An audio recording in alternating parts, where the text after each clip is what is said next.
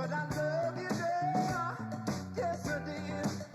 Hey, someday I might miss you, but I sure miss you by now.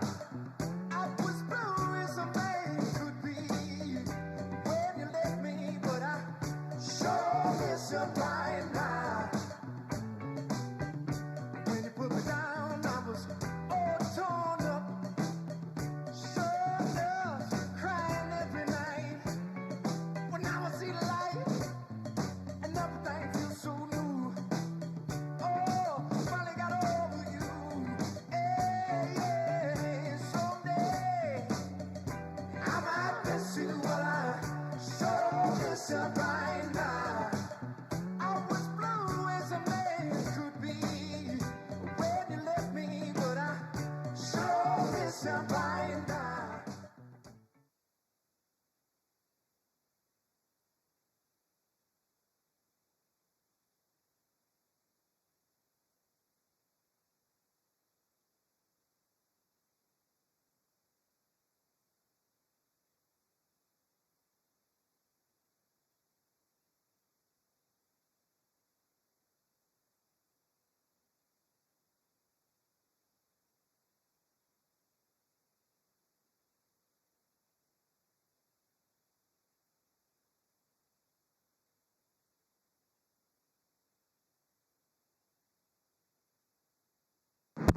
Yep, it's on. All right. Good morning, everybody. This is very, very exciting. This is our fourth entering the fall, and certainly our largest audience. A lot of friends in the audience, a lot of clients. It's amazing to have most of our team. We're founded Slack. We're online. We're in a lot of different offices. So for us, it's a way to a year, and we have a lot of things to be grateful for. I also want to give a quick shout out to maybe related if you go back far enough, but it's his birthday. I want to thank him for everything he's done for us. And then there's a lot of people who've helped organize today and a lot of work in. I get the easiest job. I get to introduce and open the room up and then sit back after that. And I'm just very grateful. So I think if there's a theme for the day, I want to say for me, it's going to be being grateful. And the reason that's so powerful is I think that sentiment of being grateful really addresses all the main issues that we see in life, right? So if you're grateful, it's really hard to be angry, jealous, entitled, or anything else, really. If you're grateful, you're happy for the situation. You're appreciative of the challenges that you've had to go through. You're appreciative of the hard work that success takes, and you're appreciative of the failures that drive success ultimately. And we've had our share. We've had a lot of ups and downs. We're 4 years in. It feels like things are going great in all aspects, and for the most part, they have been, especially the past year. But we've had a lot of challenges. We've had a lot of support. There's been a ton of learning through the whole process. And again, it's just gratefulness for the journey, gratefulness for the people on the journey. And we keep attracting amazing people. It's been fun. There's just a line of folks that I think are starting to see what we're trying to do, trying to disrupt this industry, trying to give investors more choice, more access, and a little bit of history. Apparently, this was the members-only dining room at the NYSE. This is where the JP Morgans, the original JP Morgan, would craft deals, rescue the economy. This was in this room. It was the elite of the elitist rooms out there. And here we are in an ETF conference, right, democratizing the world of investments. And we're in the room that was the core of finance and capitalism and all this sort of movers and shakers. So I think there's definitely a lot of power in that metaphor, right, of being in a seat of that type of access and providing a way to access institutional strategies, thought leadership, bringing people that are used to serving the largest pensions and sovereign wealth funds and making them accessible to every investor out there. And that's kind of our core mission, is to try to offer access, bring the best strategies and people to the market and compete in our own way and really stay grounded and client-centric. I think there was another chat with another friend of the firm, and yeah, why are you guys always disrupting? Why are you so innovative? And we're like, we're not. We just talk to people, listen, and if they have a problem, try to solve it. And it turns out that problem is usually a common problem across different investors. And that feels like that's all we've really done, is sort of that, just constantly. And over time, you have an innovative, platform, and you attract people who love solving problems for people. And I think that's kind of our story in a nutshell. That's how capitalism has improved the lives of so many people in the past, right? Especially here. It's that little bit of drive to make life a little better, to leave the world a little better, to invest in people and relationships, be grateful for the chance to do that. I'm an immigrant, and here I am, introducing a room full of very, very important and powerful people in a great historic setting. So all of that makes me very grateful, and I hope we embrace this awesome agenda. And the core mission here today is we get to celebrate a cause, Coney Island Prep, and Karen Johnson's going to step up. She's the CEO of Coney Island Prep, and she gets to introduce her mission and one of the beneficiaries of this event. But again, the spirit of gratefulness and contributing to society, doing our part to help people's retirements, helping people solve problems. And I think if we sort of keep that mindset, embrace debate, conversations, and just free thinking, I think hopefully we get a lot out of this event. So thank you very much. And Karen Johnson, thank you so much.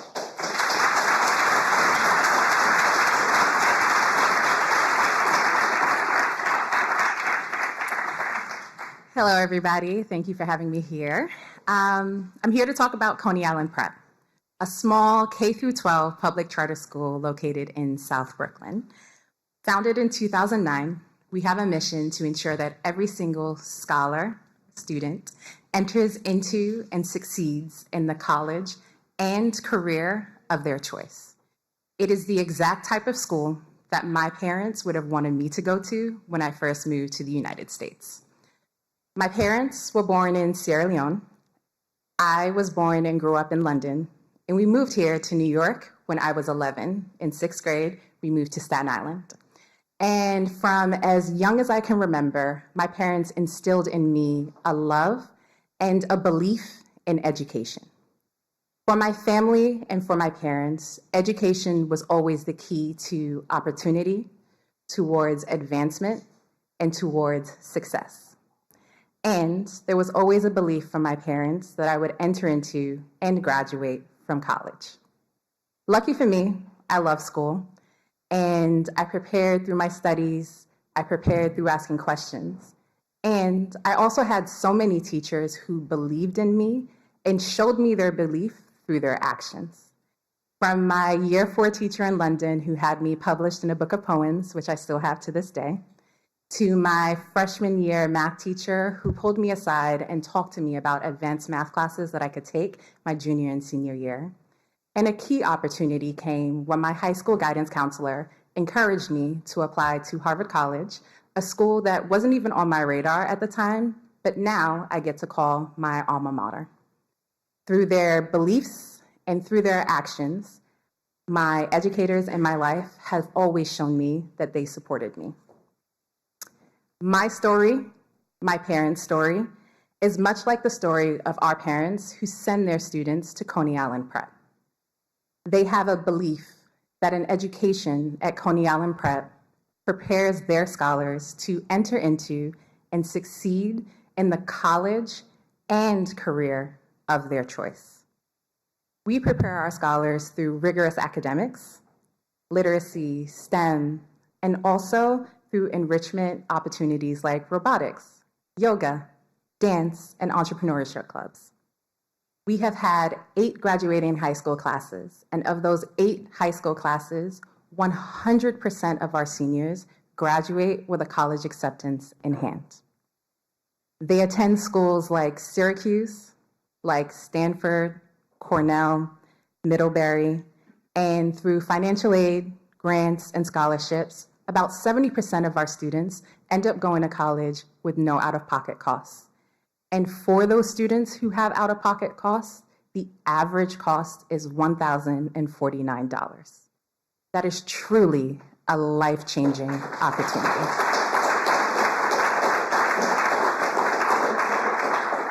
Our students go to school and they major in subjects like accounting, finance, international marketing, biology, and they graduate at 5 times the national average of students within similar demographics.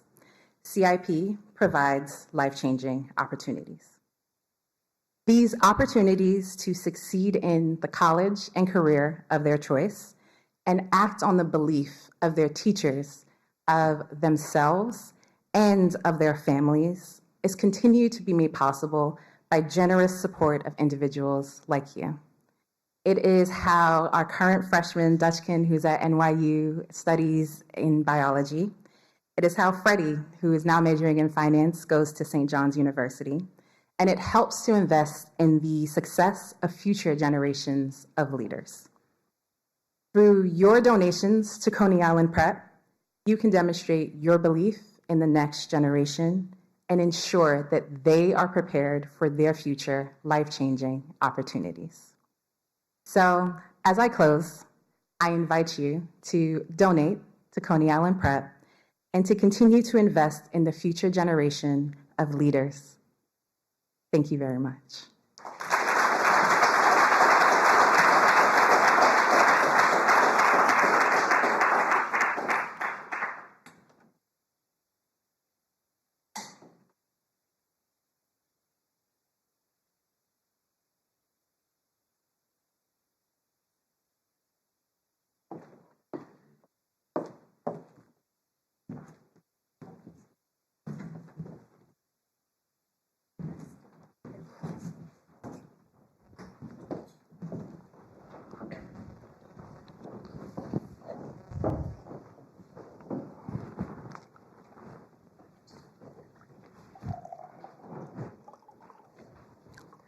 They say we have 5 minutes in between.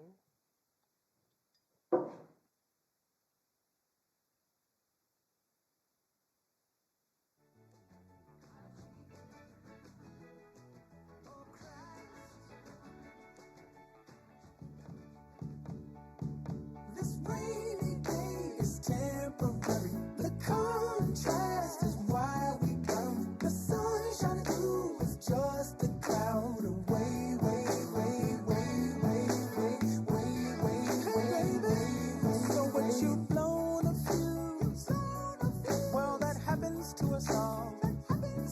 Well, I come with great news. The day could change, change, change, change. We've all, of course, been there before. Been there crying, fighting in the dark. Let good energy be your strong, hold it away. Way, way, way. This rainy day is temporary. The contrast is why we come. The sun shining through is just a cloud away, way, way, way, way, way, way, way, way, way. Well, today the rock star feels like singing the blues. Don't abandon that song, 'cause the tune could change, change, change, change. We've all, of course, been there before. Been there crying, fighting in the dark.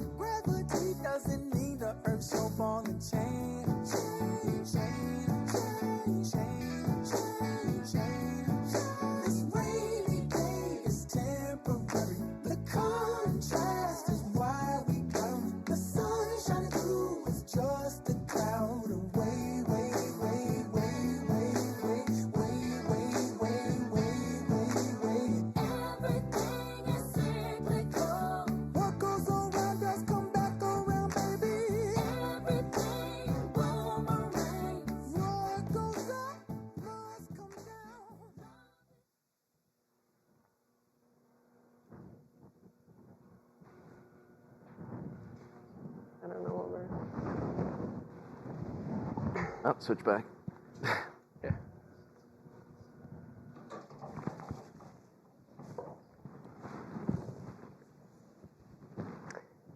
All right, I think we can get started. Thank you, everybody, for joining us today, both in the room and virtually.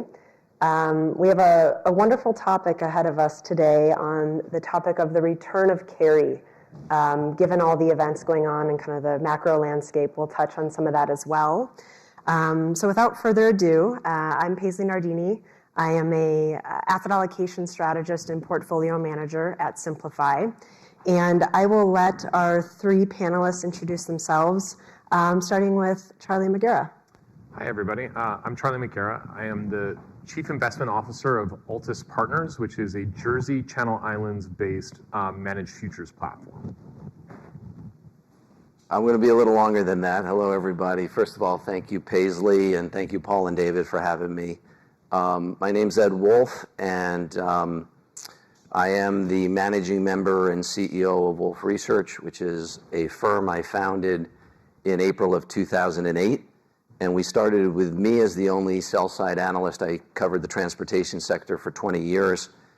Today we have 30 lead analysts, and we focus quite a bit on macro and in quant and risk as well as every major sector.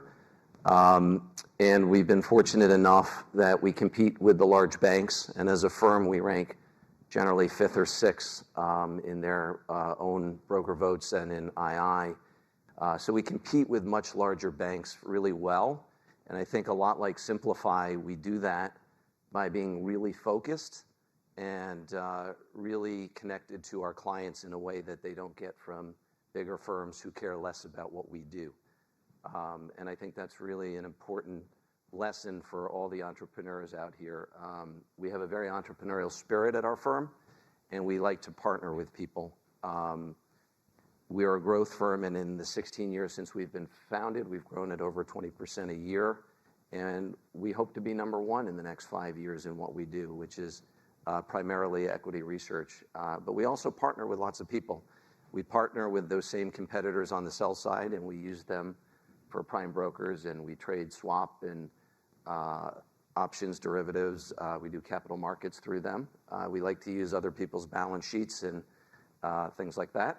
And we also partner with tech firms like Omega Point, EDS, and Marquee to help market and distribute our factor models and risk models. We have risk models that we think compete very well with Bar and Axioma and other technology companies. And we also partner, and we're thrilled to partner with Simplify on currently 2 ETFs that we provide the machine learning on. And the head of our quant team and my partner, Ian Luau, will be speaking about risk at 2:50 later today. So hopefully you'll get to hear from him. But we really appreciate the partnership, and we're looking to launch several more ETFs together with Simplify over the next several months. Prior to Wolf, as I said, I was a sell-side analyst doing transports. And I'm just thrilled to be here with Paisley, with Charlie and Jonathan, who actually know what they're doing around the carry trade, and I'm here to learn with everybody else. I'm going to try to hit the middle spot in terms of length. I'm Jonathan Troussard. The story begins, at the beginning, I'm a PhD economist. I moved from California to Boston to get my doctorate.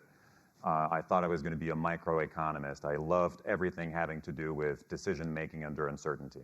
And in my 3rd year of grad school, I walked into the business school, and a guy who's since become my father-in-law, Tzvi Bodhi, said to me, everything you love about economics, in the real world, we call it investing. How about you do that?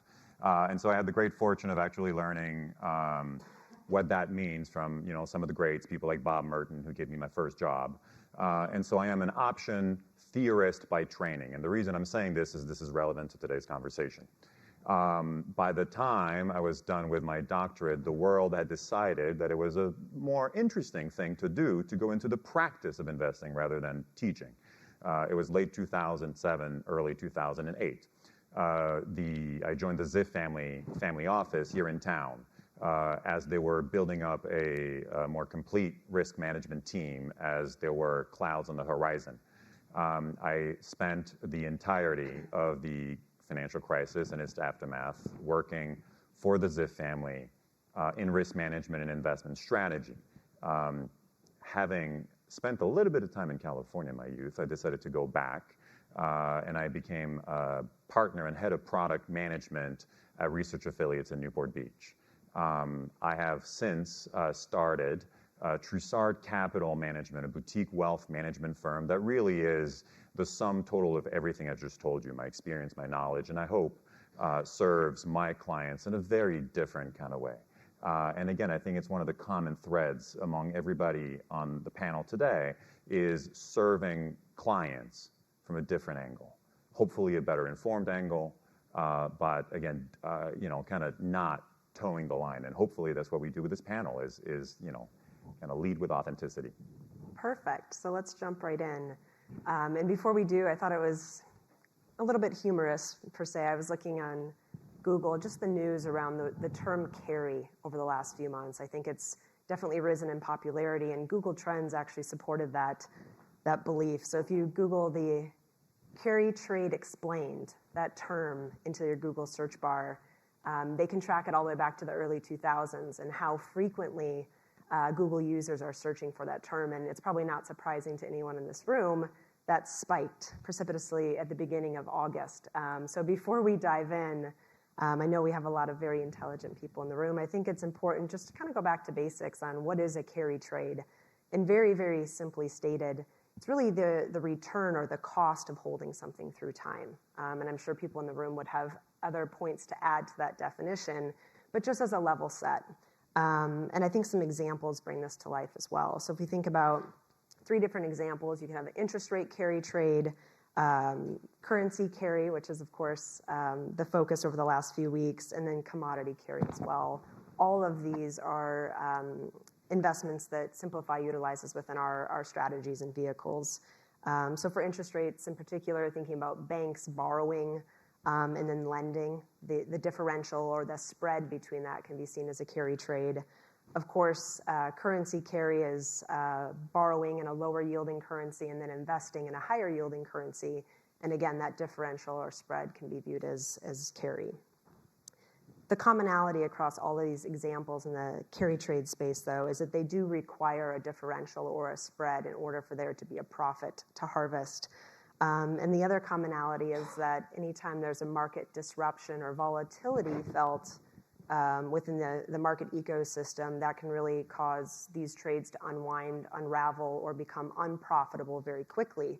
And of course, what we saw at the beginning of August brought that to life with the unwind of the yen carry trade. But today's panel is not to talk about that trade in particular. We really want to take this back a step, kind of zoom out and think about from the current landscape. Everyone in the room and who's joined us on video, I think, understands we're now in a higher interest rate environment than we were coming immediately out of COVID. But we're starting to look at global developed central banks cutting rates, looking at easing monetary policy. And so what are the ramifications of that on carry trade, which requires a spread or higher rates to compensate investors? So with that lens in mind, let's jump right into today's topic. And let's start with the macroeconomic backdrop, because I think all of these variables are really imperative to think about the ability to harvest a premium or a spread or introduce carry within a portfolio. So maybe I'll start with Ed from a macro backdrop. Can you set the stage for us and just thinking about some of the things that are relevant today from a geopolitical risk? One of the things I think that just hit the news in the last 24 hours is thinking about some of the port closures, obviously heading into the election this year. I think Ed has some interesting thoughts to share, and then we'll kind of shift gears to talk about interest rates in a bit. Yep. So I'll start with the ports because something I've known for 25 years, but also something that I think has the least impact in terms of what's going to move interest rates.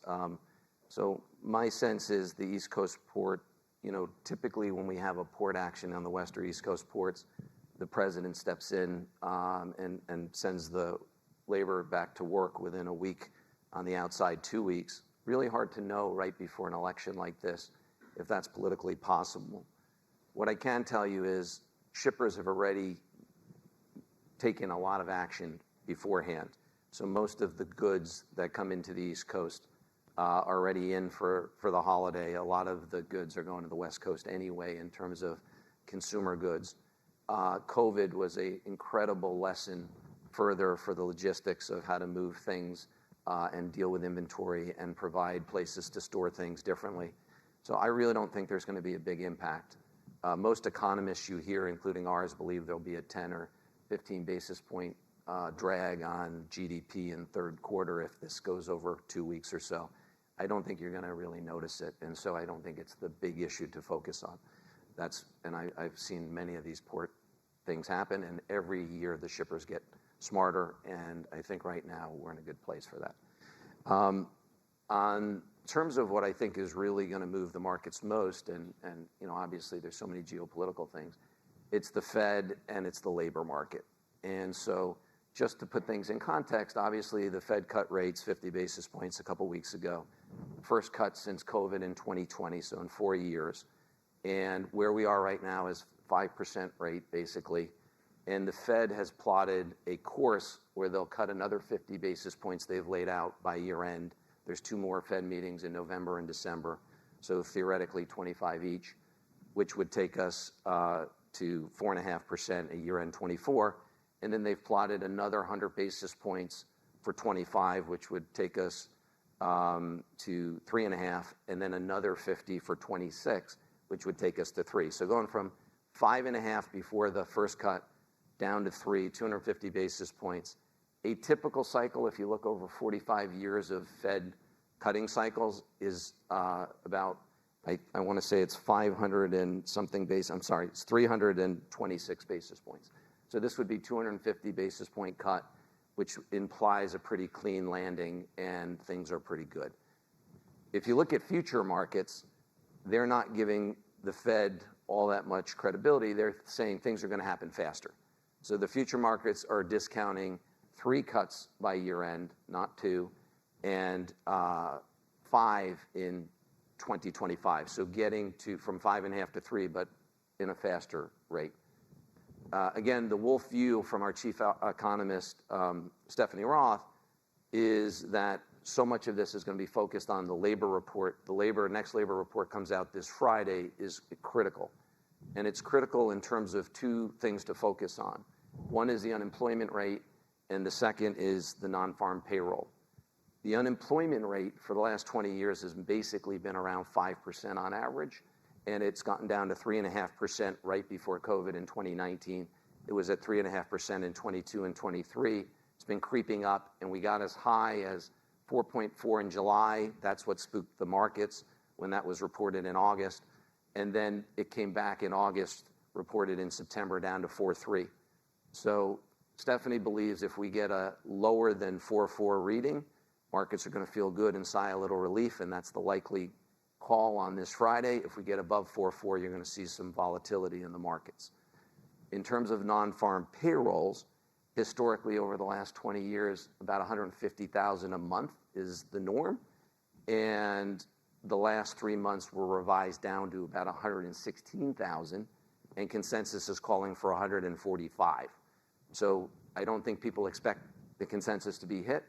Below 100,000, we think you're going to see a lot of volatility and pressure on markets and a call for 50 basis points.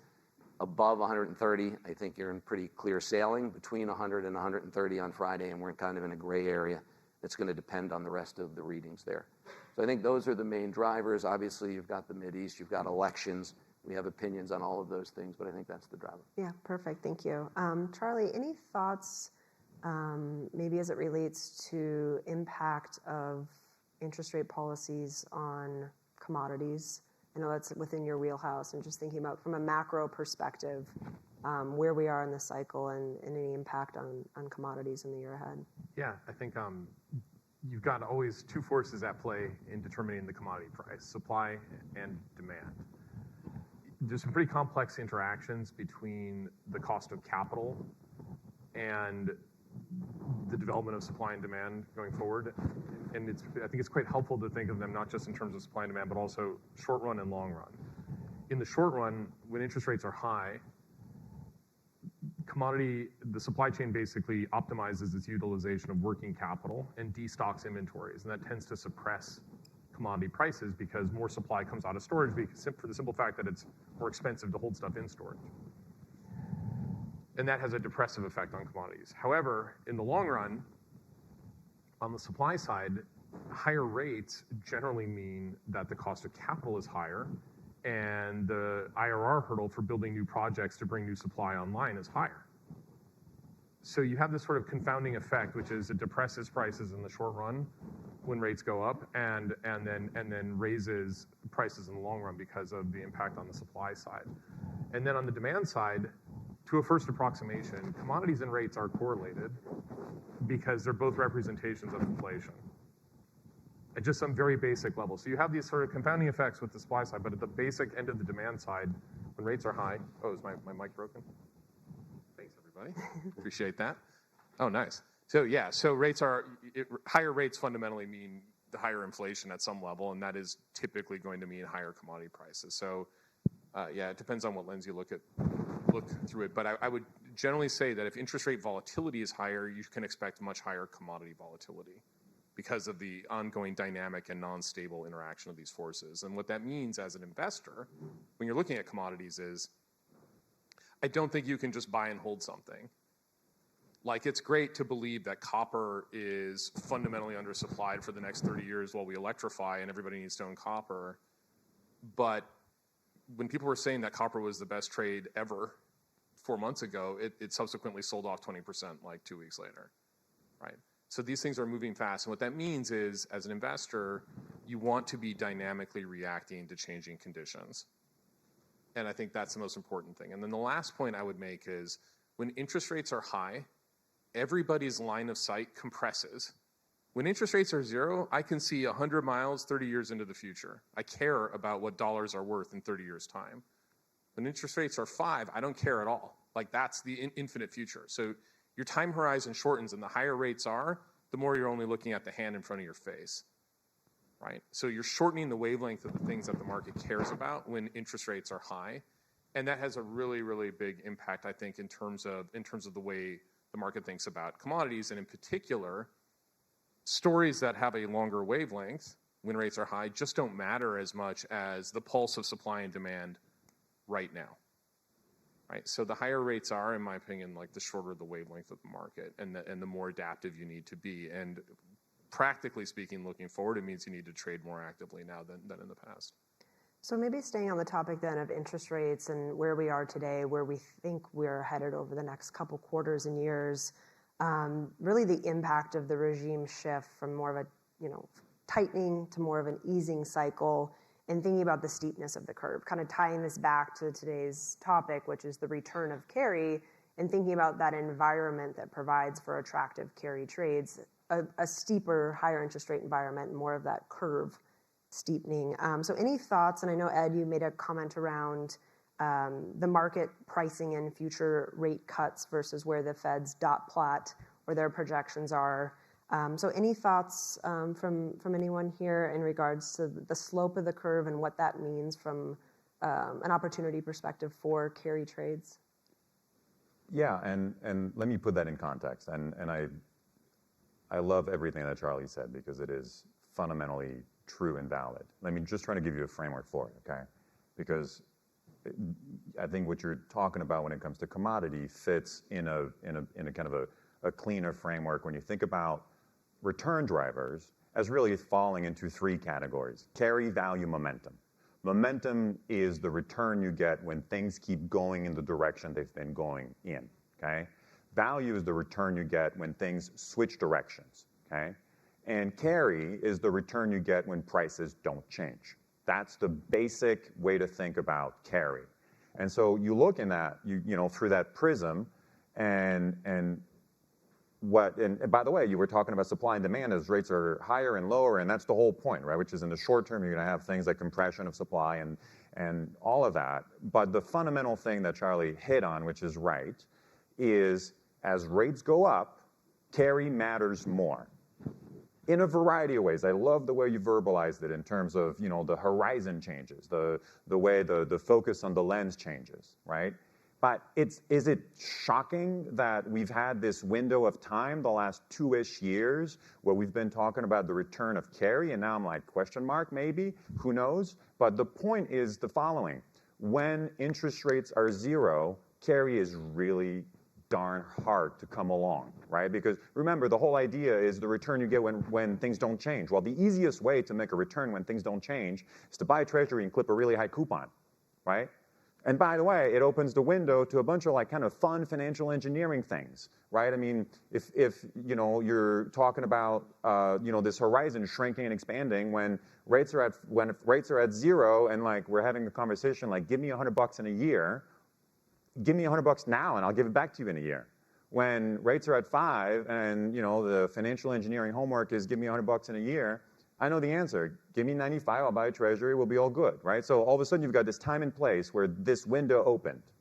We've had the, you know, carry, and I'm giving you kind of the high level theoretical version of it, and of course it's had applications in interest rate differentials and currencies and commodities, you name it, right? But we've had this moment in time where rates have been high, and this is the second piece of the puzzle, because remember, carry is the thing you get when prices don't change. Rates have been high, volatility, particularly equity volatility and most other volatilities, with the exception of interest rates, have been low, which are kind of like the things you need to put you in a mind frame where carry is the thing. People are thinking prices aren't going to move a lot. That's what it means for volatility to be low. And so we've had this world where these things have come together. Charlie is kind of giving you the on-the-ground version of it. And as I told you in my intro, the option theorist and you know, kind of the global head of PSA for like how do we think about this going forward? What happens if rates come down and volatility goes up? Well, the world changes, right? So obviously, you know, think about things like some of these fun products that have cropped up in the last 2-ish years, and some of them have gotten, you know, super popular, and we'll touch on some of those hopefully later. All right, let's think about what happens to those when rates come down possibly and volatility goes up possibly. And so that's the way I think about the moment in time we find ourselves in today. I would just throw in 2 fundamental things about supply and demand that are not so related to the economy, and that is we have a lack of residential housing supply that is unique in this time period. That really started out of the Great Recession and then picked up during COVID.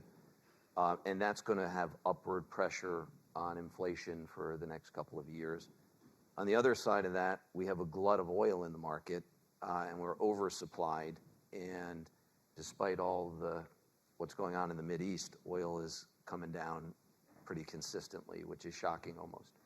So those are just 2 things to think about when you think about what could stop the Fed from cutting inflation moving one way or another, or increase the magnitude of that. I'd like to build on kind of both points. Firstly, on what could stop the Fed.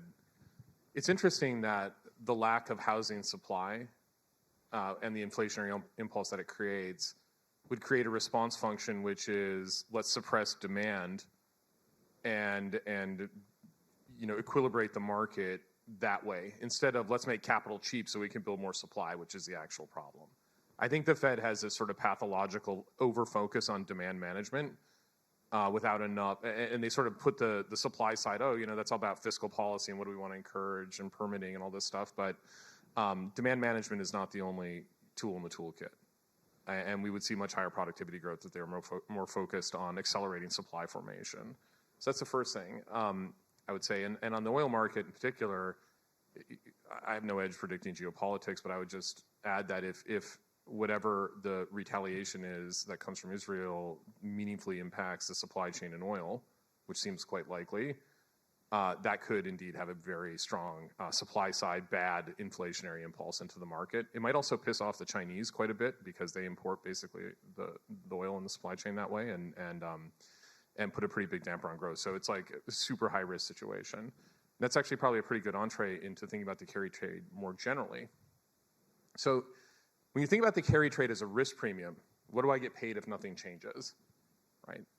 Well, if nothing's going to change, it's usually pretty attractive to borrow money to put it on and capitalize on these differentials in returns between the asset side and the liability side. And so when you're thinking about carry trading in general, it's really important to think about not just what might happen to your asset side trade, where the basic bet is nothing's going to change.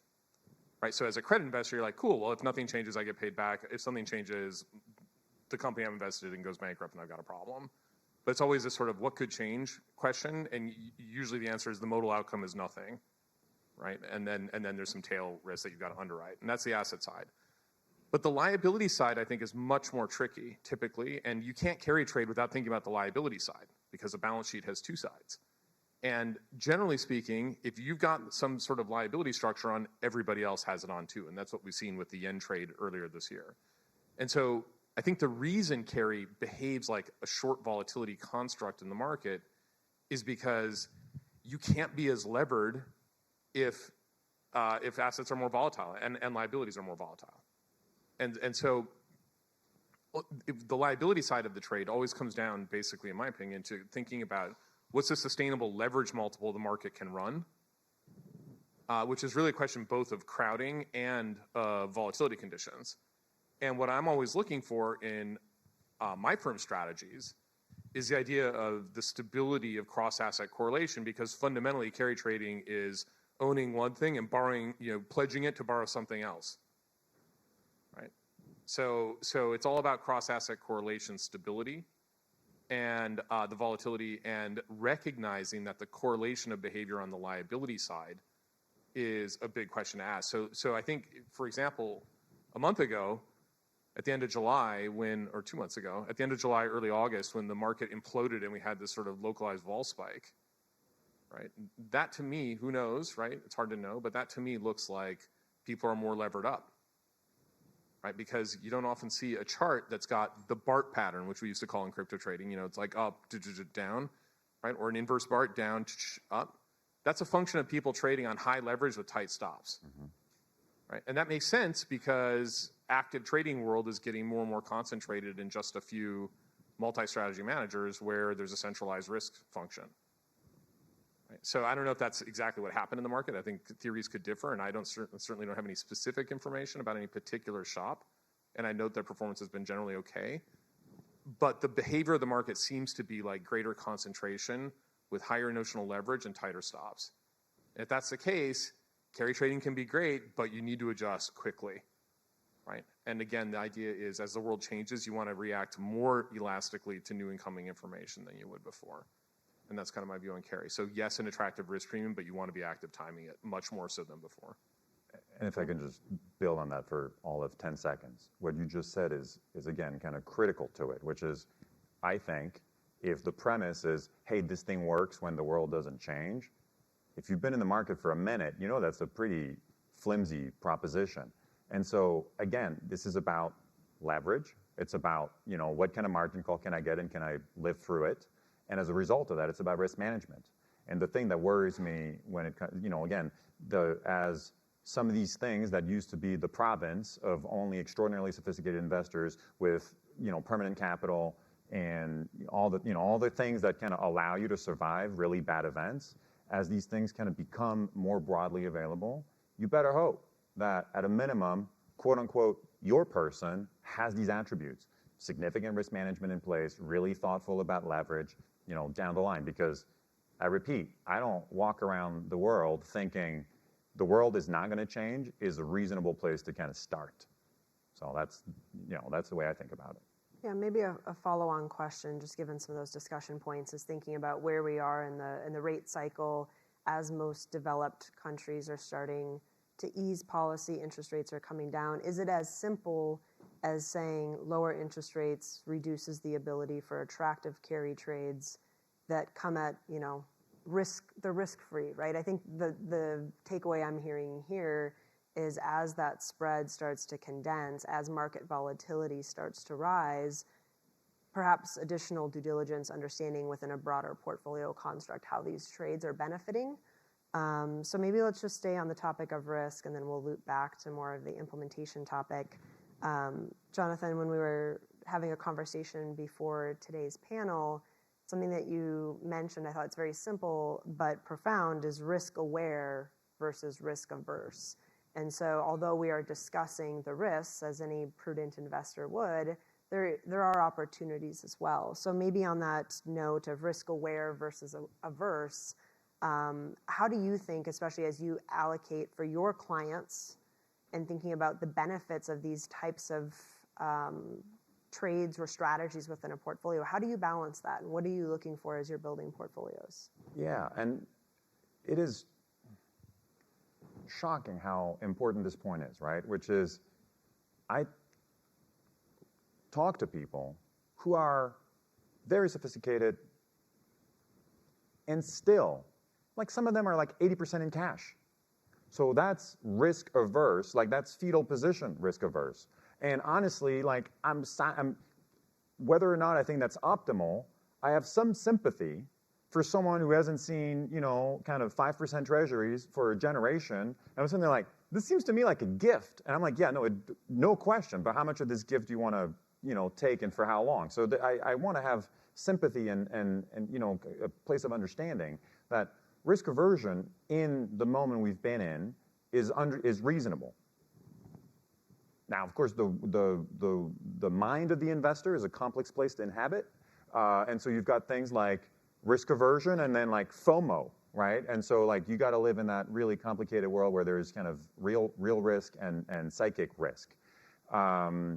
But I live in a place of risk awareness, right? Where it's like, I repeat, you don't want to be in the fetal position. That seems to me like not a super viable place to be long term, and we know a lot of people are. I mean, that's how we end up with the amount of money that's in money market funds and so on and so forth. But what Ed was saying is I think a very sensible baseline. We all live in a probabilistic world where like a baseline isn't the final answer. But what do we know? Rates are going to come down possibly a little bit more. Are they going back to zero? I mean, I don't think so. I don't see that unless we really run into a ditch. Do we have a tendency to do things until we run into a ditch eventually? Yeah, 100%. That's like your Minsky cycle or whatever you want to call it. When things are, it's like the old thing. Like they put seatbelts in cars and everybody started driving faster. So that's kind of the situation. But if rates settle in the 4-ish, maybe even top threes, like that's not zero. That's a number different from zero. It ain't 5 anymore, but it's not zero, right? Risk aware, I think the unemployment projections, I don't want to use the wrong word, but what you're saying is right. And the reason why the market got spooked is, look, and you don't have to run regressions to do this. You look up the unemployment statistics going back to 1948 or whenever this started, and you're pretty quickly convinced that unemployment has a nasty habit of snowballing. Right? The thing doesn't go like super, super low and then like a couple of ticks up and then like that's okay, that's where we're going to be. The thing kind of whooshes, right? And so my statistics are the same as yours, which is if you go back to the beginning of the 21st century, the median unemployment number has been some version of 5.5. We were sitting at generational lows at 3.5, which has now become everybody's norm intellectually, which it's not the norm. It just happened to be a time and place where supply and demand of labor were kind of, tested. And because of the snowball, kind of process, we could wake up at 5.5 and it wouldn't be, one, the worst thing in the world, and it wouldn't be utterly surprising. So I'm aware of that possibility. And still, I promise you, the headline, if we wake up at 5.5 and like, I don't care when it is. I don't care if it's in 6 months, a year, or 2 years. No one's going to go like, woohoo, we're back to median, high five for the soft landing. People are going to freak out. And so that's what I mean by kind of thinking holistically about risk, is think about the probabilities, think about the reaction function, and given that informed understanding of the range of things that could happen, what's a reasonable place to be? And it's not going to be 10x levered on something that has got instability and margin calls, and it probably isn't going to be 100% cash. So we have about 10 minutes left, and I want to tie this back again to the theme of today's session, which is the return of carry, and really thinking about walking out of this room and having ideas for implementation or how investors are thinking about introducing carry within a portfolio.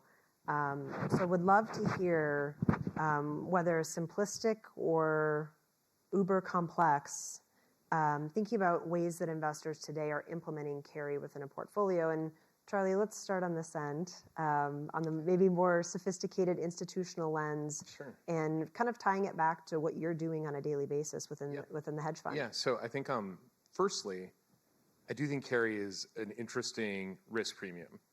What do I get paid to warehouse balance sheet, warehouse risk, assuming nothing bad happens? It's basically like what's the rent you get to charge for the warehouse if you're in the storage business for risk, right? And that's there's a moving business in risk and a storage business, and the storage business sometimes is really good, right? So I do think it is a viable risk premium overall. It should be blended with other risk premium in the context of diversified investing. So I am a fan of carry. We do use it in our futures trading systems. In a previous life, I ran a mortgage desk at Goldman Sachs, and we were big time into carry there in structured finance, and I might even start there. In private credit, I'm particularly interested and attracted to carry trades in the form of balance sheet provision for asset-based lending. Right, it's better to be paid a little bit of excess premium for illiquidity if that illiquidity is reasonably short in duration with a lot of over-collateralization than it is to warehouse a lot of macroeconomic risk on corporate defaults. I don't think high yield spreads are particularly attractive. I think it's a strong argument that in this higher rate environment, some of the leverage and corporate lending is not sustainable.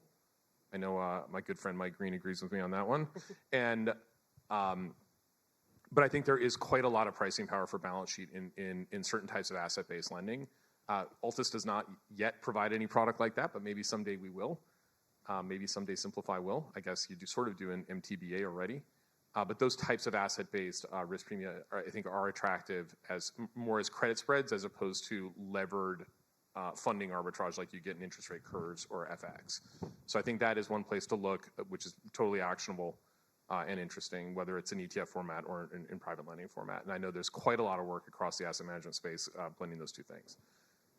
Moving on to active trading world, again, my strong view is the world is changing a lot faster than it used to be.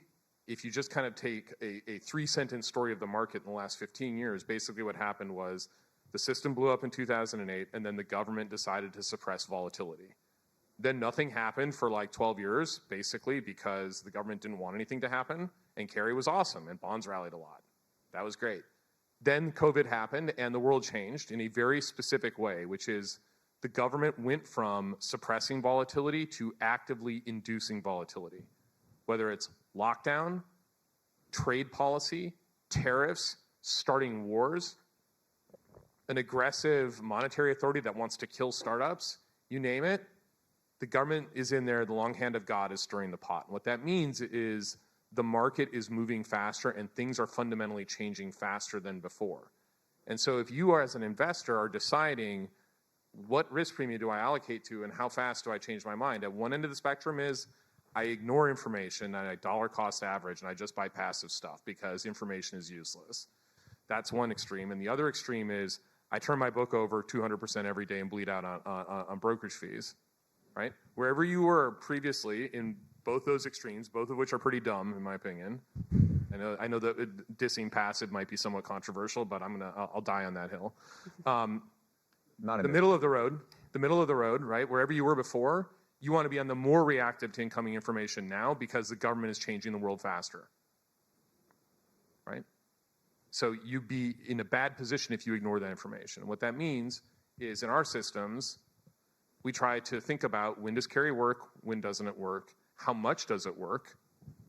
I don't just believe a yield is an expected return. We think about more like what is the yield telling us about the expected return statistically, and we try to adapt dynamically. And that design principle is we want to be more adaptive than before, I think pertains.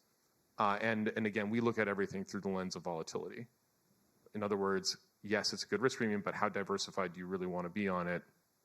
That's a function of the stability of both the asset side and the liability side. But the bottom line is futures are awesome and you should trade them. And so managed futures product that incorporates a carry signal should give you, in what is in our opinion, the right amount of exposure to that when blended thoughtfully with other risk premium. And so I'll leave it at that. A comment that you made to me a week or so ago is a comment on focusing on markets which have greater pricing power. So as you think about the landscape of opportunity, what are some of those markets in particular that might be more of for more the common investor to capitalize on from a carry perspective, whether through active or passive? I'm going to punt on passive. Yeah. But I think, again, it's a question of where the market is capital constrained and your capital has the higher pricing power. And right now, again, I would say active management is popular and growing in ETF world, but generally speaking, it's under allocated to overall because passive is taking more than 100% of new inflows. So active management, anything that's providing something other than buy and hold liquidity to the market, but providing more short-term or medium-term liquidity is likely to have a higher pricing power. So any kind of rotational strategy, factor-based, sector stuff, quant product, some active management. I think all of those things, as long as the wavelength is something other than I never react to incoming information except on invest and redeems, but I actually change my position on the basis of something other than flow of funds in my own product, I think you're probably heading in the right direction. So again, my strong view is the next 10 years is about alpha, not beta, and it's actively managed QIS products, whether they are futures-based or equities-based or OTC swap-based or otherwise. And I would handily note that Simplify has a suite of all of those things, but that kind of thing. Awesome. Active product. And we did not ask Charlie to say that, so thank you. You're very welcome.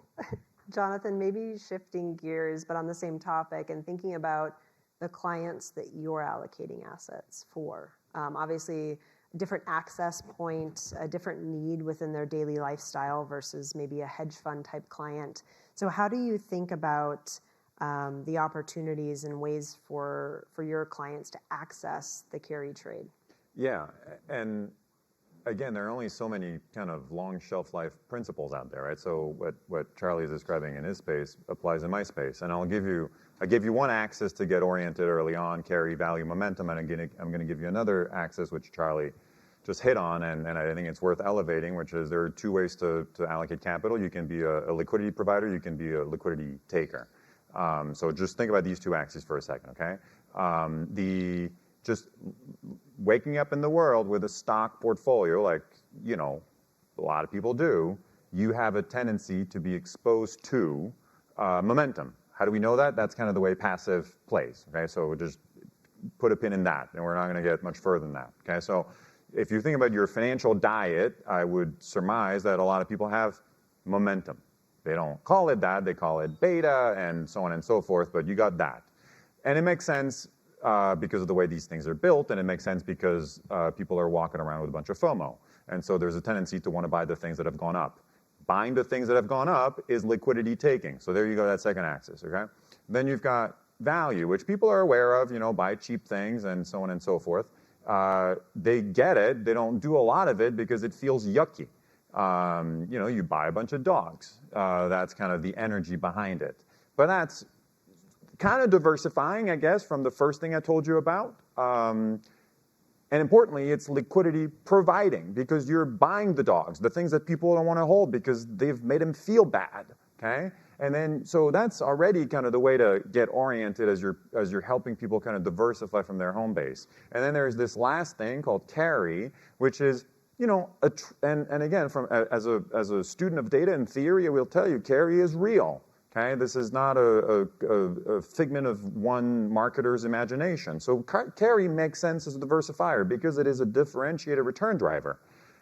And, handled with care. All the things we've talked about, the kind of the leverage and the risk management and blah, blah, blah, right? So one thing to keep in mind is as you engage in moving away from where you started, which tends to be a boatload of bulk beta, which has a touch of momentum in, you're diversifying. That's the word that people like to use. But diversifying, one of my former colleagues used to say,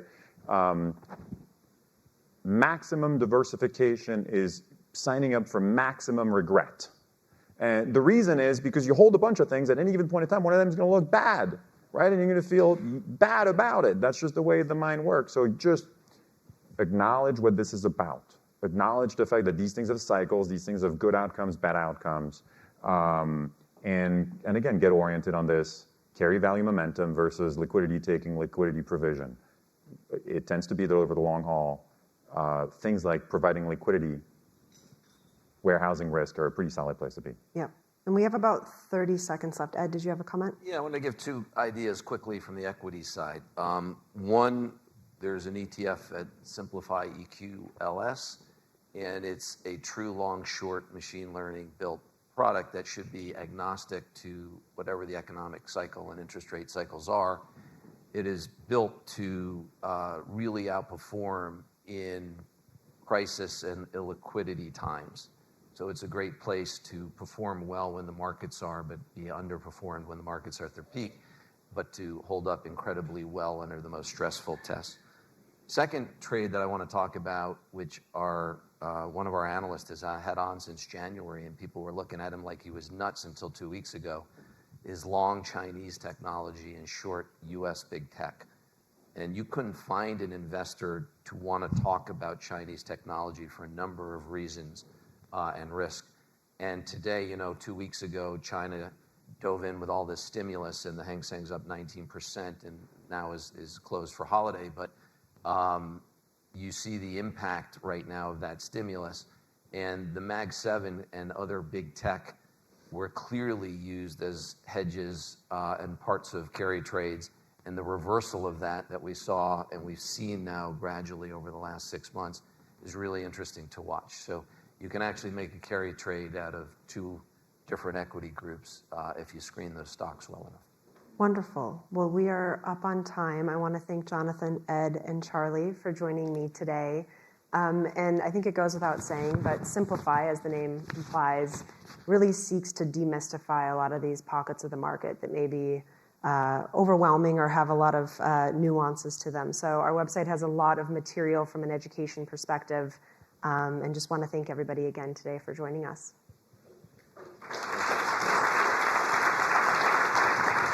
Okay.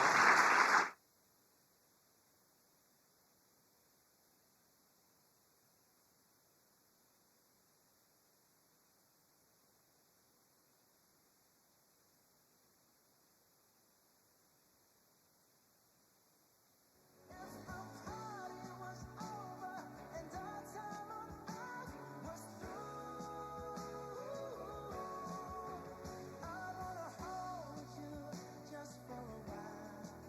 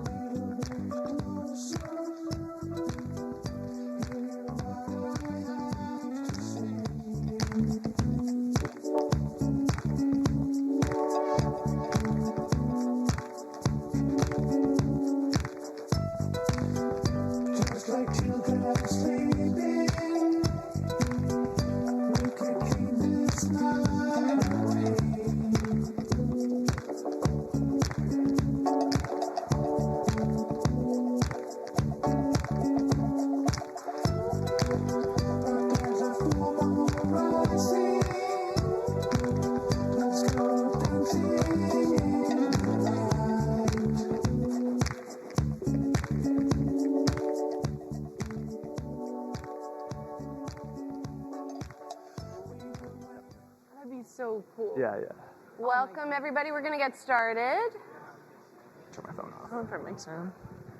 We're going to kick it off here. Financial commentary in the age of influencers. So if everybody wants to come in, relax, get settled. I think our mics are on. I think my mic. Can everybody hear me? Seems like it. So welcome, everyone. My name is Julie Hyman. I'm the host of Market Domination on Yahoo Finance. I've been Oh, maybe I'm not. I can hear myself. Okay, that's good. Is that better? Just bring up the mic a little bit. How's that? Maybe. Okay. I am the host of Market Domination on Yahoo Finance, and I've been a financial journalist for a while, formerly at Bloomberg Television. So I guess I'm up here representing the traditional media, and then there are these fine folks next to me who are representing in the influencer class, if you will. And so that's what we're here to talk about, that sort of new media format, if you will, and ways to educate people about markets and the economy and business. So with me here to my left is Jack Farley. He started Forward Guidance, the podcast, which had 30 million downloads. And then 2 weeks ago, he started something different, the Monetary Matters podcast. And he started a new media company, which includes both that podcast and a hedge fund consulting company called Hedge Hype Solutions. And then Kyla Scanlon is with us as well. She's a financial content creator and educator and a Bloomberg Opinion contributor, as well as author of In This Economy, How Money and Markets Really Work. And you can see her work on social media and on various media outlets as well. So I'm excited to talk to both of you. And where I want to start is kind of how you got started, how you both embarked on this journey. I mean, my journey was a traditional one, ended up working for a newspaper and then Bloomberg and kind of followed that financial media path. You guys have done something very different. So Jack, let's start with you. How did you end up becoming a podcast host and content creator? Well, first of all, thank you for having me. It's great to be here at Supply's event. I studied economics in college, and I started at a financial media company where I started as a producer, and then I interviewed the guests, and it was long-form financial content, which is what I've always done. And then I left that firm to start Forward Guidance for a company called Blockworks. So I did that for nearly 3 years. And so, yeah, pretty much out of college, I've been interviewing investors in a long-form content, in a long-form way. And then, if I may, how did you decide now to, break up from that and start your own thing? Well, I wanted to really bet on myself and just continue to produce long-form content, as well as with my co-founder, who we're big believers in each other, and also try and bring that to the hedge fund world and basically help hedge funds improve their communications with potential investors. But yeah, I was not an owner in the previous podcast. Gotcha. Kyla? Yeah, so my path was a little bit untraditional, I think. I started off in college selling cars, and that's when I knew that I really cared about economics education, because the people that I was selling cars to sometimes didn't know what an interest rate was. And so for me, that was really formative. And during that time, I was studying economics and finance and data analytics. And I graduated and moved out to Los Angeles to work for a capital group on the buy side, where I did equity portfolio management, fixed income research. And then the pandemic hit, and I was like, what's happening? And so I decided to, again, focus on economics education and joined this company called On Deck and built out their investment education arm. And then I started making short-form videos on TikTok about GameStop. And so everything has kind of spiraled since then. It's been really cool, but the whole goal is economics education. I think it's super important that people know what they're investing in, the system that they're partaking in, and I try to give them all that information as digestible as possible. And to your point, I mean, we all talk to each other all the time, so we know what we know. But most people don't know what we know. I mean, I encounter that all the time as a financial journalist, just talking to friends. And I sort of have this assumption of a base level of knowledge that a lot of people actually don't have, which is sort of incredible here. So talk to me, both of you, a little bit about who you see as your audiences. Who are you talking to when you're putting out this content? Kyla, let's start with you. Yeah, so the apps give you quite a bit of data on the audience, which is quite useful.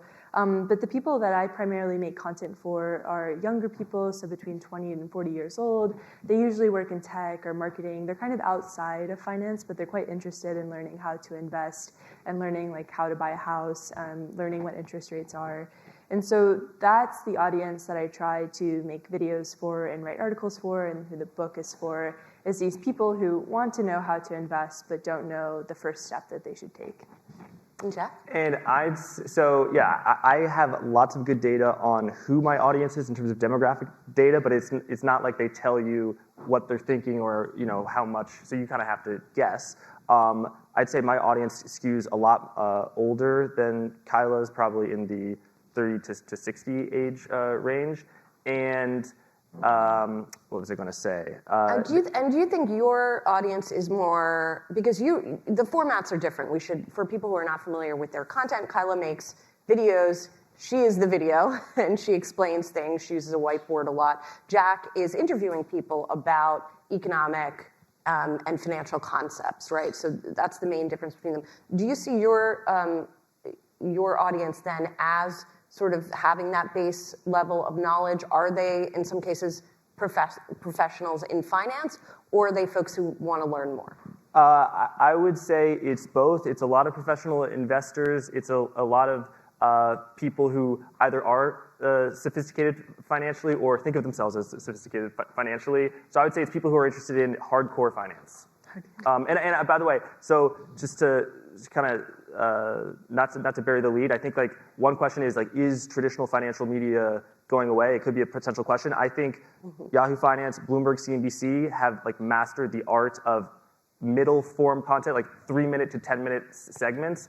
I think my content is longer form, and Kyla's done some great long form content as well, but she has gone to shorter form. So I think it's just things are growing rather than one eating each other's lunch. Well, but to your point, I mean, it's not just about the length of the content, it's about what the content is, right? So let's talk about that a little bit. What do you think, what niche are you filling, what need are you filling, besides just sort of the length of the content that traditional media, what is not being spoken to, who is not being spoken to by traditional media that you guys think you're speaking to?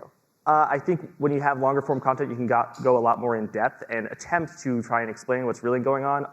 As an example, when Silicon Valley Bank failed, you can try and do a 3 to 5 minute segment about it, but it's kind of complicated. So I feel good about the interviews that I did on Forward Guidance, some of which were like Sheila Bair, who ran the FDIC, about just the interest rate risks within the banking system, as well as the risks of bank runs. So you can try and get a little bit more in depth. And again, people study this 24/7, and you're never going to fully understand it, but just try and get a little bit more in the weeds.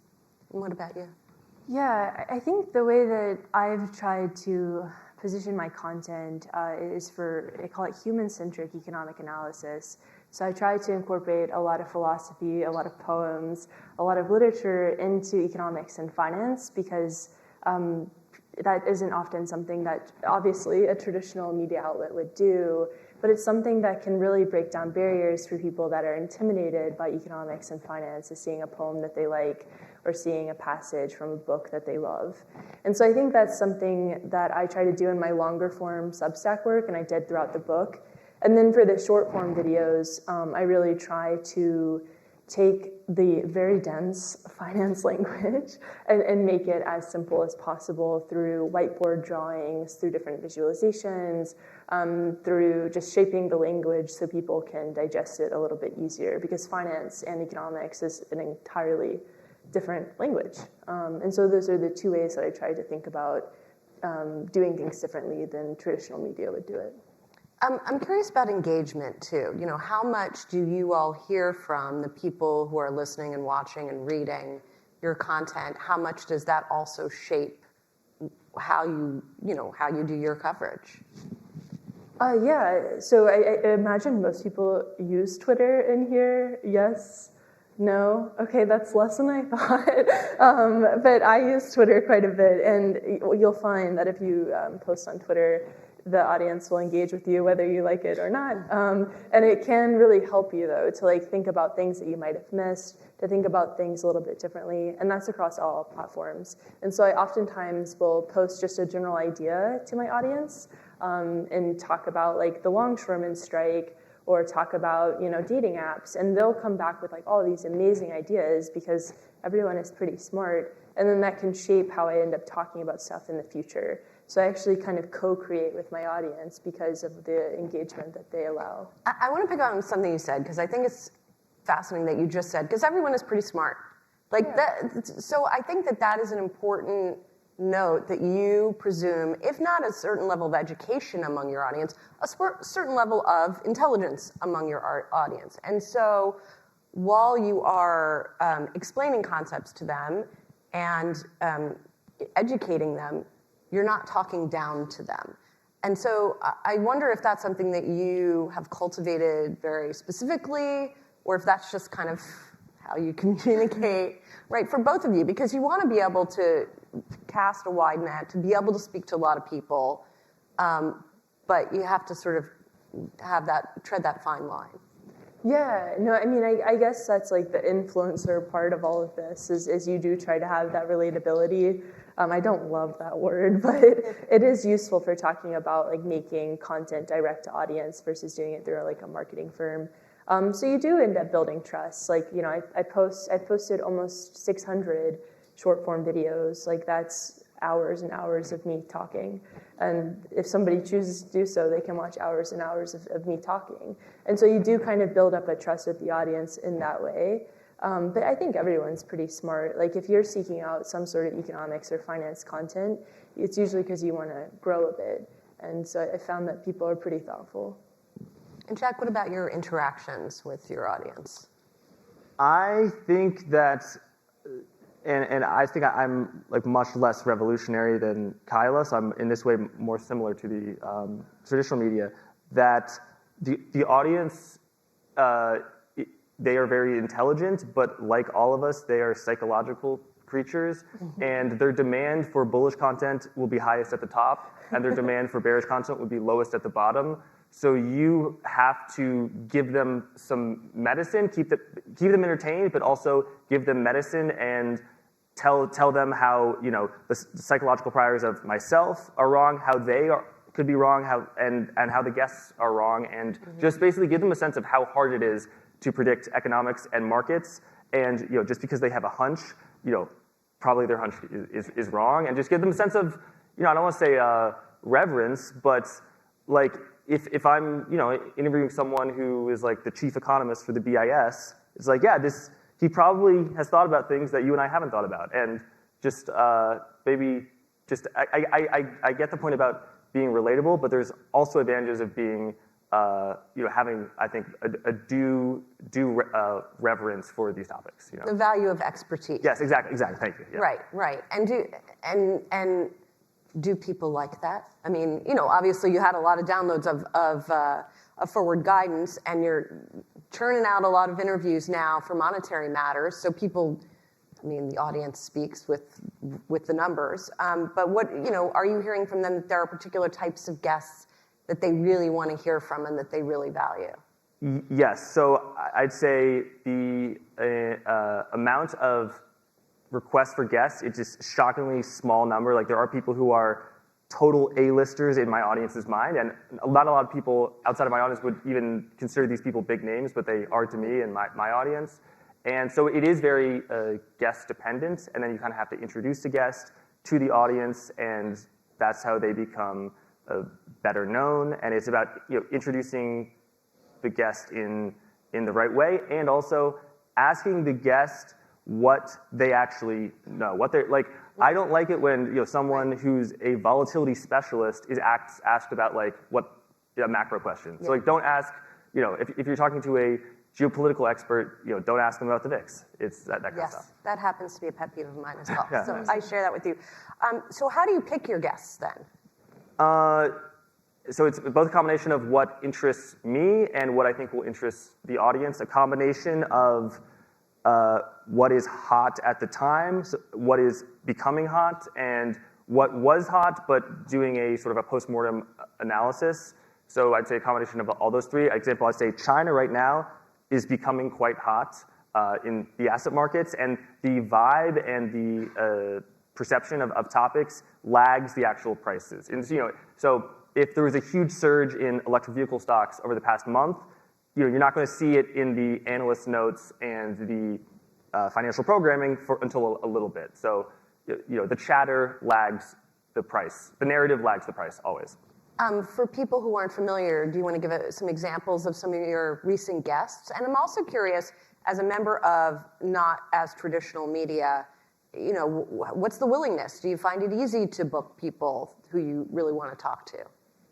I would say it is very easy. People like being on TV. I'm not on TV, but people like being interviewed, and it's people generally say yes. And I can't even imagine a well-respected, established platform, Yahoo Finance, CNBC, Bloomberg.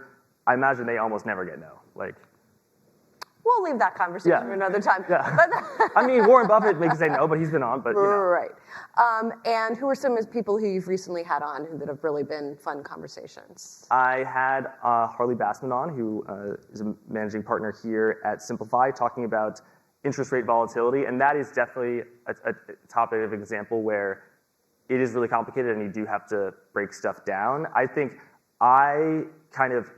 when explaining advanced topics to my audience, if the guests can do it, it would be great, but they're generally going to be speaking at a higher level. So you're like the translator. Yes. And I'd say I break it down by telling. I think Kyla has a different way that works great of showing. You tell a story in your short form content, and so it's much more showing rather than telling, I'd say. And I wanted to ask you too, Kyla, how you pick your topics, how you figure out what you're going to talk about. I think it's a similar path that Jack takes. You are responding to the attention economy at the end of the day, and so the topics do have to be something like that. But what I've tried to do recently with some of my Substacks is take bigger ideas and tie them together. So I wrote about dating apps and the demographic crisis. I'm working on a piece about the longshoreman strike and AI. I'm writing about elder care and childcare. So I try to write about pertinent topics that I think impact people. And of course make videos about them as well. But yeah, you do respond to kind of what's in the news most of the time. And you're also pretty well known, I would say, for coining vibe session. For those of you who don't know, maybe you've heard that term. So tell people how that came about, and sort of then it seemed to be everywhere. Yeah, indeed. Yeah, so vibe session is a disconnect between consumer sentiment and economic data. It's basically, economic data is okay, but everybody feels bad, and why? Why is that happening? And so I wrote this piece back in July of 2022. It turned into New York Times op-ed, and then a year later, everyone started talking about it. So there's a little bit of a lag, but and it's way beyond me at this point. Stephen Colbert did an episode on it as well. And so it's really just kind of looking at the economy through the lens of consumer sentiment. We talk a little bit about consumer sentiment with inflation expectations and how people are thinking about things, but oftentimes how people feel does sort of get ignored in a big way. And so that was kind of the goal with Vibe Session, is be people are feeling bad. They're probably feeling bad for a reason, and we should probably figure out why that's happening. The vibes are not the first. I'm not the first person to talk about vibes, obviously. George Soros had reflexivity, Keynes had animal spirits. It's not a new concept. It was just new packaging, and some people really liked that word, and some people really didn't. So, yeah. And where do you think we are with the vibe session, the vibe at this point? This is an interesting question, because right now politics, we're going into an election, is influencing sentiment a little bit more than the economy. So I'm not sure where we are in terms of the economic vibe session. Consumer sentiment has kind of ticked up, but also University of Michigan changed the way that they collect consumer sentiment information.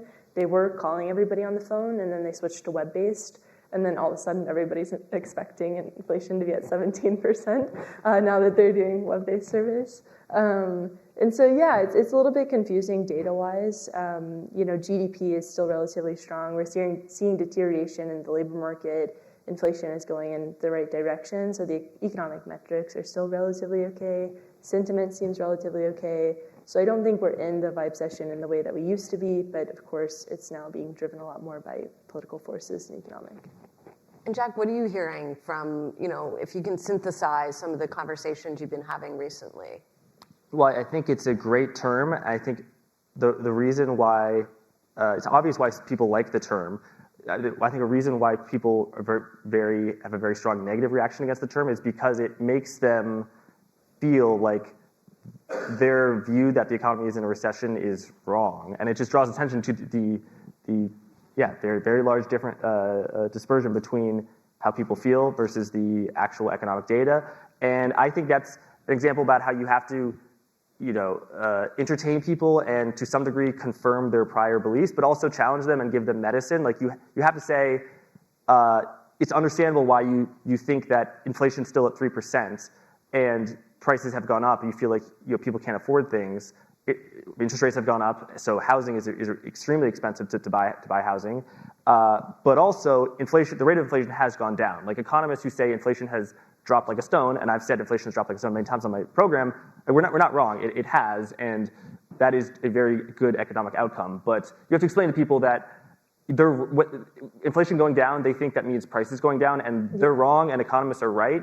We understand that why that is, but you're wrong. So yeah, I do that in a gentle, respectful way, I think. Well, and that's like a language barrier too, which is really difficult to overcome. Like, what is inflation? A lot of people don't know, and they think inflation going down means that prices should be going down, but that's deflation. And so there's like that issue too, where again, it's like economics is an entirely different language. And when people see media headlines where it's like inflation is going down, but their box of cereal is still $7, they're going to be mad because they think that means that prices should be going down. And so it's like kind of a difficult thing to navigate. And I think there's real reasons why people are feeling bad, like housing is a nightmare, childcare is extraordinarily expensive, elder care is extraordinarily expensive. And then if you look at a chart of sentiment in media headlines, it's like trended quite negative. We were talking about, like, no offense to Bloomberg, but they have this headline where they're like 100% chance of recession by year end. This was written in 2022. And like we did not have a recession in 2022. But if you read that headline, you're going to be like, oh man, world's ending. But it never happened. And so I think that is going to influence like that sentiment gap in a very big way. Well, that's a good reminder too that like, we talk about, you see on Twitter, prices have doubled since whatever, which we know that they haven't. But then you point out a headline you're talking about, and obviously that was wrong too. The people who were supposed to know it all, sorry, maybe some of the people in this room, apologies if that's some of you who thought that the recession was coming and it didn't come. So that's an interesting thing to kind of explore in your work too, is that yes, of course we value expertise, the people who are steeped in this stuff, but they can be wrong just like everybody else can be wrong. And maybe some of the time people who don't know as much can be right, conversely. But so when you're doing this kind of education, because as you say, emotion is so powerful when it comes to your pocketbook and your investments and how you see that world, how do you sort of navigate that? And do you feel like the information that you're giving to people is helping close that gap rather than just making them in some cases kind of lash out against it or have a knee-jerk reaction against it? One thing I definitely believe, but I think I could do a better job of imparting to my audience, is just how humbling it is, and how even if you are a fantastically intelligent economist, you're going to get things wrong. And it's not like chemistry where the best chemists, they write an equation and that equation is always right. It's the rules are constantly changing. Like E does not equals MC squared. For example, high interest rates, as interest rates were going up, they were supposed to drastically weaken the earnings, the valuations of very highly valued tech stocks such as NVIDIA, the Magnificent Seven. And they did in 2022. But the correlations changed, and interest rates have been going up as high-tech firms have increased in valuations, and actually it's been the lower quality companies, the smaller caps in the Russell 2000, that, oh, suddenly those are the ones that actually are under pressure from higher interest rates. So the narrative changes. The narrative is never wrong, but when it is the narrative, but it's probably going to be wrong in a year or 2 years, so there are no eternal laws in finance. And I think that is something that, I definitely should do a better job of imparting to my audience, because I think the audience, regardless of who is, whether they're watching CNBC or Kyla or Bloomberg or you, that there is a fundamental need, within every human heart for certainty, and this is the future. This is a forecaster. We interviewed this forecaster. He's been right 9 out of 9 times. Here's him for his 10th prediction, and that's great marketing and it's effective. But I think that I definitely should do a better job of saying, look, he could have gotten lucky those 9 times. So, the inverted yield curve is for maybe that example. And Kyla, obviously, emotion is a big part of what you talk about. I mean, with the vibe session and with some of the other stuff that you cover. So how do you sort of navigate that gap? Well, I mean, first, I'm wrong a lot. I was wrong on page 6 of my book, and that sucked big time. I've been wrong in videos that I've made for Bloomberg and have had to redact things because I misinterpret research papers. I've been wrong in how I've cited various statistics. And so I just want to make sure that it's not the big media is wrong and we're I've been wrong a lot. And when stuff like that happens and sort of managing the emotional side of it, I'm really honest with the audience. I made them a sticker that they could get for free about the mistake I made on page 6, which is about exchange rate economics and the dollar strengthening and weakening. And so, I actually, can you ask your question in a different way? Because I don't think I quite understand what you're asking. Well, I guess what I'm sort of getting at is whether people get angry if they're corrected. I don't mean you guys. I mean more the audience out there. In other words, if my perception is I go to the grocery store and I'm paying $15 a carton for eggs. I'm exaggerating, but and you're telling me the prices that the rate of inflation has gone down now? What are you talking about? So right. I just wonder what kind of engagement and feedback you get where people tell you that you're wrong, even though the facts are right, they feel it's wrong. Well, it's interesting because economics is so personal, right? Everybody has a personal experience with inflation, with the labor market, with the housing market, and we talk about everything in terms of averages. And so I can be talking about something in terms of averages, and somebody can be like, that doesn't apply to me, and they're right. And they can be a little mad at me about that because I'm not talking to them. And they should understand that I can't make a video for every person on earth. But I think there's definitely a lot of frustration.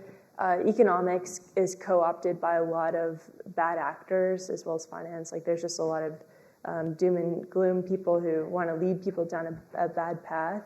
And that's mentality can be quite tough to get people out of. But at the end of the day, you just point them to data sources and tell them that they can look at the data and get back to you. That's kind of what I end up doing most of the time. So you guys, it's hard to stand out in that financial influencing landscape. There are a lot, it's democratized, which is great, but then it's also hard. You guys are making a living doing this, which is pretty impressive. So how do you stand out when you have created this thing yourself? Jack?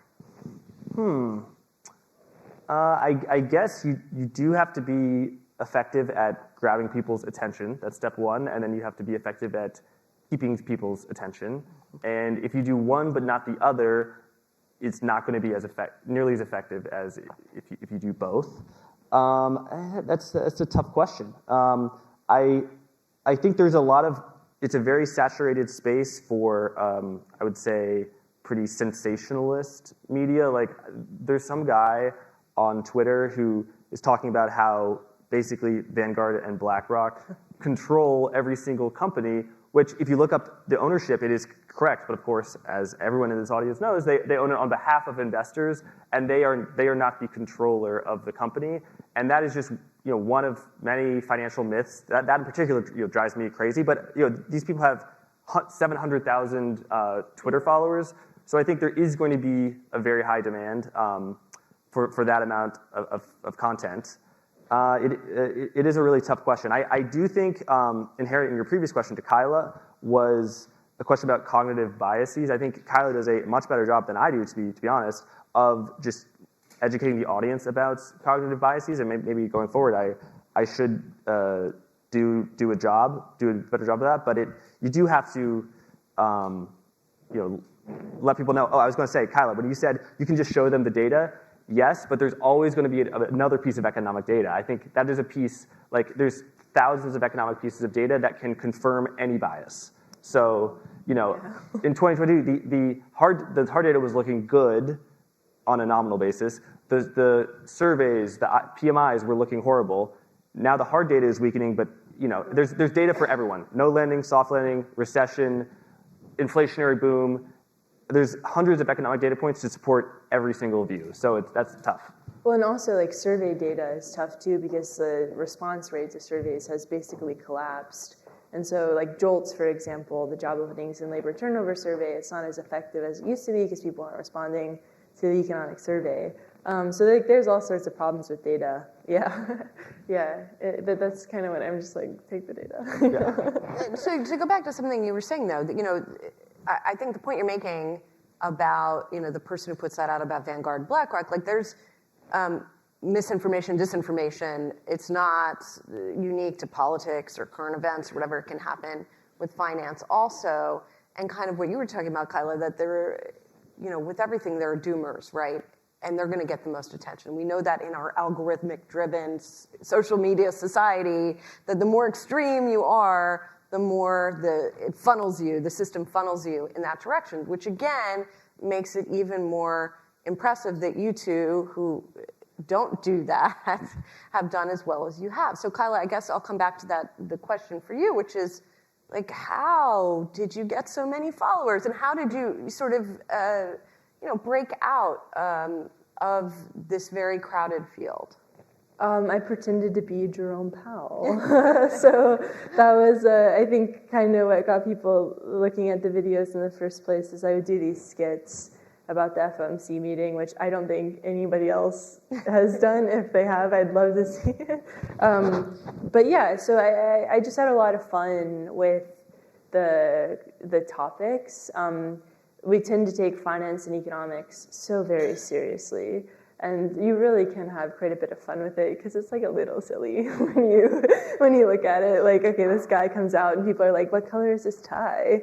And so I that's kind of how I got my start. It was like doing various skits. I did skits on Archegos, skits on other things, and yeah. So I think that was kind of like the first part where people were like, "Huh, that's a little weird." Yeah, and also like, I think your ages probably don't hurt when it comes to this stuff in terms of being digital natives or whatever you want to call it as well. Kyla, I'm curious about the dating topic that you did, because that one also got, I feel like, a lot of attention. So why did you choose to talk about that? What did you say for people who were not familiar? Yeah. And that one seemed to blow up a little bit as well. Yeah. So the underlying theory is that we're headed towards somewhat of a demographic crisis. We have an aging population, and the fertility rate is below the replacement rate, so we're just not having enough babies to kind of keep up with the aging population. Of course, that's going to put pressure on Social Security, on Medicare, Medicaid. And basically, I was like, the dating apps should be better. They should be better for people because they are kind of one of our main solutions to probably solving the demographic crisis, is if we can get people to date. And the main way that people meet right now is on dating apps, statistically speaking. And so it was kind of this article, analyzing the beginning of dating apps, starting with like Match.com, Tinder, Bumble, Hinge. What has happened to those stocks? They've been in the tank except for Grindr, and kind of like how we can think about dating and dating apps in light of a much larger problem, which is how do we help people have children if they choose to do so? And that one kind of sits at the intersection of it being fun to talk about. People like to talk about that, and also sort of educational. So to come back to the bigger media system, kind of where do we go from here in terms of media like yours, traditional financial media, how people are going to get their information? How do you think that's going to evolve, Jack? Jack, I know you've thought a little bit about this issue. I'd say I'm much more constructive, and of course constructive is just a euphemism for bullish. I'm much more constructive on legacy, and so CNBC, Bloomberg, Yahoo Finance. Would that also include Wall Street Journal, Financial Times, yes, sort of that kind of it traditional would. media too? Then I am on the legacy media outside of the financial world. I think that a trend that is occurring in all media is people trusting individuals rather than institutions. I think some of that has to do with other things, but some of that I think is just technology, and people can produce their own content by themselves. They no longer need to work at a newspaper that has enough capital to own a paper mill, and it is quite cheap to produce content, and that has occurred in both. I think that will continue. And to put it short, I don't think the genie is going out of the bottle, but I think there definitely is still a place for the trusted brands in financial media. I just think it will become a little bit more decentralized and spread out, as it has drastically in other forms of media. Kyla, what do you think? Yeah, I would agree with Jack. There's capital constraints to doing this by yourself, and for media organizations, they do tend to have a little bit more money. And so I think we're kind of seeing this.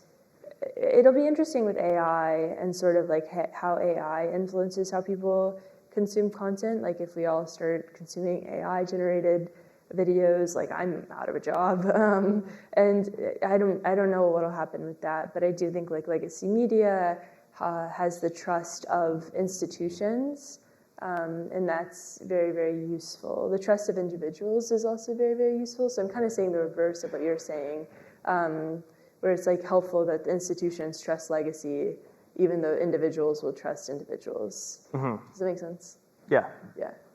I'm curious in the audience right now, how many of you have ever gotten a call from a client who said, I saw this online or that online, and that thing, you had to then kind of disabuse them of whatever they were talking about? Show of hands, anybody get those calls?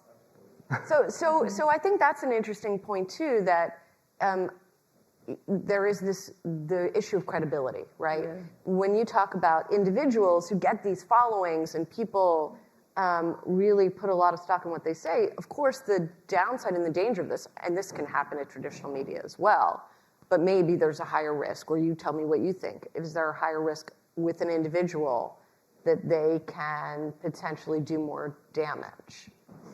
I think, and I'll say two notable examples within legacy financial media, there are things that are just not true that are frequently said and do kind of manipulate the audience's example. I do not think that independent media, such as Kyla and myself, and not just talking about us, but the entire thing is by any means exempt, and in some cases it can be definitely worse. But for example, when egg prices were at their peak, there was a New York Times article in the business section about how the prices of eggs was so drastic and just draining everyone's money from their wallets that people were turning to creating their own chicken farms, and they had their own hens.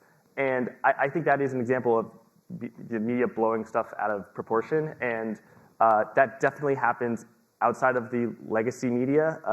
I think it's a responsibility to be accurate, both in terms of what has happened, but in terms of predictions, and to ground things in a proper sense of, just a set of how hard things are to predict. The other thing is on, the financial networks. If some things are attributed, movements in asset prices are attributed to events which are not correlated, and so the words are as and amid are frequently used. So a piece of the jobs report comes. Familiar with that trick. The jobs report comes out. Oftentimes, the jobs report is very market moving. People referenced August 5th or 6th sell off. The August 2nd or 1st non-farm payrolls. yen unwind, carry trade, but oftentimes the economic data point, most of the time, is a nothing burger, and you say stocks jitters as non-farm payroll comes in below expectations, and I think that it's the duty of all journalists and content creators to try and fight that. You can't fight it entirely, but just try and be a little bit more accurate. And I'll also say that I think that the way things are reported is important as well. Yeah. My own aside about that would be it's a lot tougher in print versus spoken. In other words, the amid and the as is usually in print. Yes. Whereas I have the luxury, because I'm talking, to say, well, this happened, and stop. The markets are doing this. It might be because of that, but it might not. We don't know conclusively. It's tougher to do that to thread that needle, I think, in a print story. But yes, that is definitely a thing that happens. What do you think, Kyla, in terms of that?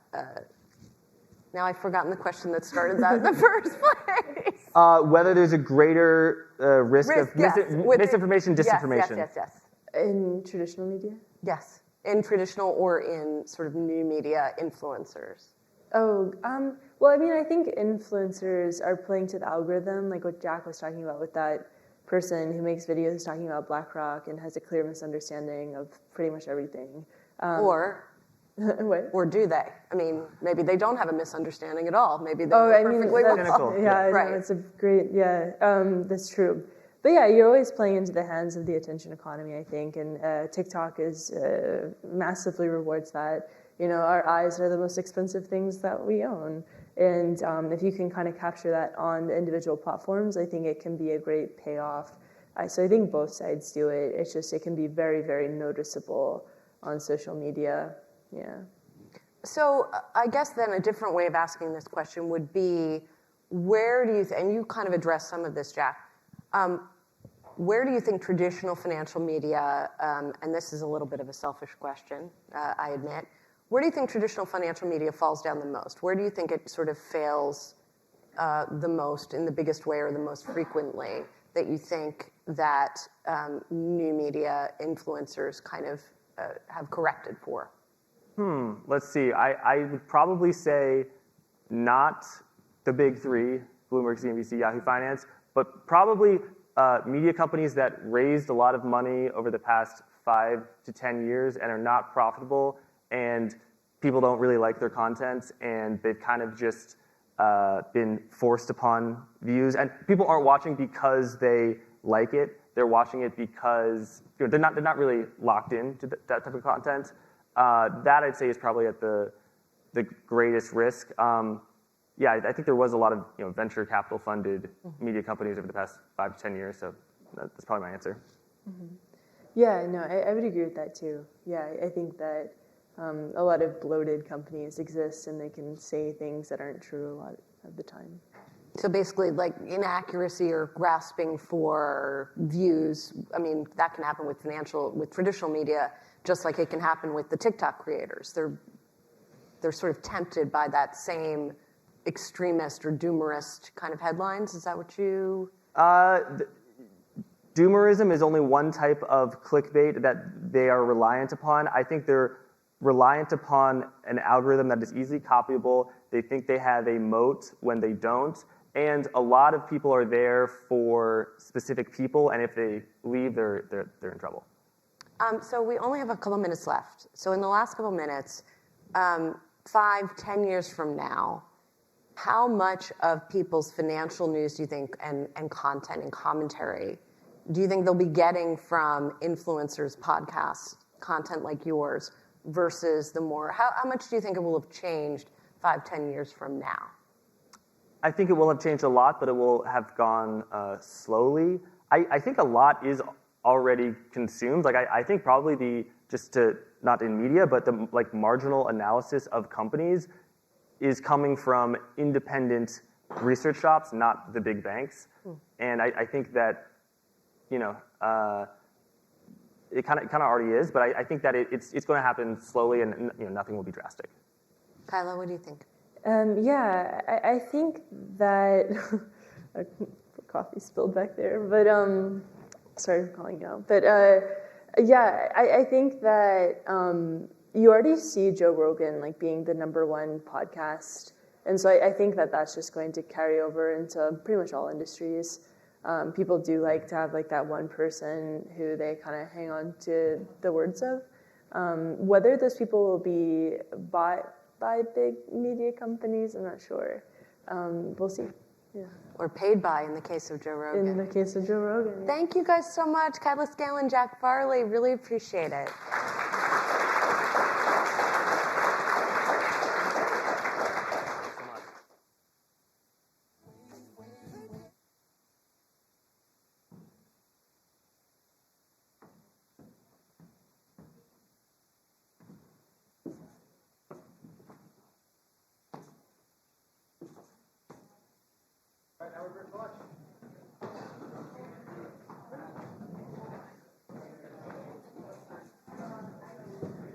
Everyone will be breaking for lunch, which you can find outside, and we'll be back at 1:05 in here.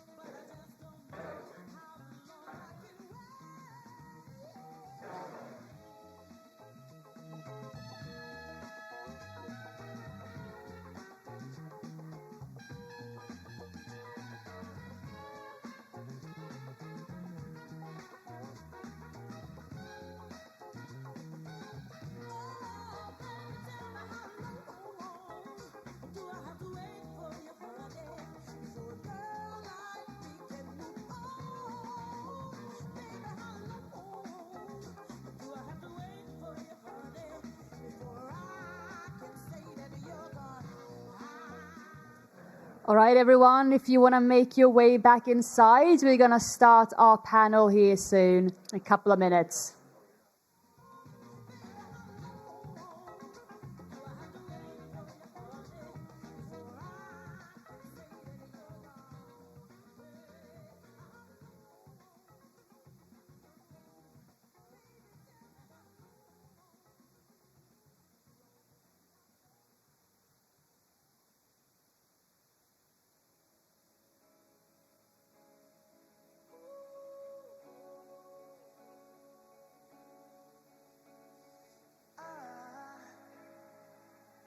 Just woke up from a dream where you and I had to say goodbye, and I don't know what it all means, but since I survived I realized wherever you go, that's where I'll follow.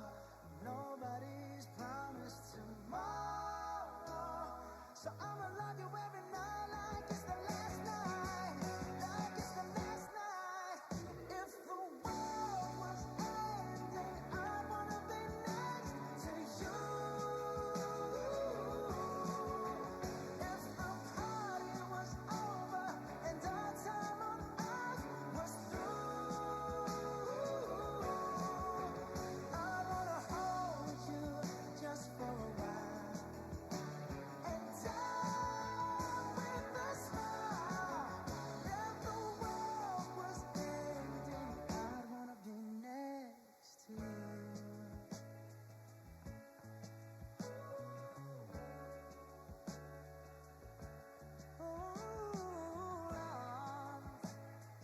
Lost in the words that we scream. I don't even wanna do this anymore, 'cause you already know what you mean to me, and our love's the only war worth fighting for. Wherever you go. Dental roll-up in Florida. Good afternoon. And I should Hope everybody enjoyed lunch, and this is the after lunch panel, so hopefully people stay awake. But this is a extremely important topic. Everybody in this room is affected by healthcare. Guest. My name is Jeff Schwarty. Simplify. I joined in April after a 30-year career at Principal. So, Kawas from Propel Bio Partnership, and then we have Mike Taylor. Mike Taylor is from Critical Mass Partners. So I'll have each of you do a proper introduction of yourself, and then we'll go into the discussion. Yeah, thanks. Thank you, Jeff, and thank you, everyone, for being here today. Being in the healthcare, I started my career, over 20 years ago as a pharmacist. And as Jeff highlighted, I've seen firsthand the impact of innovative therapies on people's life. And that really drove me into wanting to do more. And then I went into the research of drug development, and I founded a company. I took it public, raised over $400 million. And then I left the company, and Richard Kane, who was one of the largest investors in my previous company, asked me to launch a healthcare investment firm for two reasons. One, if you're following the markets, around 3 years ago, we started seeing a downturn in healthcare and biotech in specific, small, micro and mid-cap companies. It didn't discriminate basically if it was a good company or a bad company. The whole market went down, and he's an opportunistic investor. The second part, as he said, he found the right talent to help him make the investment. So we launched Propel Bio Partners with the idea that we wanted to invest in small, micro, and up to mid-sized companies. Currently, we're also sub-advising Surrey, which is a healthcare investment firm that focuses on this specific arena. I'm going to hand it off to Mike. Hey, thank you very much. I'm Mike Taylor. I run the Pink Fund. I hope that many of you are familiar with it. I like to say it's the first true impact fund where the fees associated with it, the net fees, our profits, all go to the Susan G. Komen Foundation for Breast Cancer. It's one of the very few ways that you can invest In healthcare, through an ETF, you can do well and do good at the same time. And I do that in a pro bono basis. I ran healthcare money for the past 25 years, mostly in the hedge fund arena, and that's where that critical mass partners come from. That's just my family office name at the moment. But for the most part, I ran at Millennium in a neutral, true gunslinging hedge fund fashion.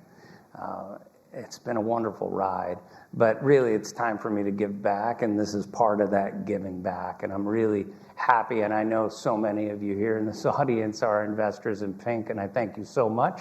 The patients, the breast cancer patients, thank you so much. And I hope that you are pleased with your returns. I'm working the best I can. Great, thank you for the introductions. As I mentioned, all of us have some sort of direct connection with healthcare, either for ourselves or a family member. This is Breast Cancer Awareness Month, and I think next week we'll be handing a check to Susan G. Combs for the profits from big check from Pink. So thank you, Mike, for doing that. You know, just a little bit of a background before we get into the detailed discussions. I mean, healthcare is a theme that has been a phenomenal place to invest. By 2030, it's estimated that every baby boomer will be 65 years and older. So what that means is we're about to see a significant impact on the healthcare system as this biggest demographic is starting to age out, right? And so that's something to keep in mind, that the boomers impacted housing, they impacted infrastructure, they impacted financial services. Now they're coming into the healthcare, into the life type services. And so that's a big deal to kind of keep in the back of your mind. Also, about 60% of all adults in the United States have at least one chronic disease, whether it's diabetes, chronic health issues with their heart, or obesity. So that's a big issue to kind of keep in mind as well. And the U.S. economy, the U.S. spends about $4 trillion a year on healthcare services, which represents nearly 20% of GDP.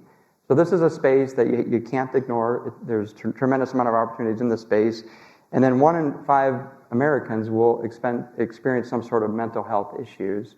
And so that's the opportunity set that we have. There's a tremendous amount of tailwinds coming into the space. And since 1995, over the last 30 years, healthcare has outperformed the S&P 500. And so it's an opportunity for us to kind of share. What I thought we would do is, since Lean kind of operates in that small, micro, mid-cap space, that's where some of the most innovative things occur. And then we'll turn it over to Mike to kind of talk about investment process related to the commercial aspect of the investment landscape. So, Lean, when we think about biotech investing, and I had a biotech fund at Principal, it's pretty scary because these investments could work out and you have significant payouts, or they go bankrupt. And so how do you think about the space, and how do you do the research, and how do you find opportunities for your portfolio? So I think maybe we can just give an outline for the different stages of the products that biotech companies focus on. I think a lot of the traditional wisdom is biotech very early stage product, still at the discovery. We don't know if there's a drug or not. And that's some of these companies, it's true. It's where you have the platforms, discovery stage, and those would be very risky and a very long time frame to see a product come out of it. And then when we go into the development stage, clinical stage, there are, as most of people know, there's 3 stages. Not all the time, by the way. Sometimes you have accelerated paths towards approval, which is something that we focus on. But if we think about the phase 1 clinical trial, phase 2, you start seeing real data in humans, where you see efficacy of these drugs, and then phase 3 plus, ultimately towards registration. Our strategy in SERI, as we work with Simplify, we really don't focus on the earlier stages, because it's really hard to underwrite probability of success in human trials or ultimately human efficacy. We really focus on companies that have products that have some human efficacy data. So we're able to underwrite probability of success for the phase 3 or registration. We also focus on specific areas. One of the big areas we focus on are genetic and orphan indications, where there's a lot of advantages, regulatory advantages. Traditionally, people, again, phase 1, phase 2, phase 3. Sometimes with orphan indication, you can go directly into accelerated registration after a phase 2. So that significantly shrinks the time frame towards a commercial product. Also, pricing is very attractive in this specific area. This is one of the main areas. We focus on 5 other areas. But I want to highlight that it's not always when you hear biotech that it's binary, it's going to work or it's not going to work. Maybe if it's very early when you're still testing on animals, which we don't touch, that might be the case.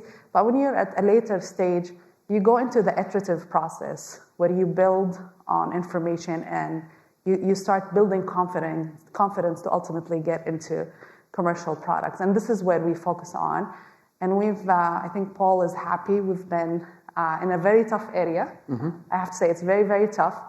I wouldn't recommend people, if you don't have the technical skills, if you don't have the team, we have people we've built a tremendous team that, Ron Farkas, who came from the FDA with 20 years of experience, Shui Hua, she's the drug developer and a clinical strategist. Having these technical expertise and much more, including commercial expertise within the team, having that comprehensive knowledge is what's, I think, enabling us to pick companies that we feel confident and we have high conviction in. Also, the portfolio effect, and we do run basically risk analysis and we manage the carries ratio and risk ratios in our portfolio overall. Because while we think we're really good, we're going to miss sometimes. And that's why we're important. We need to think about the specific positions that we build and ultimately the overall portfolio. And when our companies, which we're going to have a couple this year that will have registration and ultimately go into commercialization, when some of the larger companies that Mike focused on either acquire or these companies grow into that space. Oh, I do little ones too. Yeah, you have Fulcrum. Sure. We share that one. Not a lot. I'm very selective because, it's your money and we need to manage it properly. One thing that really surprises me, and you mentioned the incredible talent that you have on your team, and when I was running a hedge fund, we're very similar where we had expert on top of expert, and many of them I handpicked, I trained over a 15-year period. It always shocks me how many retail investors are heavily invested occasionally in these biotech ideas without maybe knowing the knowledge base that's on the other side, doing so much due diligence. And I'm always surprised when people come to me in the social media and ask me about this small biotech or that small biotech, and I'm scratching my head. I'm like, how could you possibly have the wherewithal to be betting hundreds of thousands of dollars of your personal money on this? And it's funny, I'm a proponent of all of this innovation, and we've had an incredible renaissance. We're in a golden period of development and discovery right now, and it's not going to stop. It's just going to accelerate from here. But I'm shocked that they are able to have the testicular fortitude, if you will, to actually put those sort of bets on without that incredible pool of expertise that many like we have. Mm-hmm. So are you surprised by that, or? I mean, I get the same questions as people send me different tickers. What do you think about this and that? And they expect me to answer within like 10, 15 minutes. Yes. We spend a lot of times on these companies, especially the small companies. You have to fully understand not only the science, you have to understand the operational risk, the team, spend a lot of time. And this is where we have the advantage. I think if we go to large cap companies, it's very hard or very rare to have the opportunity to interact with the CEOs of these companies. A lot of the portfolio, I have the CEO cell phone number. I could call them anytime. Whenever I see a movement, I could call and ask what's going on. And that's great, I think, in our space. Also, what we've seen in the last couple of years, there has been a shift from follow-on offerings toward private placement in public companies. And that's a great, space to be in. And I'm so glad Paul and his team were able to build the infrastructure within Surrey that enable us to access these deals, because this is where we can gain information for a period of time. Of course, we get cleansed once the pipe is announced. But we gain a lot of information, and then we make a knowledgeable investment more than what you just see in the reports or the filings of the company. And it's a lot of work. Like it's not that we just see a ticker, we like the sound of it and we invest. We do a lot of work. We look at the science, the clinical data, the team. We do a lot of work. I'm not going to share everything, but also there's a lot of layers of how we understand the quality of operating a program, which is, I think, as Mike highlighted, some retail investors don't appreciate that risk and how we can underwrite and evaluate how good a company is in minimizing that risk. Kind of the beauty to it, for the most part, aside from some of the more exotic approaches, it's the same for drug development all the time. You have a target that you're trying to interact with in the body to cause some sort of biological event downstream. My hand is that target. And then you have a drug, and this is the candidate drug. And do you have engagement? How tight is that engagement? And then what is the downstream effect? And now with the animal models we have in the preclinical and so forth, it's gotten so good that the error rate is very low. And then, of course, lastly, does it kill people? And that's what we're always very keen on that. So it's gotten very regimented now. Very few drugs kill people, by the way. When they reach the clinical, I just want to highlight very few drugs. Well, very few approved drugs kill people. But, or in clinical trials. Like there's the FDA. This is the main thing they focus on, but sometimes it happens. I'm saying a hyperbole, but when I was doing this, like you, I did this every day, and I did drug development before I was investing, and I always called it the purple eyeball. All right, because the purple eyeball is that 1 in 1,000 event that you never saw coming, and you're like, what's wrong with that patient? Oh, he's got a purple eyeball. I don't know. But drugs get killed for that. And sometimes it's just noise, but the FDA gets very upset. I mean, it's their job to get upset. Well, maybe we could kind of take it, I mean, we all experienced COVID and certainly a lot of controversy around some of the development and the testing and things like that. Maybe give us a sense of how the world has changed post-COVID with therapy and computational power. And I mean, we witnessed typical drugs take decades to come to market, and we did it in less than a year. So maybe go through that kind of post. What do you see post-COVID? I will say this. I don't know if you agree. I've been pretty vocal about this in many forums. If those vaccines, the mRNA vaccines, were up for approval right now, I do not believe that they would get approved. That's it, because I think that the risk-benefit at this point is not there. So that was an incredible moment in science where we had a true panic attack for something that was lethal and very dangerous and could greatly harm the economy. What do we do? And I think they did a great job. So even though I don't think it should be approved now, at the time, knowing what we knew, I thought it was an incredible endeavor to put all that together in such a short period of time. Mm-hmm. And I think that, I mean, for the most part, this doesn't kill people. There are side effects that can be horrific and material, right, and they're more frequent than we thought. So it is a dangerous vaccine to a degree, more so than others, like the current influenza vaccines, for instance, are very safe. You don't have these strange cardio events and prolonged immunocompromised events that we keep seeing in the data. But I have to applaud the FDA for what they did under duress, is that they did the best they could and put together something that was very cogent and incredibly helpful. Does that mRNA, go ahead, Nate, go ahead. No, I also wanted to highlight that it's not just the approval process for the COVID vaccines, because AstraZeneca, by the way, vaccine is very similar to the same attenuation viruses, to the traditional virus flu vaccine, but they still had some side effects, so it could also probably be some aspects of the phenotypes or the COVID virus itself.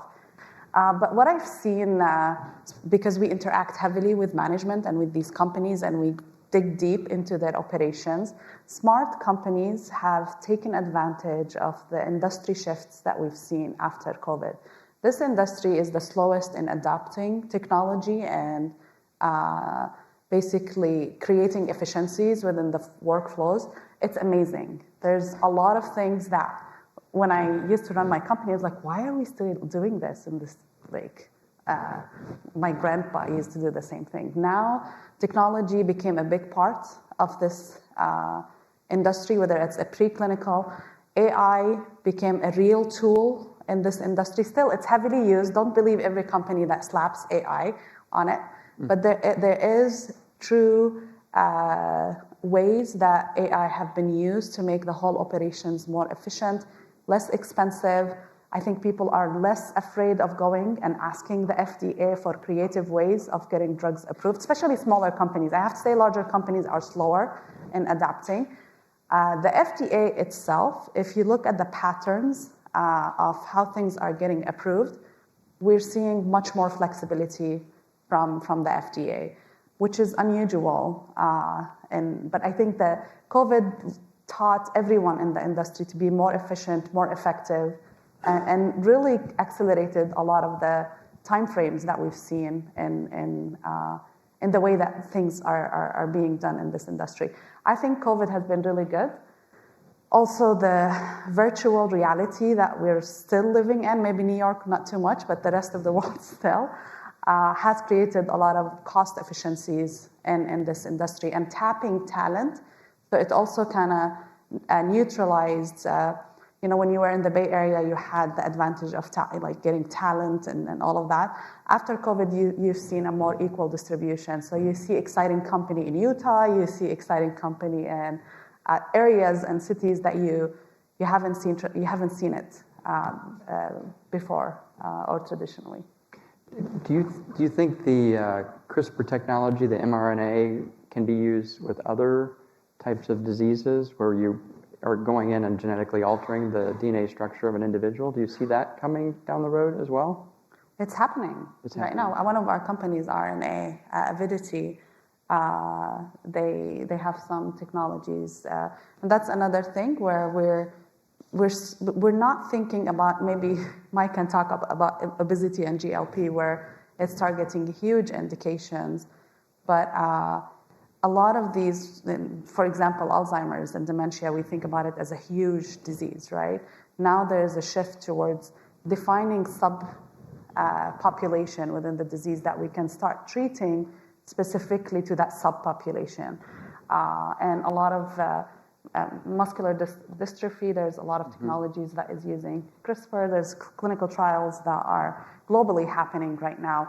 So I think that's another thing, shifting towards tailored, not individualized per se, but understanding the genetic components that could define a subpopulation within a bigger population, that we can start to have more targeted cures, as we think about CRISPR and other technologies.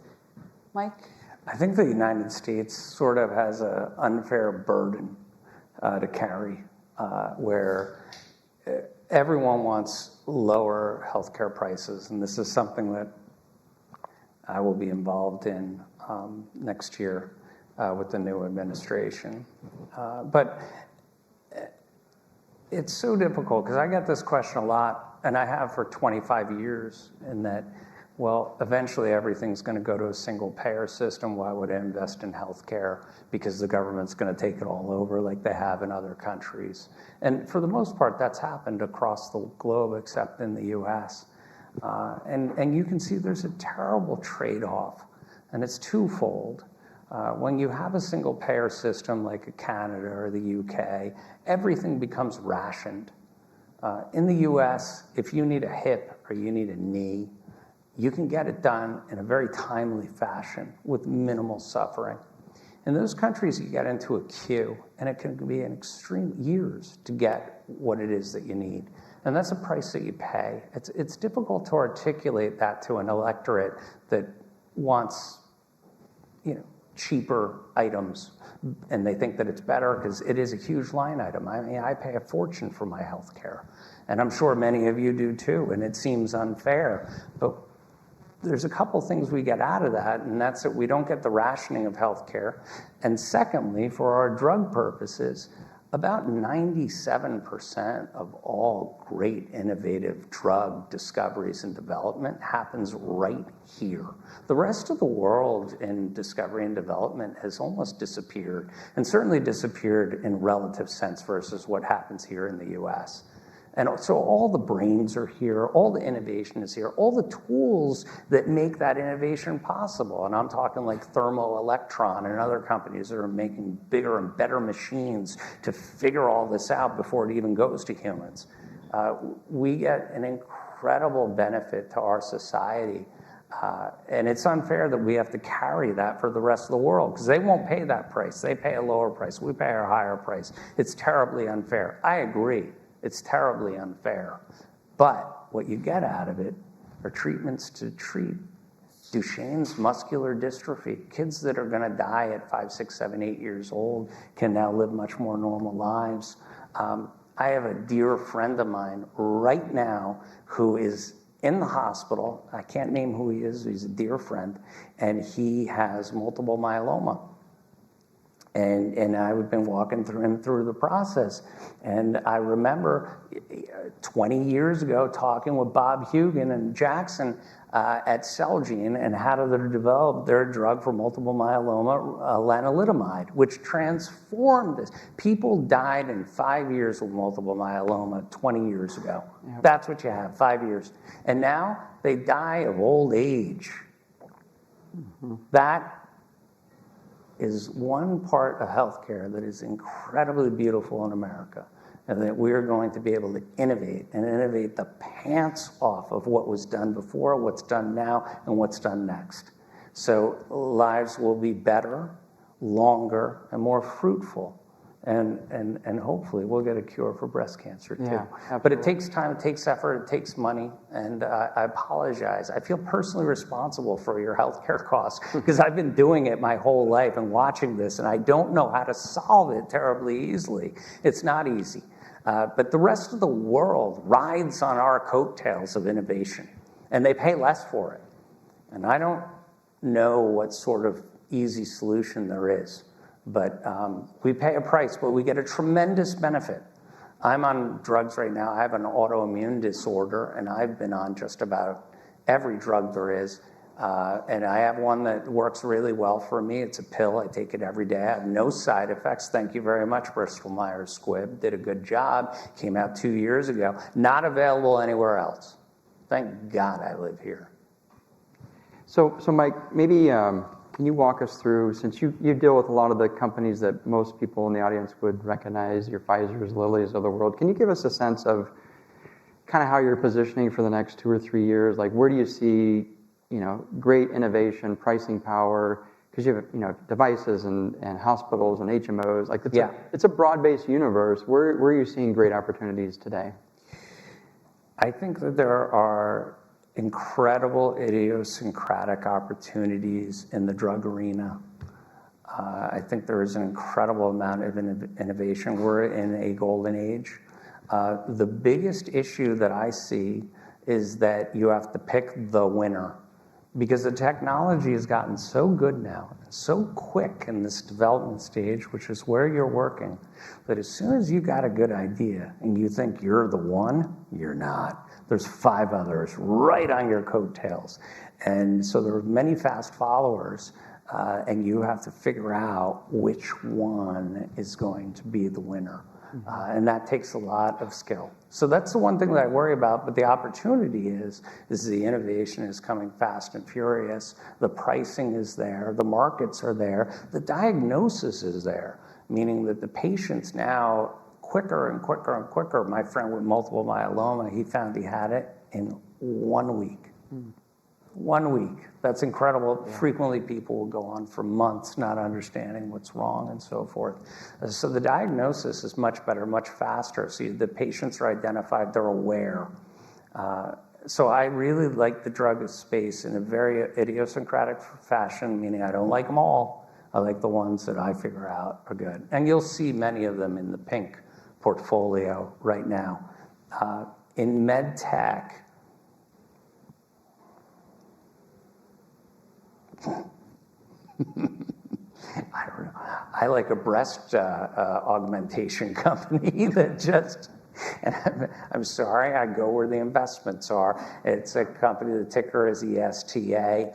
They just got, this week, a new breast approved. It's the first new breast approved in about 11 years on the market. There hasn't been one.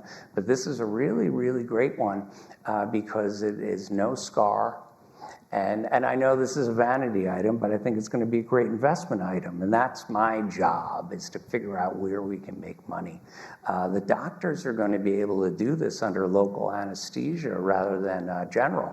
And so they're going to be able to quadruple their throughput in a day. So massively profitable for the doctors, much better outcomes for the patients. There's probably about a 70% reduction in infection rates, which is a huge problem for breast augmentation. And then the pricing is there because it's a completely differentiated product. Now, the bear case is, well, it doesn't matter because the breast market, augmentation market, is much smaller now than it was 15 years ago, so it's just not big. My argument is you're wrong. This is going to reignite that market. And so I like that stock an awful lot. By the way, I'm spilling the bean. I don't think I own much in Pink yet. And it's probably because I'm working here today instead of buying it. So there it is. So Pink is going to be very, very idiosyncratic, where I am looking at markets and the risk around trials. I don't do a lot of binary things unless I really think I have the nuts, as I like to say, and we'll have a bet on. I'll give you an example, though, that's difficult to deal with right now. Biggest benchmark name in all the benchmarks for healthcare is Lilly. And you might imagine why. Lilly made this drug that makes people skinny. How about that? GLP-1. And Lilly is trading at an $840 billion market cap right now. And that's fine. The GLP-1 market, though, is trading at 40 times forward. And the GLP-1 market right now is about $52 billion. And I actually think that it's going to be at least $250 billion market. And that's way above where the street is in the estimates. So you turn around and say, yeah, we should buy Lilly. The numbers have to go up. It's going to be absolutely huge. It's 14% of the benchmark. Everybody owns it. We're halfway in Pink. My problem is that I'm fussing with right now, and this is something we all have to fuss with, is our allocation. When is everyone going to figure out what you sort of already know? Even if it is $250 billion market, the GLP-1 market, the first generation of drugs, goes generic in 2031. You never get your money back in order to justify Lilly's valuation, even here, even though numbers have to go way higher.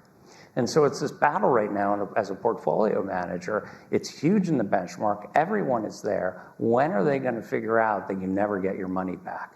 So that's sort of a confession of mine to you. And when I'm figuring out the allocation, I'm like, this doesn't make sense. You can't get your money back.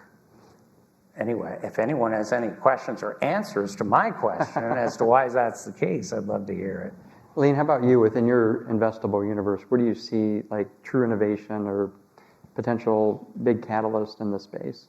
I think three parts in the way that we think about investing in biotech. We work in a much more innovative space, so companies are usually faster, more nimble, and they're doing something very new.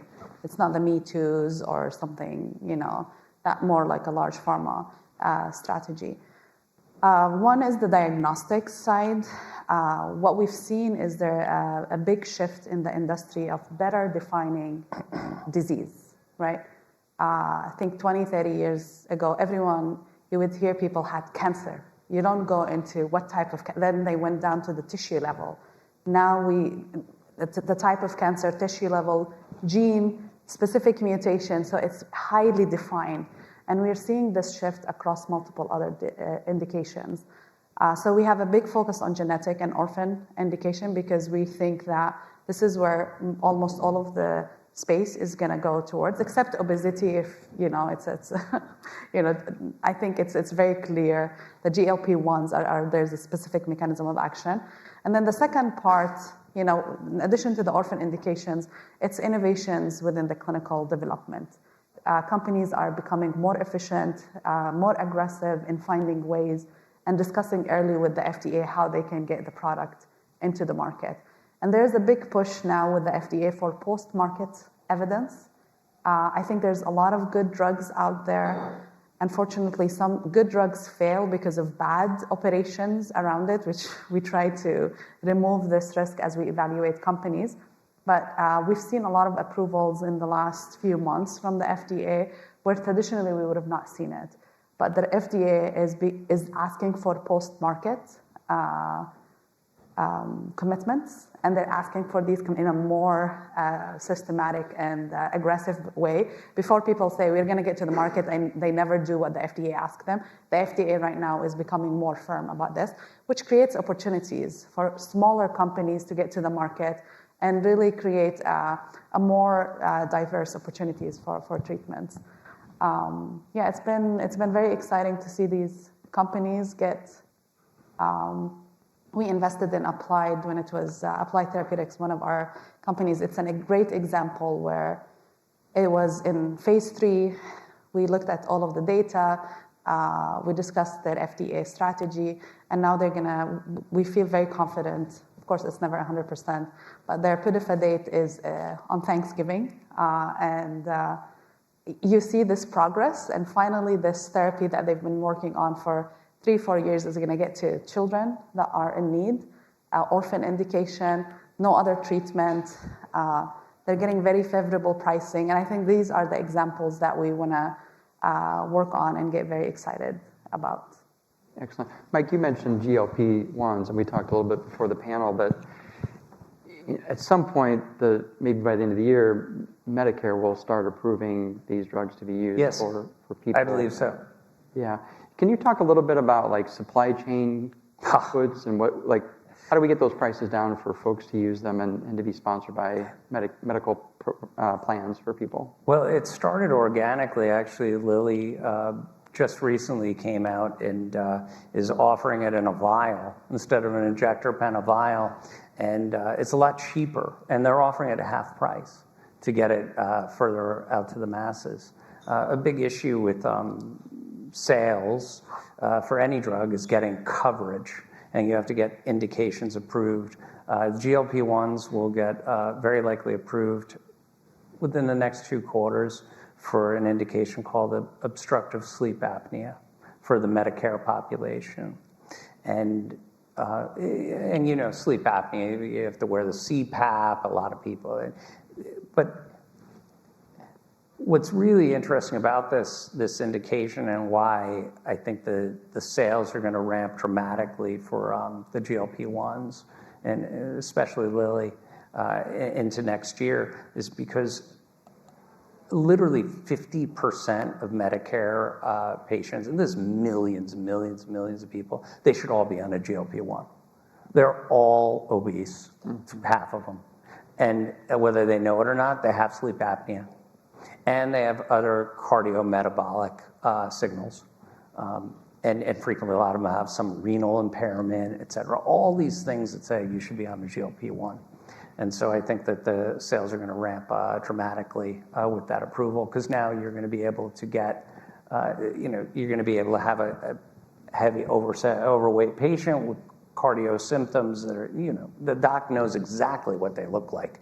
Right. They walk in there and I can't get you a GLP-1, but all of a sudden they know they're overweight. You probably have sleep apnea. So now I have a pathway to get you onto this drug to cure all your other problems, right, or at least help you. Yeah. It's a fascinating class because it solves so many problems. I've never seen anything like it. Yeah, ever. There hasn't been an innovation like this since Lipitor, since statins, and this is way bigger than that, with much bigger outcomes that are beneficial. Yeah. I wish we had samples for everyone. We could put them in the back of the room. But oh, they are pricey. It takes more than one injection to get it work. But I think one thing about what Jeff said, the GLP, Wegovy, which is Lilly's drug, is triple G, so it's even much better than the typical GLP-1. And the unique thing about Lilly's strategy is they got on the label obesity, which no other drug has been able to get it. So this is where the challenge for reimbursement is going to become harder, especially for CMS, Medicare, Medicaid. The challenge that Lilly is facing today is supply chain, as Jeff highlighted. They cannot manufacture enough drug to satisfy. It's a good problem to have, and they're facing all of these compounded, and the FDA allows for compounded drugs when there's not enough supply. That's why they shifted into the vials. But one thing also that you might want to start watching for, there's a number of oral drugs that are following, and I'm sure Lilly has tabs on all of these smaller companies that are developing because they're going to acquire these competitors. Once we have, I think, oral GLP-1s, which could be done through formulating the drug that currently is available in the market, or creating better versions of the drug. So there's a bunch of companies, we've been watching this space, that are developing oral GLP ones. I don't want to say GLP-1s because now it's more than GLP-1, it's multiple targets. And that's why we see this significant drop in weight. This could be a very exciting space where these products can be more accessible, more cost efficient, and potentially reduce other costs on our system. Like part of the number that you mentioned earlier, probably 20% of the GDP, 10% is because of all of the cardiovascular overweight. So I think while CMS might not see it immediately, but there's going to be long-term cost savings for our system that justifies the reimbursement of these drugs. When she says CMS, she means the Centers for Medicare and Medicaid Services. Medicaid, yeah. I'm sorry, our whole business is jam-packed with acronyms. It's a totally different language. So I always have to try to remind myself of that. I'm bad at it. Yeah, so we talked about a lot of great opportunities and I had a question. Yeah, go for it. Yeah, go ahead. I've looked at everything I can in the ones that are working on orals, and everything I find is bad. There's one that's good, but the COGS, the cost of goods sold for that one, that's Viking. They have a great oral that is going to cost way too much. Viking? Yeah. Yeah, it's not a great company. Don't buy Viking. Okay, because I looked at this. They have incredible data. They have incredible data. It's oral, but it's a peptide, meaning it's a GLP-1 that they've made in a pill format, and everyone's excited. It's probably like a $6-7 billion market cap. Oh, I'm going to buy it. It's going to get taken out. But, you know, nerds pull out the Excel spreadsheet, and I say, well, how much does it cost to make this peptide, given the lower cost of what an oral will be? So it's going to be about half the price on pricing, and then you figure out their COGS. This is a single-digit margin business. So who the heck? Why are they even developing this except for hype around their company? No. So we have other arms in Propel, and sorry, we only do public securities, but we also look at private companies. There are a number of private companies that are developing oral GLPs that are much more exciting than the public companies. And one thing around the difference in the cost of goods between the cost of manufacturing drugs for oral versus injectable, it's very costly to make an injectable, regardless, even if you have the same drug in an oral, and because you have to have a much more controlled environment versus an oral. And this is where companies can create significant margins as well. Just as a reminder, we're not making stock recommendations. We're going to have to talk about Let these guys do it for you, right? You'll have to bring me up to speed on the privates because I don't get to look at we manage a private fund that looks into the private side of things, which gives us a lot of insights, unique insights as we manage SERI as well, because we can look at the cross information between, which is important, right? When we're investing, as Mike highlighted, when you're investing in a small company or a micro cap company, you're looking at acquisition opportunity. But if there's a private company that is a competitor, then that reduces the chance of our company. That's why we have that unique, I would say global view over private and public securities. Yeah, we've talked a lot about exciting opportunities. What are the things that keep you up at night, or what risks do you see on the horizon that could disrupt this great story within healthcare? Go ahead. President Harris. Let's not go there. Yeah, let's keep it non-political. I mean, that would be disruptive, going to a single-payer system. Yeah. Right? That would be incredibly, that you can, innovation, good night. You know, that spend, the pricing goes down, but then the care gets really bad. Right. Because I mean, I moved from the US, from Jordan, and I have to say this country is amazing, regardless of everything that we're seeing.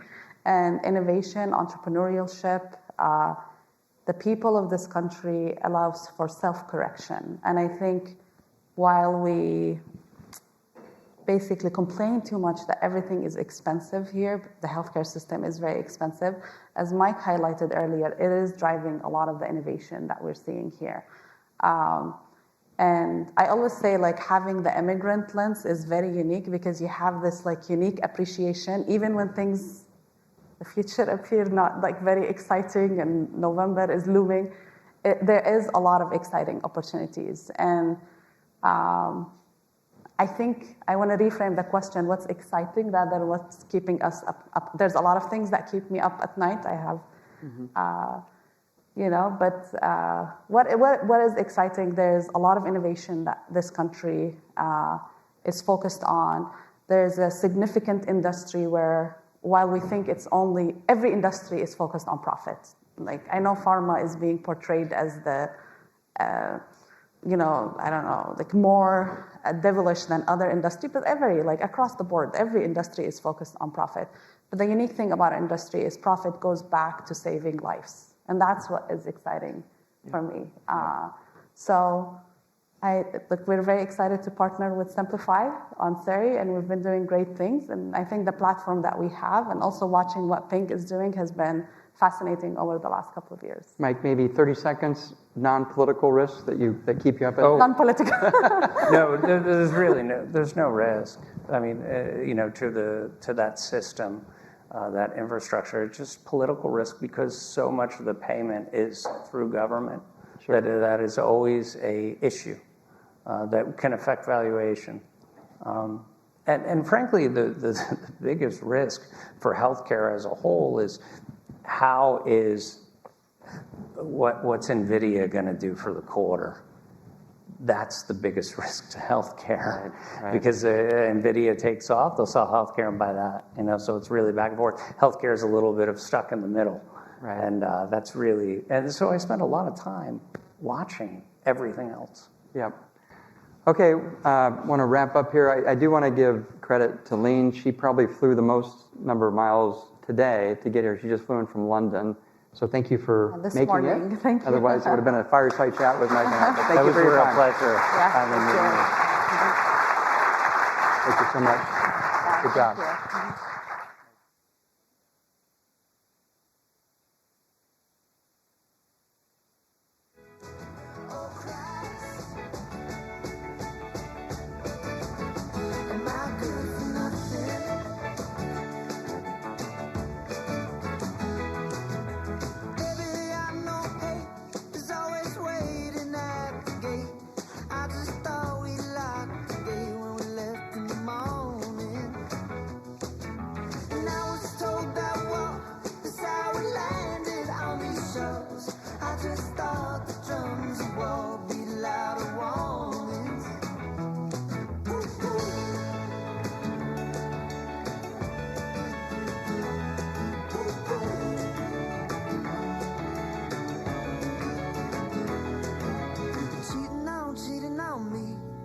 I've been cheating on you. You've been cheating on me. But I've been cheating through this life. Cheating on me. And all this suffering. I've been cheating. Oh, Christ. Cheating on me. I've been cheating on me. Am I good for nothing? I've been cheating. Death probably hasn't happened yet, 'cause I don't remember living life before this. And darling, our disease is the same one as the trees, unaware that they've been living in a forest. Ooh, ooh.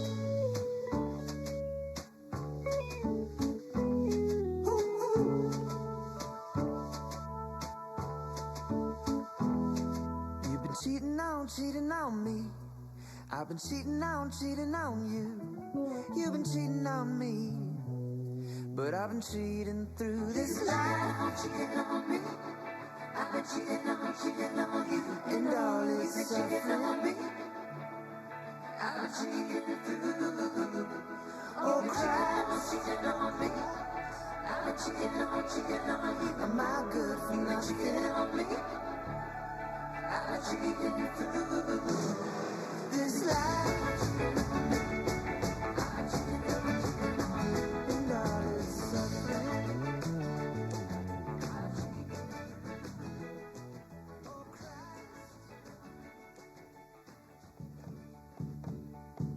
This rainy day is temporary. The contrast is why we come. The sun shining through is just a cloud away, way, way, way, way, way, way, way, way, way.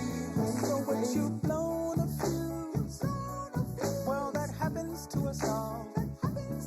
Well, I come with great news. The day could change, change, change, change, change. We've all, of course, been there before. Been there crying, fighting in the dark. Let good energy be your strong, hold it away.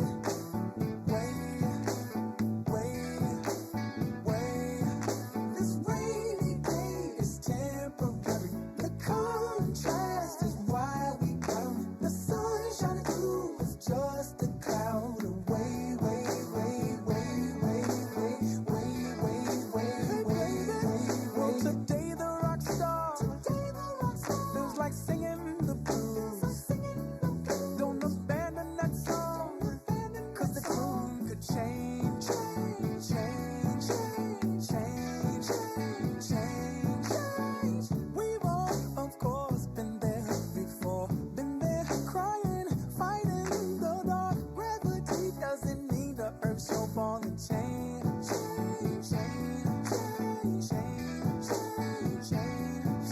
This rainy day is temporary. The contrast is why we come. The sun shining through is just a cloud away, way, way, way, way, way, way, way, way, way, way. Everything is cyclical. What goes around does come back around, baby. Everything boomerangs. What goes up must come down. Love is warm when it's cold. Humility will keep your feet on the ground. So do your thing through the rain. If you understand, won't you sing with me now? This rainy day is temporary. The contrast is why we come. The sun shining through is just a cloud away, way, way. That's my daughter, by the way. She actually she's a senior at Wharton. She just took a job at Blackstone. So they're doing well. How old are your kids now? 14 and 10. 14 and 10. But they go. My son went to boarding school in England, and his sister followed him. So I'm an empty nester. All right. Let's try to get ourselves settled down. I'm not sure how much my voice is projected. There we go. There's my microphone. All right, fantastic. Let's give a few more seconds for people to wander in.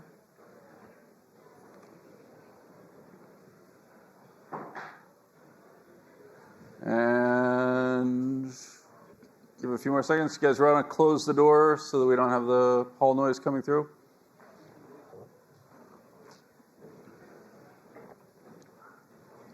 All right, like everyone else at Simplify, I just want to say thank you so much for joining us today. This is our 4th annual Entering the Fall conference. It feels like yesterday we did the very first one, which very much felt like it was pulled together with chewing gum and baling wire. And as I like to joke, more and more responsibility is being taken away from me in this process, which is inevitably a good thing. One of the things that I still get to do, though, are interview some of the smartest and favorite people in the industry. Scott Bessent is the CIO and founder of Keysquare, as well as the former CIO at Soros Foundation. And Scott, you and I have known each other for what feels like a very long time now. Yeah, a lot of mileage. There's a lot of mileage there. everyone knows about Stan Druckenmiller and breaking the pound. You played a really critical role there, and I want to drag back to the start there. So you were working with Stan and George at that time, and you were the key analyst doing the analysis on that, if I remember correctly. Yeah, so the sort of the mantra at Soros or Duquesne, which is Stan's firm, my firm, Key Square, is that the micro drives the macro. We have no advantage in predicting non-farm payrolls, the revision in the PCE deflator, but what we do have an advantage in is persistence in talking to the real world and understanding. So we had what I would call a barbell strategy. We have the real world, so we're talking to lots of companies. How are monetary and fiscal, exchange rate policies, political, regulatory affecting businesses and households? And then the other, understanding how financial plumbing works. Mm-hmm. So, and with the pound trade, it was this confluence of events. The UK had gone into the European exchange rate mechanism. They had to stay in a band versus the Deutschmark. To do that, the Bank of England had to buy an unlimited amount of pounds if it started moving out of the band. But my, what I would say, small contribution was that the UK and Germany are very different economies. The Germans are renters. The UK or British are the largest homeowners in Europe. Margaret Thatcher had just done a massive privatization program, made everyone a homeowner. It's called the Lawson boom. But the key thing that I realized was that 85 to 92% of UK mortgages were floating rate, but not floating rate like we think of them, where you reset every 2 years. Yeah. They reset every Friday when the Bank of England raised rates. So Bank of England raises on Wednesday, mortgages went up. So as we started selling pounds and pressuring the Bank of England to buy pounds, one of the ways to make it uncomfortable for us was to raise the cost of borrowing the pounds. So they pushed the cost up from 7% to 9% to 11% to 12%. And my analysis was able to give us the confidence to keep selling, because I knew that finally, I think their penultimate or ultimate, the rate hike got into about 14% short-term rates, and I knew that they would bankrupt UK homeowners. So, and I knew I was right when they went to 14% and the pound started dropping. Yeah. Right. So it was that inflection point. And so that's actually a fantastic place to kind of launch into a discussion of the world that we see today, right? Which is one of, we've had very low rates, a relatively available dollar, certainly here in the United States, excessively available, it feels like, for portions of the past couple of years. You were very critical of Powell for being late to the rate hiking cycle. And one of the reasons why that you thought that was occurring was because of political pressure. Can you expand on that? Yes. So Jay Powell's reappointment in 2021 was the latest reappointment of this century. And it was clear, if we go back and look at the Fed minutes, June, July of 2021, Fed was starting to contemplating their meetings that inflation's picking up. Jackson Hole's speech by Jay Powell in August of 21, inflation is on his mind. It's clearly hot, but nothing's happening. And the White House is not reappointing him or announcing his reappointment. And I still, to this day, I had a dinner the other night, small group dinner, and I bounced this theory off C.C. Rouse, who was the head of the Council of Economic Advisor, current head of Brookings, and she just started smiling, and I said, well, I can't tell you why they didn't do it. I said, well, I have two theories of the case. One, not so benign, but it was because they couldn't decide between Lael Brainerd and Jay Powell who to nominate. The more nefarious case was they didn't want Powell to raise rates, so they didn't give him the certainty. But my criticism of Powell is that if he thought inflation was hot, he could have been a good patriot, maybe risked his job and done the right thing and spared the American people a lot of problems. So what happened was he was ultimately reappointed November 2021, confirmed 22.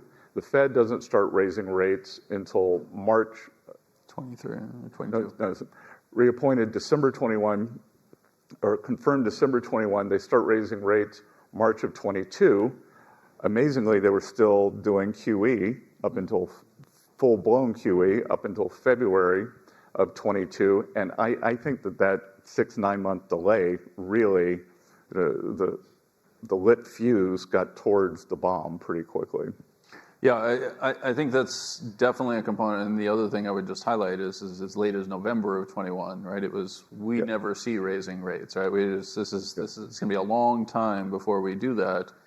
There's no question in my mind that contributed to Silicon Valley Bank and all the other components. Yeah, and look, I'm sure you think the same thing, maybe in a different form. I never use two words in the investment business, never and always. Yeah. And so when you think about the idea that inflation is always a monetary phenomenon, do you think ultimately it was the Fed that caused the inflation, or do you think it was a combination of factors? How do you think about it? Yeah, well, look, the Fed could have stopped it. Instead, the Fed had monetized. Someone asked me yesterday about MMT, and I said, no, we've had MMP. We've had modern monetary practice. So the Fed actually engaged in modern monetary practice. So I think it was a bad nexus of the U.S. Larry Summers, in his faux precision, said, "Oh, they're overspending by $900 billion.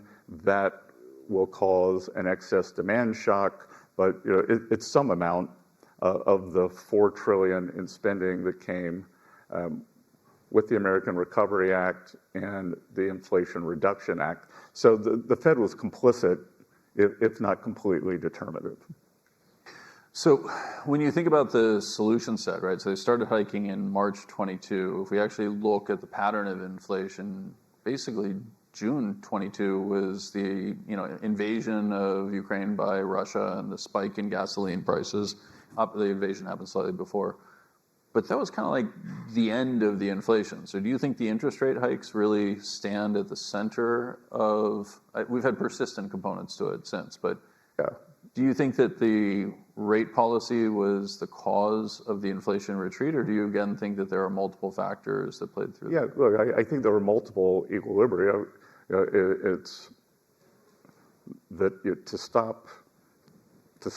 to reverse something, you got to first stop. So, this idea of team transitory, inflation was going to be transitory. Maybe the sky high level was transitory, but we're still seeing, as you said, that this persistent level of inflation. And as somebody who studies a lot of history, that we kept getting the what I call recursive inflation back in the 60s and 70s because this anxiety to declare victory. I was being interviewed by Bloomberg in July, and I think the fellow interviewing me got a little irritated, and he said, "Well, Scott, maybe running monetary policy is just really hard." And I said, "Well, Eric, what's not hard? Having a little humility." Yeah. So this idea when Jay Powell says, "We're going to engineer a soft landing," when the vice chair of the Fed comes out and says, "We think that we are going to pull off a 1995 the immaculate disinflation," that's like Mike myself saying, like, we're going to go up to Yankee Stadium and we're going to be better than the 1927 Yankees. Like, why take the greatest team of all time? Maybe it's starting inflation we might be, but definitely not playing baseball, right? So, you and I have talked about this a few times, but there's a couple of things that you've said to me over the years that have really inspired some of my work. One of which actually just popped back to me as you were bringing up that point, which is back in 2015 when you and I were working together. You highlighted the fact that interest rates had become so low that people effectively had to save in alternative areas, and they had to dramatically increase their savings because their assets were not earning what they would have historically expected. We saw this in Asia, particularly in places like Korea, Taiwan, Japan, where interest rates fell far more rapidly than we'd seen in prior cycles, right? We were at 9% in Korea, I think as recently as 2003, then we were at 1% by 2015. You pretty much predicted what was going to end up happening once interest rates started to go higher, which is suddenly people are earning much more on those assets and income has actually increased. Do you put much stock in the idea that what we're seeing in part is an increase in return on assets that's leading to particularly the upper class being extraordinarily well off in this cycle? Well, I think you touched on it. We're in this bifurcated equilibrium, which I think is very distributionally unhealthy. And to me, it looks like an EM-style equilibrium, and everyone that I've seen blow up in 35 years, you have asset inflation in the form of equities and home prices. You have a 6.77% of GDP budget deficit that's fueling that. And then you have Treasury moving the funding of the deficit massively to the short end. So, I go back to the math physics problem. I call it the three-body problem. Mm-hmm. You can predict two objects. You can't predict how three are going to behave. And when I think we have everyone in this room top 10 or 20%, we are 40 or 50% of consumption. So the aggregate numbers in the economy look pretty good, but the bottom 50% is getting crushed. I mean, if you go and look at University of Michigan consumer inflation expectations, they publish the median number. The bottom quintile's inflation expectations are 2x the median number, because that's been their inflation experience, because their basket of goods and services is very different than ours. Yeah, so I mean, this is one of the things that I think is actually really powerful about what's transpired, is we have seen a very severe bifurcation in the economy. I would describe it not only as the bottom quintile that's suffering, but also that it's effectively a bifurcation between those who already have their assets or who generate income off of assets and those who need to acquire assets to get started in life. We see this in particular amongst young people who can't afford homes and are struggling to afford cars and struggling to repay loans on cars they took out. And that's why you see. I live down in South Carolina, and the largest subprime lender is my neighbor. So I have good visibility into what is happening to the bottom quintile, and up to the bottom 50th percentile. And it's pretty clear in America today: either you own assets or you don't. Yeah. Or you have parents who can help you own assets, and it's a real problem. But to the point that what his company is seeing, it's lower end borrowers, but it's also young people who are now moving up toward record defaults on credit cards, on autos, and then the whole student loan morass.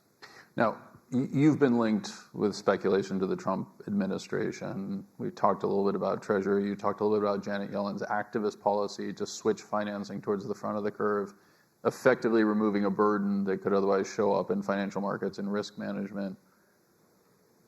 How could we change this? Is there a prospect that we can reverse that, or how would you think about that problem, particularly from the perspective of a new administration coming in? Yeah. Look, I think you'd have to do it very slowly. And I also think you have to create a lot of competence. I have financial views. I have political views. I will tell you today, which is which.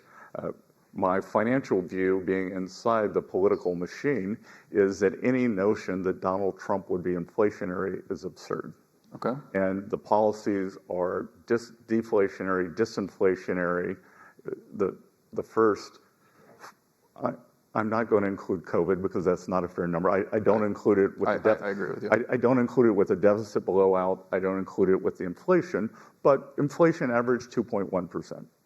So if we can get a meaningful decrease in energy prices, if we can get meaningful deregulation, maybe there's a one-time upward price adjustment at some amount of the tariffs, but I think that looks like something that's 2 or sub 2 in inflation. And as you know, the biggest component of consumer inflation expectation is energy.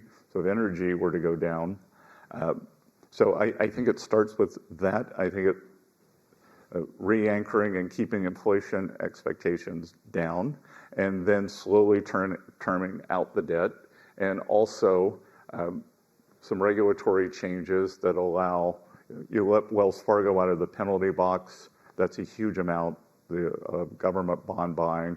There are a lot of regulatory things that can be done to make the banking system a bigger buyer of U.S. bonds. So you mentioned this, what you let Wells Fargo out of the penalty box. This is primarily a response to the limitations around Wells Fargo because of various abuses that have occurred through the time period. So you're highlighting that they have been restricted in their ability to buy treasuries to the extent they would want. Is that unique to Wells Fargo you're referring to?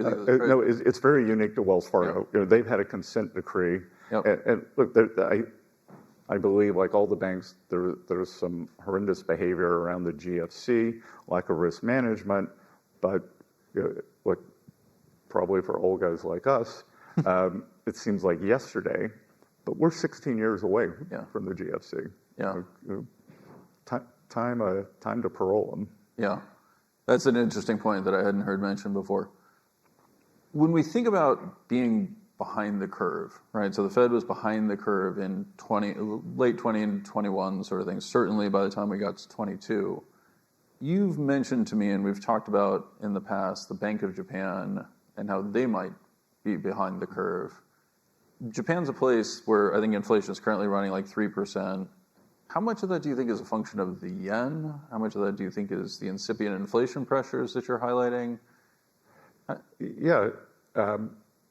Look, they wanted to get behind the curve. They have, but the problem with being behind the curve is you got to get back to the curve. You got to get back, and it's like I said at the Grants conference yesterday. George Soros has this great saying: equilibrium is an academic concept. You're never at equilibrium. You're either moving towards it or you're moving away from it. Yeah. And they have got to start moving back towards equilibrium because, just like with the pound trade, my divergent view with the Japanese, and however you expect the Japanese public, the government, the markets are going to react, they never react the way we think they're going to, or the way maybe some historical Western analogs would say.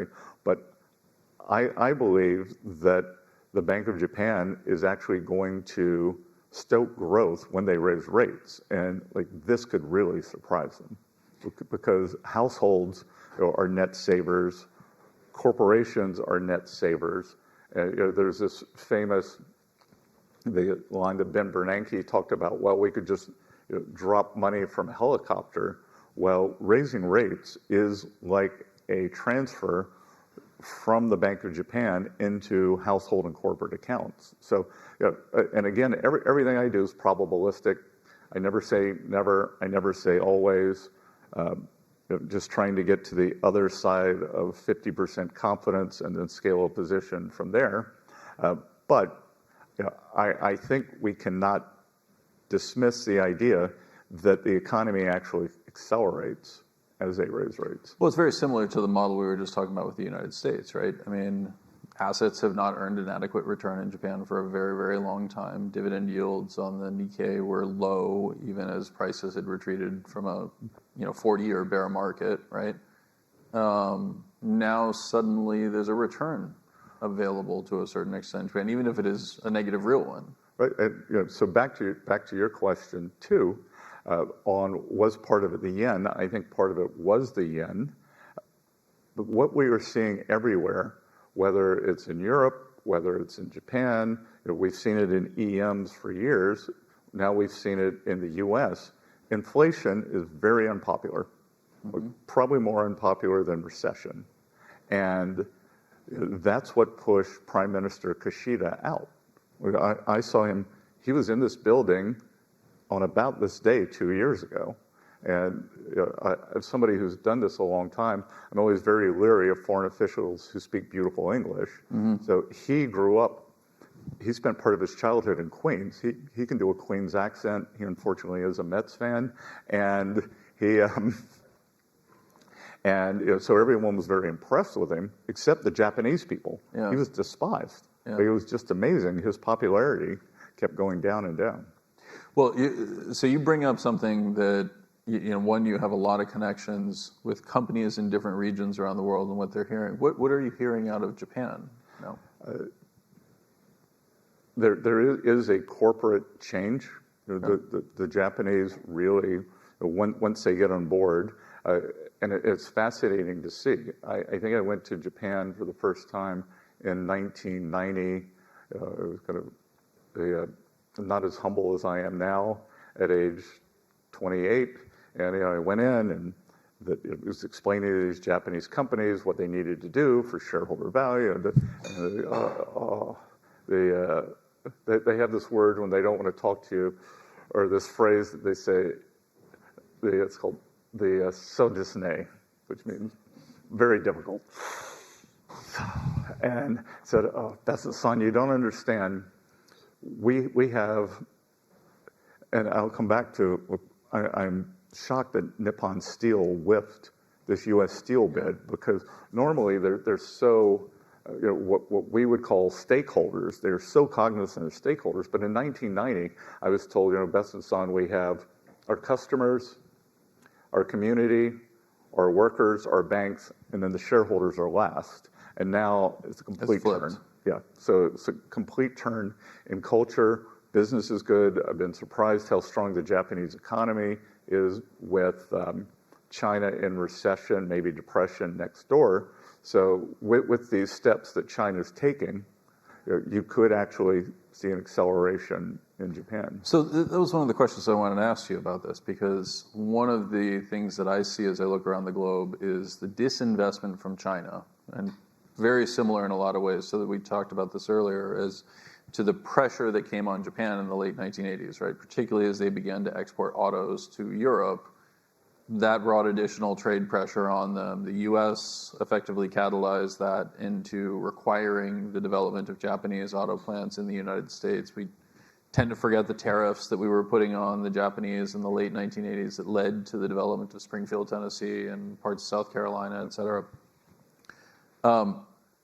Is there, as we look at disinvestment from China, is the rest of the world going to see the proverbial R-star rise as suddenly they need to reinvest, reindustrialize? Japan maybe less so, but they've done it. They're probably the largest country in the world in terms of FDI into China. Yeah. Well, we'll see where it goes. Like I have a very open mind on AI and what its effect on the real economy is going to be, and I am a big believer in it's always darkest before dawn. Mm-hmm. So we may continue seeing this deflationary export glut come from China, and then at a point, and I don't know if it's because of tariffs, I don't know if it's because of some boycott on Chinese products, that the rest of the world is just going to say no mas, that you can't have 13% of the population and 30% of the exports. Yeah, I mean, that policy of what's, neo-mercantilism, right? Effectively, we're going to capture resources from the rest of the world is clearly running out of adherence. And the rest of the world, even as China doesn't seem to have an alternative, do you think that's something unique to China because of their demographic features? Do you think it's unique to the CCP? that, well, I think other countries tried it at a different level, but there are a couple of things with China. First, its size. One thing to think about, I study a lot of historical analogs, and when you're thinking about the great power struggle between the US and China, it's very unique because in the 1980s, our economic rivals were West Germany, East Germany wasn't even there yet, and Japan.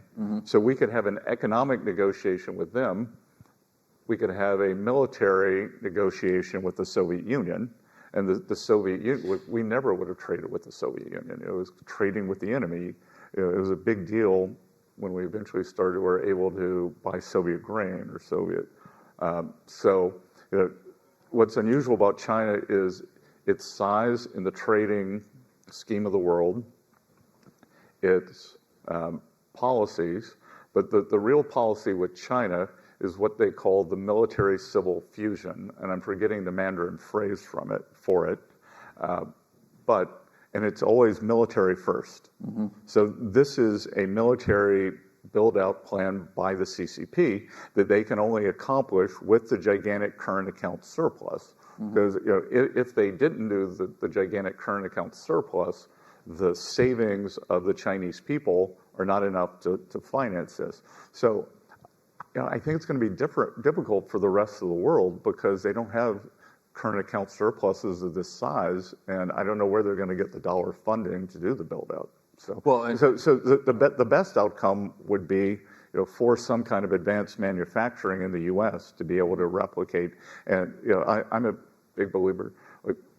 I think, as unfortunate as the COVID experience was, it was a good warning shot that who knew that 70, 80, 90% of ingredients for our medicines came from China. I had a young woman who they stopped working for me, and she actually predicted the pandemic. So in 2014, she was sure a pandemic was coming, and she went out and founded a mask company. They got a factory in New Hampshire. There's only one problem. There was no pandemic yet. No, 70% of the components for the mask were from China. Oh my God.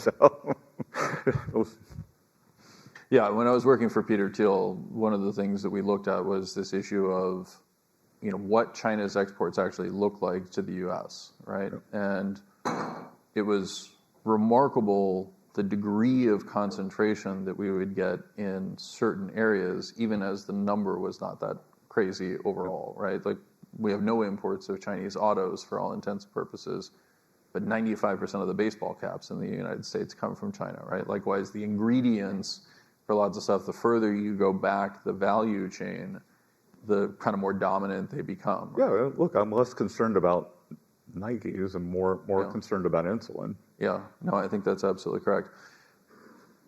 You brought up this distinction that we had in the 70s and 80s, where we had a military adversary and we had a trade adversary, right? And in many cases, our trade adversaries were our closest allies. We had bases in both Japan and Germany. I kind of joke that the reason George Bush threw up on Prime Minister Takeda in Tokyo was because he could. That Japan had effectively rolled over at that point on the trade negotiations, and that Japan had decided or recognized that it was a client state.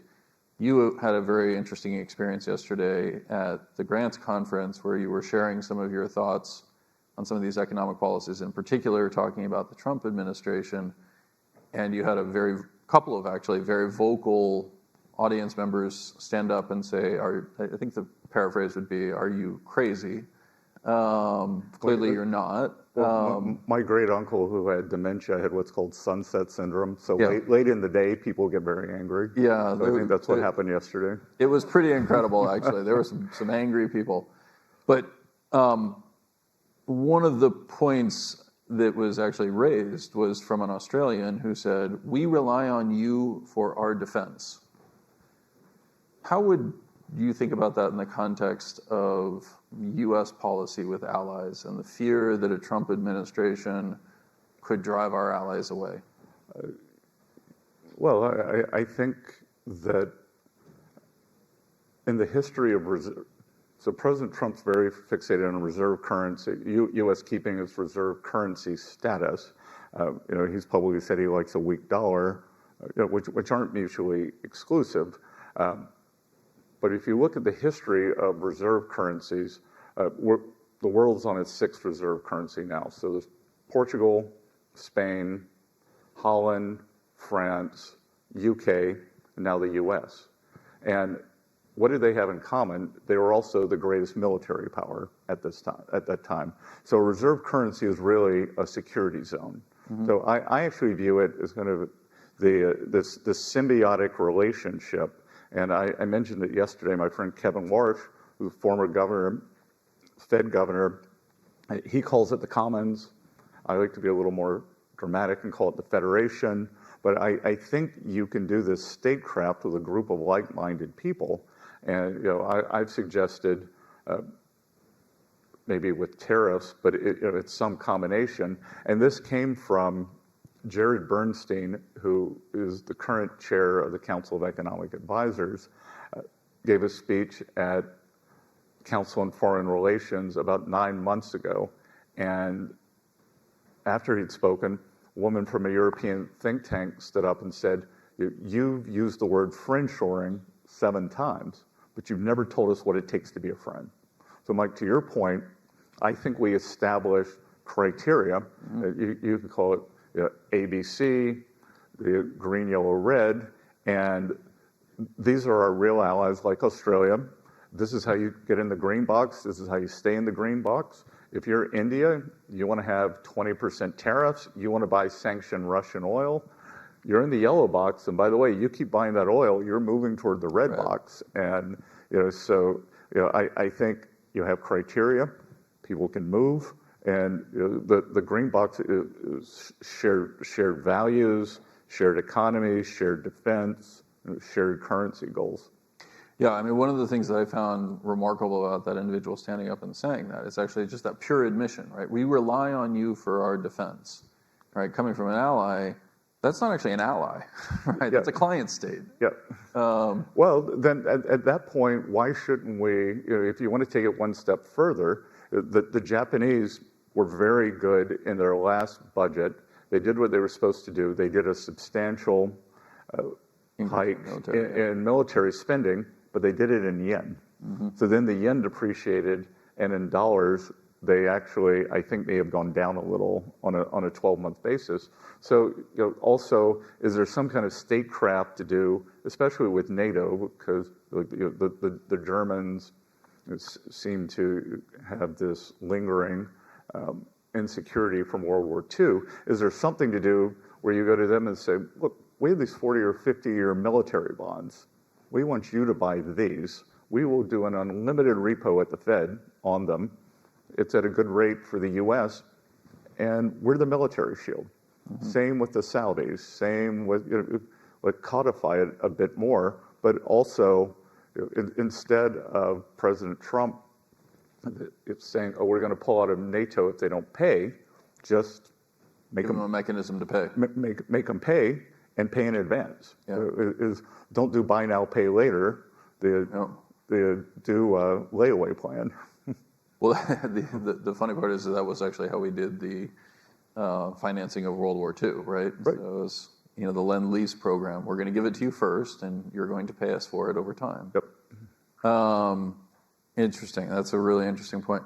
So I rarely hear you emotional in the context of saying something. But when we were outside, we were talking about that bottom 50% and how hard it is. I think a lot of the dialogue that would exist today around things like tariffs is, well, wait a second, that's a regressive tax that impacts the low-end consumer far more so on a relative basis than it does the high-end consumer.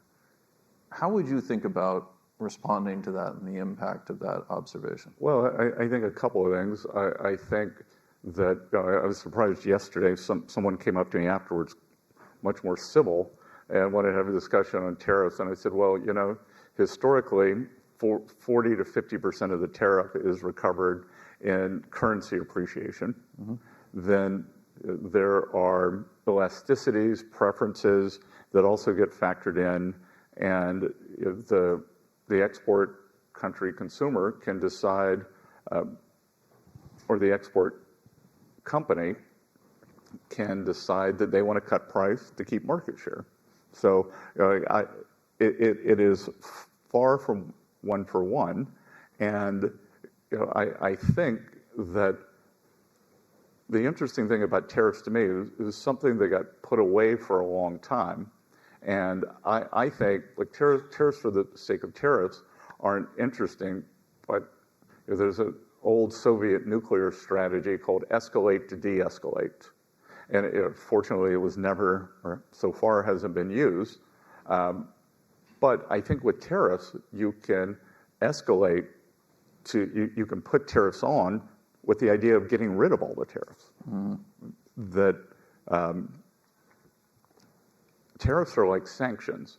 Why does the U.S. impose sanctions? Because we want to have extra tariff, because of our financial might and the widespread use of the U.S. dollar, we are able to put on sanctions, and the U.S. gets extraterritorial control. But it's not over Iran. We can tell the French, you can't trade with Iran because we control this. But over time, people can leave the dollar if you keep firing that weapon too much. With tariffs, everyone wants access to the U.S. market. So what are we trying to do? We're trying to make China, and this is a long answer to your question, we are trying to make China rebalance. China over-manufactures, and they deprive the household sector. They underconsume, yeah. They underconsume.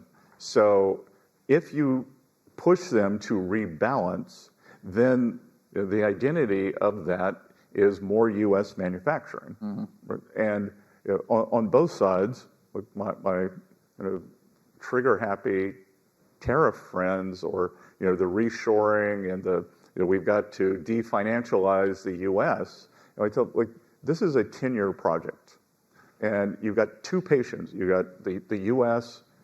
and China, and you got two 350-pound, 2-pack-a-day smokers up on the table, and you're not going to throw them on the treadmill.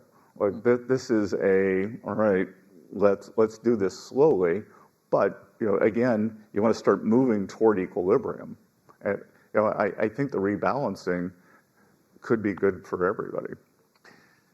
So one of the ideas that you mentioned before was this idea of a gradual tariff, right? So first month, 2.5%, second month, 2.5%, et cetera, effectively trying to force that change. But the way you just laid this out is, it's just flipping the MFN script from 2000 and saying, well, we tried being really nice to get you to change, and that didn't work. And so now we're going to start, sending you to your room or penalizing your behavior. You also brought up something that echoes. Well, it's like with my son. I gave him this credit card, but I keep having to ratchet down the limit. The credit limit? Yeah, there's always an exception every. Yeah, my kids are pretty good about that. Although my daughter's in the audience, and she's had a few errors on that too. So I want to open it up for questions actually at 5 minutes, because I've monopolized your time. But as always, this is absolutely fantastic. Are there questions from the audience? Would anyone like to toss in? We can do 5 minutes, or I can keep going. Jack Farley. What do you think about Chinese stocks? I'm not going to buy them. I think that we don't know yet whether this is a tactical move. So I would say most of my career has been made off of assuming if someone is driving 90 miles an hour at a brick wall, that they will put on brakes. A couple of times I've been in the car when they didn't. But this time they were driving 90 miles an hour at a brick wall. They saw how terrible the economy was. I was telling Mike earlier, a friend of mine was over there, it was in Shenzhen, and it was a nuclear winter in terms of the economy. So I think we have the components for a tactical bounce. Whether that turns into something that is more sustained, we'll see. I actually think the better way to play all of this, especially if you have more of a medium-term horizon, what are the spillover effects, or the spillover effects into Japanese industrials, into Japanese financials, the Australian dollar, copper. So I prefer kind of the things that will be more effective, which is different for me because usually I'm friends with Pat Riley, the Miami Heat, former coach, now the president of the team, and his saying is keep the main thing the main thing. But in this instance, I'm a little afraid of the main thing. And just to expand on that, your fear of the main thing really boils down to property rights. Like you just don't know what you own. Yeah, I don't want to have a down 93% day like people had with Russian equities. Yeah, I think that makes sense. If it does resolve, right? If we are able to see a push towards not just stimulus but a rapprochement, right? Would that change your perception on Chinese equities at this point? Yeah. Look, I think about the Chinese currency. It's in three different equilibrium. You have on a PPP, purchasing power parity basis. It's very cheap. They've done massive internal devaluation. Property prices are down. Labor's down. The second equilibrium, you have 1.4 billion people who want to take all their money out of China, but they're not allowed to. And then the third one that I referred to, what's the chance that in 5 years, within a 5-year span, you're not going to get your money back? Mm-hmm. So you move that number around. So if you could take that number, in my mind right now, it's just, let's say 20%. If you could take that 20% up to an 85% confidence ratio that you are going to get your money back, that they're just going to grind out Taiwan and wait for the ball to come to them, then they'd be very interesting. Mike Taylor. I had a question on China because it's something Mike and I follow so closely. How do you get China to come to the table with what you two were discussing, tariffs and adjusting the 350-pound obese chain smokers into doing something more rational? Because, as you know, China's a command economy that really functions on malinvestment. And this is what they do. And moving towards that would be really forcing them to end that malinvestment because you're talking about essentially pressure on their currency. Yeah, well, look, when you read, we have a consultant who just reads all the central planning meetings and monetary policy meetings in Mandarin and then pushes them to us. And they know that the problem's there. Like, they begrudgingly slammed on the brakes. Like the stimulus that they're doing, they know that they are taking on more debt. They know that they are further polluting the financial system. It's just a quick fix, but the will isn't there right now. So a lot of times I've found over the years that it takes an external force to do that. So, and that's why I like the idea. If you'll notice, Donald Trump never says a bad word about Xi Jinping.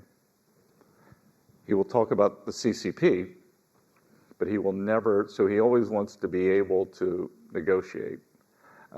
And I think we could probably even pull back a little more and just look. We're doing this. Say when, but don't embarrass them publicly. Whether they know it or not, you're really articulating a vehicle to the end of the CCP in its current form. Well, they know it. Yeah. That's why they're not doing it. Yeah.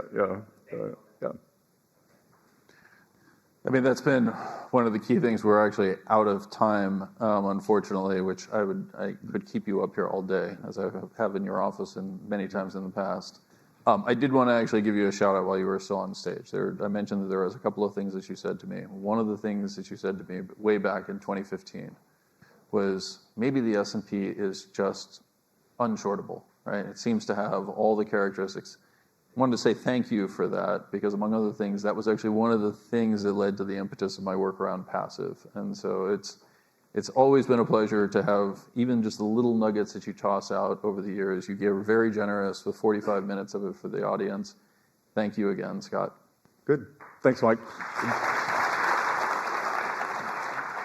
Thanks so much.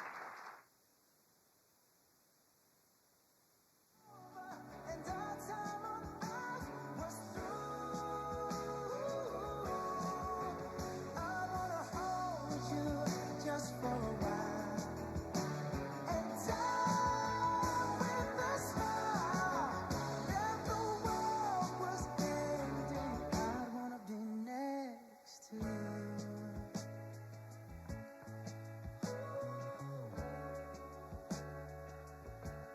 Ooh, lost in the words that we scream. I don't even wanna do this anymore. 'Cause you already know what you mean to me. And all love's the only war worth fighting for. Wherever you go, that's where I'll follow. Nobody's promised tomorrow. So I'ma love you every night like it's the last night. Like it's the last night. If the world was ending, I wanna be next to you. If the party was over and our time on earth was through, I wanna hold you just for a while and die with a smile. If the world was ending, I wanna be next to you, right next to you, next to you, right next to you.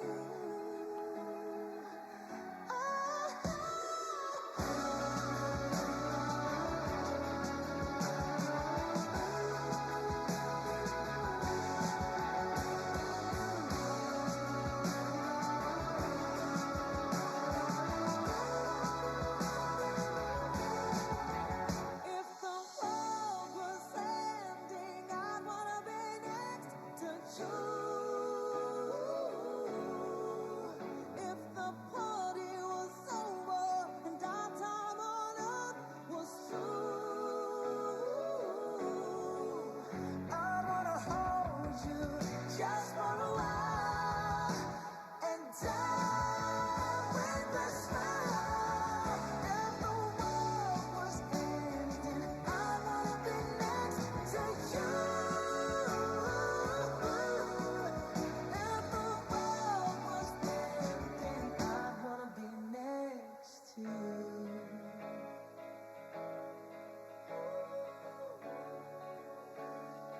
I wanna be next to you.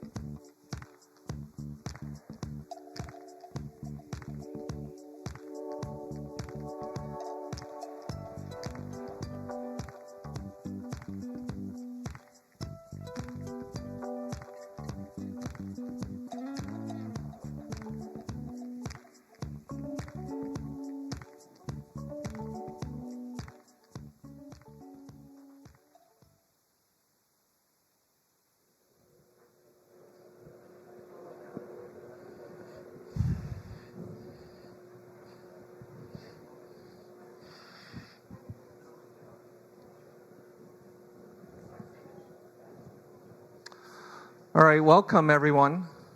I have a very loud voice, so hopefully you don't think I'm shouting. I'm Johnny Wu. I have my own consulting firm called Quartzy Capital Advisors. I was lucky enough to be an early investor in Simplify, and so that's why I'm here. But besides that, I'm really excited to have an esteemed panel here today. I'm just amazed, right? Just having come to the Simplify conference the last couple of years and watching the firm grow in the last 4 years, just the caliber of the people that are not only speaking on the stage here, but the attendees as well. So I applaud Simplify for all the great things that they're doing to democratize institutional strategies in the ETF wrapper and beyond. Lots of brains going on here on the stage here. And I'll give you a trivia question. One of these guys made $1 billion in March 2020. So this is a panel that you want to pay attention to as well, too. So I'm going to allow our panelists to introduce themselves. I'm going to start to my left here, Mike, and brag a little bit, because you guys are in like big, important positions as well. So I'll turn it over to you. My name is Mike Fan, Senior Portfolio Manager of Marion State Pension. It's a $70 billion of the mid-sized state pension. I manage our fixed income, currency, and commodity portfolio. It's about $18 billion out of the 70. We trade. We bring a lot of assets to manage in-house. So we trade a lot of cash bond, futures and options, and currencies. Yeah, and I've been a quant research for my prior life for 10 years, in T-roll and some prop shop trading, and then moving on to more of a fundamental.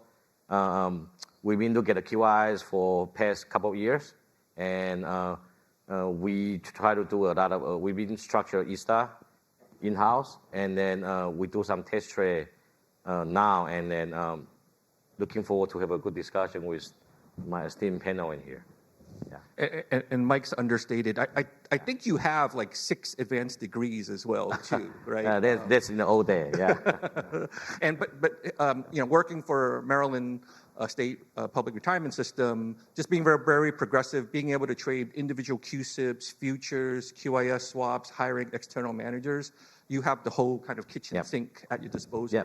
Yep. And I think that's kind of benefit we have, right? Because we can either go out to hire the managers by ourselves, we can trade the cash, security by ourselves, or doing a derivative. But QIS is just another very handy tool set along with ETF. We can deploy it. And so with the pretty strong fiduciary duty we have, I think we get to choose different tools at different time. Perfect. Yeah. Okay. Roxton, over to you for an introduction. Yeah. Good afternoon, everybody. My name is Roxton McNeil. I am currently the head portfolio manager for QIS at Simplify. Prior to the role, I was the head of strategy and allocation at the UPS Group Trust, which is about $55 billion across 3 defined benefit plans. I was responsible for setting the strategic asset allocation, all the tactical asset allocation, all the asset liability management, the risk framework, and all the derivative overlay management, which QIS fit into that bucket. Prior to that, I had worked across hedge funds, both as a prop trader and as a commodity trading advisor, and actually did a stint actually hedging physical oil out of Western Africa as well. Great. And when we first invited Roxton to this panel, he was actually still an employee for UPS Pension. And for those of you that don't know, UPS Pension has been for probably the past 7 or 8 years one of the more progressive ERISA pension plans in terms of the staff that they had, the complexity in the portfolio they were managing. And I happened to do a podcast with Roxton, so I know this. And he ran a $12 billion book within UPS. Using a lot of QIS as well. Yep. So, thank you for that. Thank you. And Yin, please. All right. Hello, everyone. My name is Yin Luo. I'm a vice chairman of Wolf Research, which is a independent broker-dealer, but we focus on high-quality equity research. My business mostly sort of in 3 areas. One is your traditional sell-side research. Then we do quantitative equity, global macro, ESG, a couple of other areas. The second part is really a global equity risk model business that we're competing with other risk model providers. But I guess for today's the intended purposes, we have a fairly sizable QIS business. So we're basically creating this sort of a high quality, very high alpha strategies QIS business. Then we put into various structures such as total return swap, custom baskets. But in particular, we also work very closely with Simplify. We have 2 active ETF and based on machine learning algorithms, which we can talk about a little later. My team has been working with Wolf Research for about 8 years, and prior to that, I was running basically the global quantitative research and QIS business at Deutsche Bank for about 7 years. And we basically started the QIS business almost 15 years ago. Again, initially it was mostly risk premium strategies, but of course later on evolved into multiple other businesses. So I've been in the business for nearly 30 years and feels like a long time. I'm really kind of enjoying a great honor to speak with my panelists today. And Yin, for a number of years, has always been like number one II ranked with his team, kind of in 1, 2, or the top position. So it's a pleasure to have Yin on this panel here. So let's begin. So when we talk about QIS risk premia, right? So I first got started in QIS probably back in 2011. I was at an investment bank. And the story I tell is we had a merger arbitrage strategy, right? And we took our inspiration from AQR, right? AQR had something called the Delta Fund, right? And they harvested risk premia. And the idea was that there was a merger arbitrage premium whenever company A tried to buy company B. You can hire a manager and they can do security selection and maybe do 5 or 6 deals and size them up and try to deliver alpha. What we saw was some years you had some managers do well and some years you had other managers do well. And the idea was if there were 100 deals in the marketplace, why not try to take a position in every single one of them and deliver that risk premia, right? And Barclays had a lot of success in doing that. In the early days, we had the equivalent of $1 billion exposure to that, and that the light bulb went off for Wall Street, right? And wow, these strategies, if you have good quants and a good process to kind of develop these strategies, it could be another revenue source. And so Wall Street started like investing in hiring quants, great traders, et cetera, to build out that business. And that was the genesis of it. Now, what I will say, that was 13 years ago, right? There was a statistic, Lumris had done a study of the 7,000 indices that are out there, 1,900 of them have since been killed, right? So there's kind of survivor buyership. So, as a Wall Street person, you want to generate commissions, right? You want to develop strategies, right? But oftentimes they don't work, right? So the criticism we hear oftentimes is you back test a lot of these strategies, but the performance out of sample versus in sample, you don't get the same expectation. So let's start off with that. Mike, maybe I'll start with you, right? What's been your experience when you're looking at QIS strategies, out of sample versus in sample, and how do you kind of determine what QIS makes the cut when you're considering it for your portfolio? Yeah, and I think that has been coming a long time, as you say. When I started looking at that QIS stuff, even in my older job, like there's more of a research, not a lot of product. Right now, we see that every bank doing every product. Like some bank even show me that. Okay, this all of a QIS product we have, there's more than 200 or 300 in there, your own in here, right? So it's tough to and obviously everything they show us looks very, very good, right, on papers, right? This all of a in sample, they are going to show you everything, but bank have no fiduciary duty. They just want to sell the product to you, right? So as the asset owner, we have our own fiduciary duty. So it's very important to understand first, like the transparency of that rule, but also another in sample tend to look good and won't look good in out of sample. But even if it looks good in out of sample, it tend to be diminished when you go live. So I think you need to take a lot of time to understand it, but also maybe do your own back testing to understand it. I think Rexton, he's kind of a guy who's doing even more extreme, will do extra testing in the last step. But for us, because we are more of a not as advanced as the UPS have been doing for a long time, but we need to make sure that not just performance, but also transaction cost is very important. A lot of times there's a cost embedded associated with it, even if performance looks good, but after cost, the return might be diminished as well. So there's a lot of the tiny detail in there, you need to be look out for it. It's not an easy job. Yeah.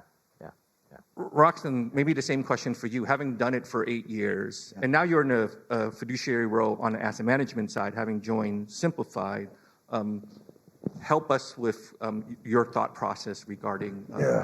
I mean, it's multidimensional, right? I think investors have gotten used to the fact that they can see these overinflated Sharpe ratios from QIS, where some of the more pure factor QIS strategies that are still giving you a 0.7, 0.8 Sharpe are actually probably the better strategies to be invested in, at least from a portfolio construction perspective. So we look at it in 3 phases. We look at strategy design, strategy monitoring, and then portfolio construction. So I think what we're talking about here is more the strategy design. And what you got to look for is, look, you're never going to see a bad back test, right? So you got to be cognizant of that from the beginning, and you have to have tools that you use to be able to assess what the expected Sharpe is going to be forward. I mean, we use Sharpe. You can use any kind of measure for risk and reward that you prefer. But you have to understand what the probabilistic Sharpe is, what the decay of the Sharpe is going to be. If you don't do that first and foremost, then you're going to have a complicated mess that you're trying to create a portfolio with, and it's going to blow up on you. You're not going to understand what the profile is. The other thing that's important is to have different metrics that you use to create that portfolio construction. So while most people rely on correlation or covariance matrix when they're looking at risk, we all know risk assets, they are, from time to time, more often than expected, you'll have correlation and volatility blow up, and you'll have liquidity completely decimate. And you got to be wary of that. So your analysis should take into consideration kind of a deep value look at exactly what you're trying to do with these strategies as well. So it's very important at a high level to make sure that you understand the strategies. In terms of the monitoring, you got to look forward on these using some kind of a bootstrapping or a block bootstrapping method. The banks are going to give you one time path, and they're going to say, look at this beautiful Sharpe. It's up to you to create 10,000 different paths on that and say, how is it performed across those paths? Get a probabilistic measure of what you expect your baseline Sharpe is going to be on those, and then create some kind of a Bayesian kind of distribution analysis as well, which will give you a lot of insight in between in sample. What does that distribution look like in sample? What does that distribution look like out sample? And then also, obviously, the time component is important. You have to have some kind of measure of the number of observations that you're pulling from the distributions. How far or how far are you getting away from the Sharpe that was shown you from the banks? Another very important consideration. So I know it's kind of long-winded, but you need at least 4 or 5 different kits within your tool belt to be able to assess the strategies before you even consider putting them in the portfolio and offering them as a fiduciary. That is the very first step, and that requires a lot of work on its own. And then the second and the third step require even additional work as well. Thank you. And Yin, same question for you. One of the things I've noticed, having seen some of the QIS strategies that Wolf Research offers, is that you folks will often show the outer sample results and then the live in-sample results. And generally, the rule of thumb from some of the investors I know, they say, hey, if I divide by 2 and they can get to that type of Sharpe performance, it's actually pretty good. Oftentimes, I have to divide by 4. But I see your guys' strategies generally are more kind of the divide by 2 or better. So you're doing something right on your side. I don't know if you can share the secrets, but talk a bit about how do you think about out of sample versus in sample as you're going through the process in developing strategies? Absolutely. So first of all, I want to echo what Roxanne said. Is I have never seen a backtesting that doesn't work. Right, so always works. The live performance, of course, is going to be very different. So we typically divide performance into what we call in sample, out of sample, cross-validated, and live performance. They generally speaking are quite different from each other for multiple reasons. Right. So the first and foremost is about data. Is your data point in time or not? Right? So my colleague Sean and I wrote a paper at Deutsche called 7 Scenes of Quantitative Investing. It's still probably one of the most white papers on the street. And basically talk about the problem of if the data is point in time or not. Give you a simple example. Right? So we work with one data vendor. They claim they track real-time crude oil shipping globally, right? So, and then we took the data. The vendor claimed this is being widely used on Wall Street. It's purely point in time. We did the first hash thing. Again, just very simple. The correlation of today's oil shipping data versus next month's of WTI was about 60%. Highly predictive, right? So the t-stats would be like 11, 12. And then we say, well, send us the actual email distributed to clients, and we put that together. That's a real point in time. Then we did the same backhash thing. That correlation dropped to around 0, right? So it tells you the difference of whether the data is point in time or not is enormous, right? So this is, again, a simple data errors. The second one is just basically what you sample out a sample, we all understand, but nobody really talk about the model kind of overfitting the model, right? So we all know overfitting data, but overfitting the model, right? So that kind of almost hundreds of thousands of different algorithms, from simple linear regressions to machine learning algorithms. If you try enough of them, something always works. This is actual backtesting, really out of sample, but of course, if you try enough, and still something is going to work. And this is, again, not guaranteed going to work in live environment. But this is, again, these are the problems you can overcome, for example, with cross-validation, right? So you do enough of resamplings. And again, nothing is foolproof, but this will significantly improve the ratio of your live performance versus your backtesting performance. Right, so the third one, of course, is even if you do everything completely honestly, and there is also, again, the backtesting performance can still be vastly different from live performance, and that can be, of course, market efficiencies and arbitrage. Right, so if you look at the same value momentum performance in the 70s, that was more like a Sharpe ratio of 5, right? So again, of course, at the time, there was no factor investing. If you look at the same factors back in early 2000, that come down to 2 or 3, still very good. And nowadays, of course, is if you'd be lucky to have a Sharpe ratio of 0.5, and probably going to be materially lower if you don't have enough, or if you don't have a sufficient of risk control. That's simply due to market efficiency. Now, it was none. Now we have almost like $500 billion of KYS. Business still, a big chunk of it is on conventional risk premium strategy. And then you also, of course, have some cases that may be intentional, unintentional, the overstating the performance, right? So if you look at academic asset pricing research, right? So almost everybody does Feynman Fringe, 3, 4, 5 factor, whatever you call it.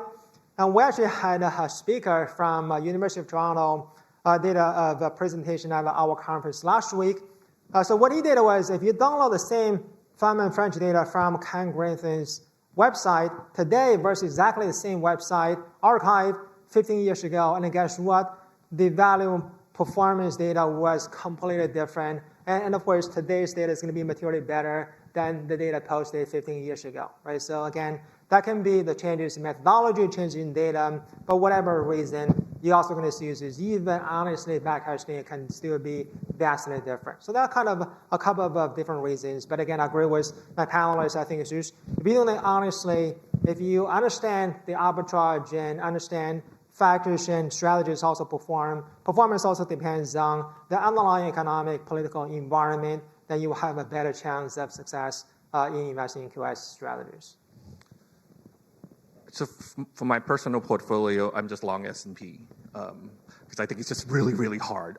Obviously, there's a lot of managers that can, start with the universe of S&P 500 names, security selection, portfolio construction, sizing, timing, that can, beat the S&P, and you should pay them a lot of money if they can do that, right? Because there's skill in that. Mike Taylor and beating the State Street ETF, the 7% outperformance in the 3 years. That's amazing, right? So there, folks that have skill are amazing. Roxton, a question for you. When you think about QIS, if I think about like the returns for the big multi-strat pod shops like Millennium, right? 10% return, 5% volatility, right? That's after they took 5% for themselves, right? So for me, I'm okay with them getting all the fees if they can deliver me, the Sharpe ratio, and I can actually get those returns. When you think about QIS and being able to build robust portfolios, and how do you use it, right? How do you think about that, right? Because you have an amazing track record in terms of using QIS and delivering alpha. Yeah, I mean, we try to target between a 1.5 and 2 sharp on the portfolios. And for us, the secret sauce is one is in strategy design that we talked about, making sure that we understand the sharps, have good control over the strategies. A lot of these are wrapped in swaps.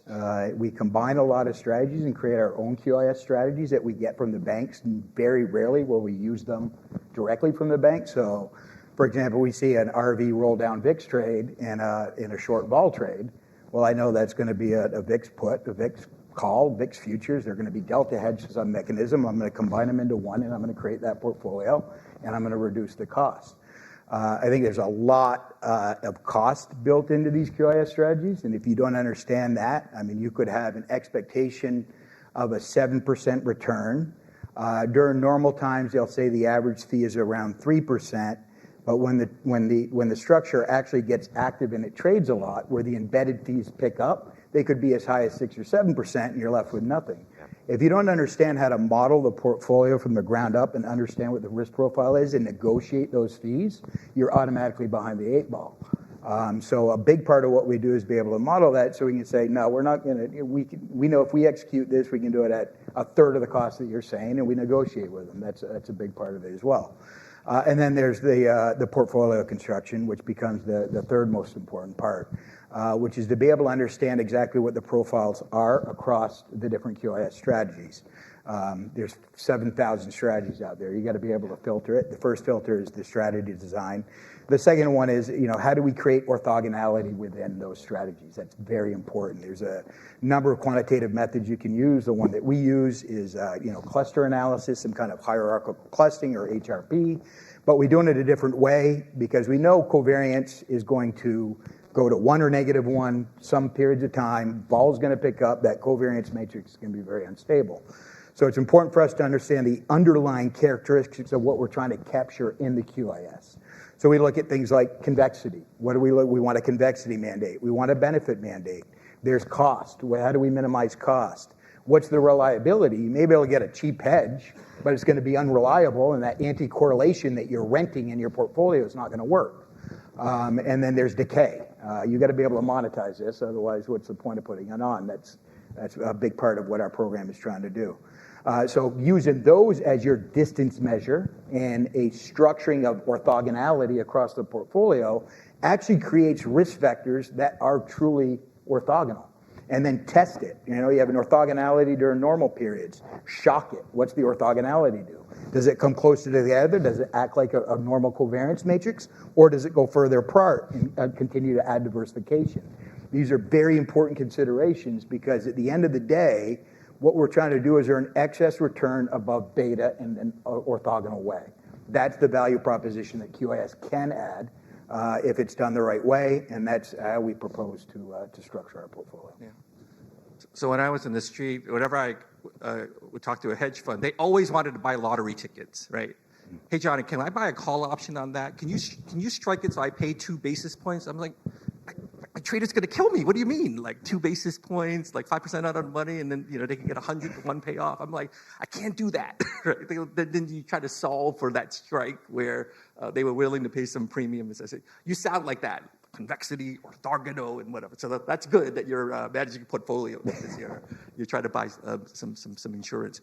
But it's important in terms of treating the banks as partners as well too, right? Very. Because the one thing I would say is what's amazing across all the banks is the amount of resources that they've put in, right, in terms of hiring great talent, investing in technology, and working with you. So I have a follow-up question for you, Roxanne, because my experience, having been on the other side, working with you, is that you actually collaborate, and that's a partnership piece that you have with the banks. Talk a bit about that and why that's important for you.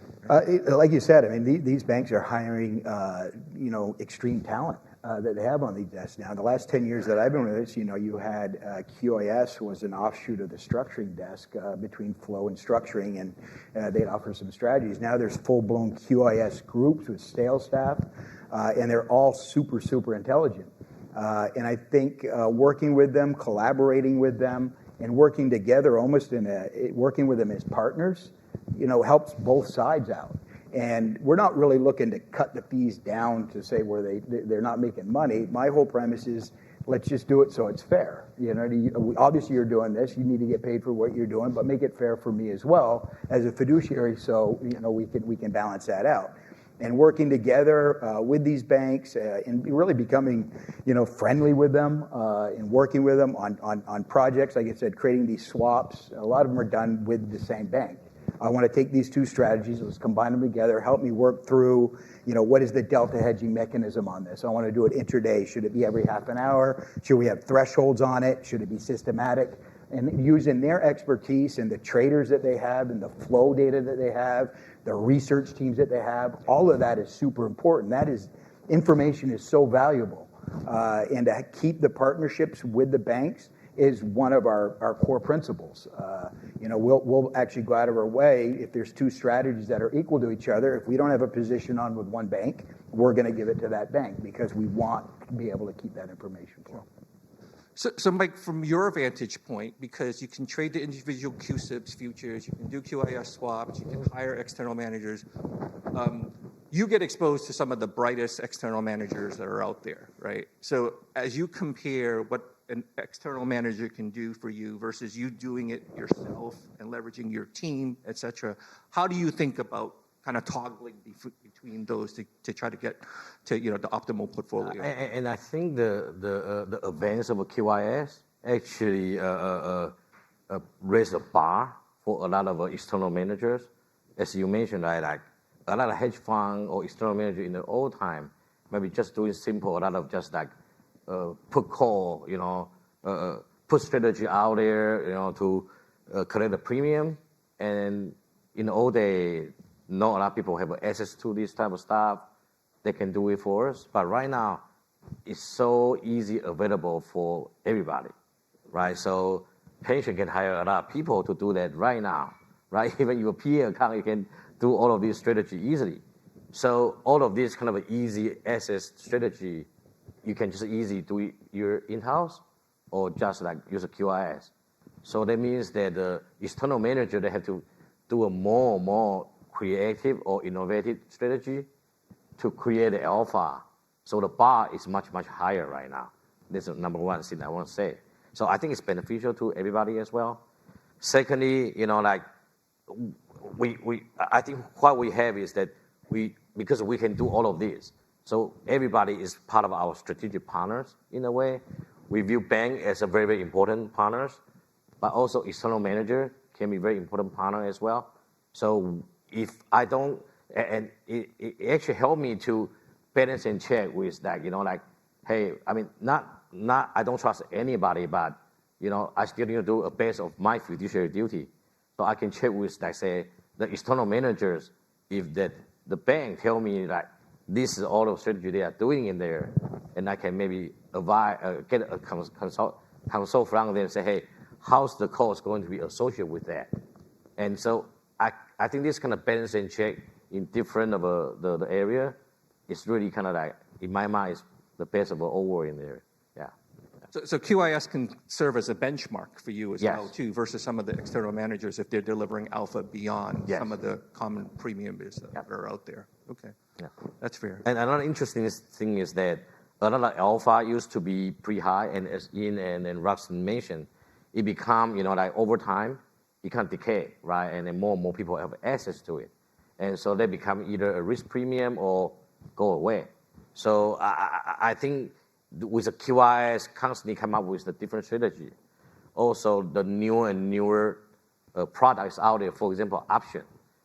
Like right now, the intraday option, right? The one-day expiry option, it's very easy. You are not able to do it, a few years ago. So with that coming up, newer product coming up, you get a newer way to thinking about a different way to hedging or generate alpha in there. It's fascinating, like always have something new. Yeah. So Yin, at Wolf Research, you guys don't sell investment banking services, M&A. You don't trade as well to it's research. So you kind of have to be good to get paid, right? And your client base is all the sophisticated, long-only asset managers, absolute return managers, hedge funds, pensions, et cetera. So there's a lot that you're doing right? because like they only pay for value. How do you differentiate yourself in terms of, having these guys be paying customers? What is it that you guys, because your teams are not as big as Goldman Sachs, right, et cetera, but you punch way above your weight. Talk a little bit about that. Like, what's the secret behind kind of some of the things that you guys are doing? Yeah, no, I guess is most of my team came over from Deutsche. Actually, most of my team been working together for more than 20 years.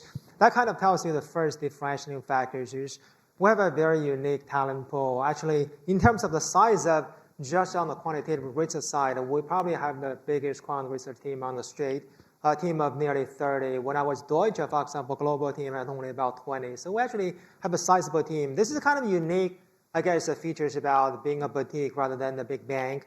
Right, so for example, there is a very clear of who is generating revenue and actually making money for the firm. We invest and we compete on high quality research rather than execution, as you mentioned, issues. That's not, we don't have the balance sheet. We don't compete on balance sheet.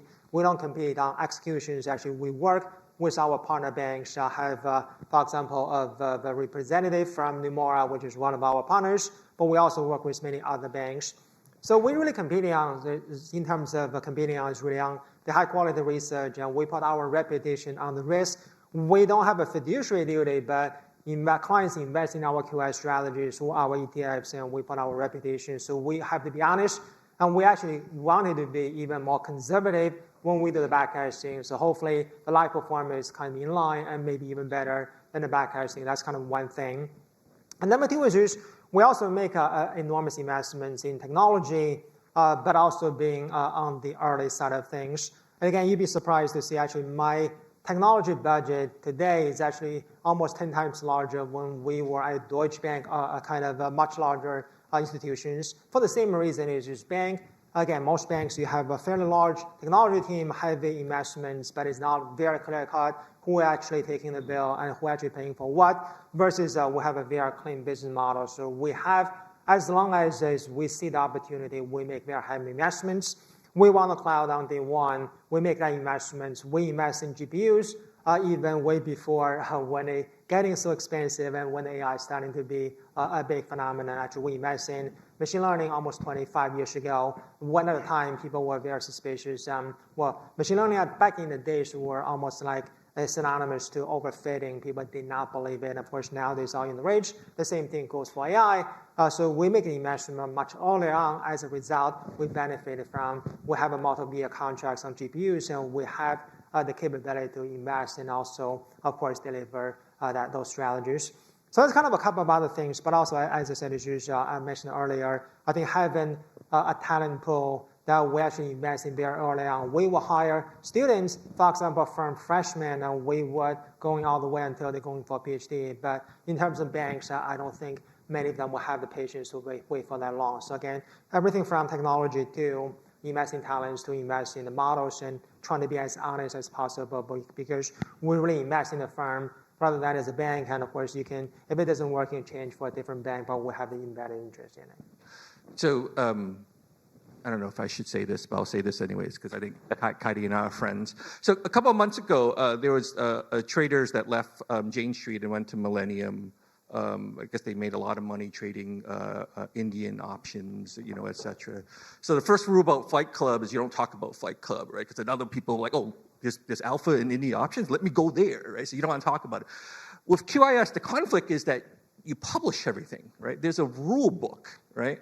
And so, like, if I'm a hedge fund guy in a pod, but like, oh, what's that rule book? Can I take a look at that? Oh, is there an opportunity for me to provide liquidity right before they have to come in and hedge their deltas, right? Roxton, let me ask you that question, right? If when you look at QIS, if things are capacity constrained, does the alpha get eroded away if too many people come in to it, right? How do you think about that, right? Yeah. Because if you have a great idea, you're collaborating with a bank, for example. Like if I were you, it'd be like, okay, Fight Club, don't talk about Fight Club, don't give it to anyone else. Yeah. I'll take the whole thing, right? Yeah. Talk a bit about that. So there's been certain times, when I was at UPS where we did take the whole strategy down if it was capacity constrained. You can't do that every time. You'd have to have an infinite amount of money to be able to do that. But there were times when we do that. I mean, we're very cognizant of that. I mean, part of the analysis that we do as well is the liquidity. I think there's pockets that you can see where there is a lot of money chasing certain specific strategies. But I think as long as you're aware of that and you're able to be reactive to it when things fall apart, that's very important. You got to be cognizant of it. So it's something that we're aware of. And in terms of rule books, like I said, a lot of times we were able to negotiate the fees down substantially enough where we would even run a different ticker than was what's published. So it was our own ticker. So the street wouldn't be able to see it, and we would tweak it and change it just enough so they wouldn't really understand what our secret sauce was. For example, during COVID, I know a lot of people got beat up on the daily autocorrelation of trying to delta hedge, where the gamma completely dominated any kind of hedging that you were trying to do. We were going inside of that, and we were doing 4 different looks at delta hedging before it became popular. After the fact, now people are doing it every half an hour and on a 2-minute latency, right? But not back then. So there's certain things that we saw that we knew were happening, and we could see where the risks are. If we can structure our own product to mitigate that, we'll do that. That's not always the case, like dispersion, for example. That was getting, there's a lot of demand on that, but I think we were very comfortable because we had shifted into the gamma version. And we were really overweight the single stock volatility by about 3x of what the implied correlation risk was. So we're able to see that, and still we're still earning the implied correlation, but we had much more exposure to the single stock vol.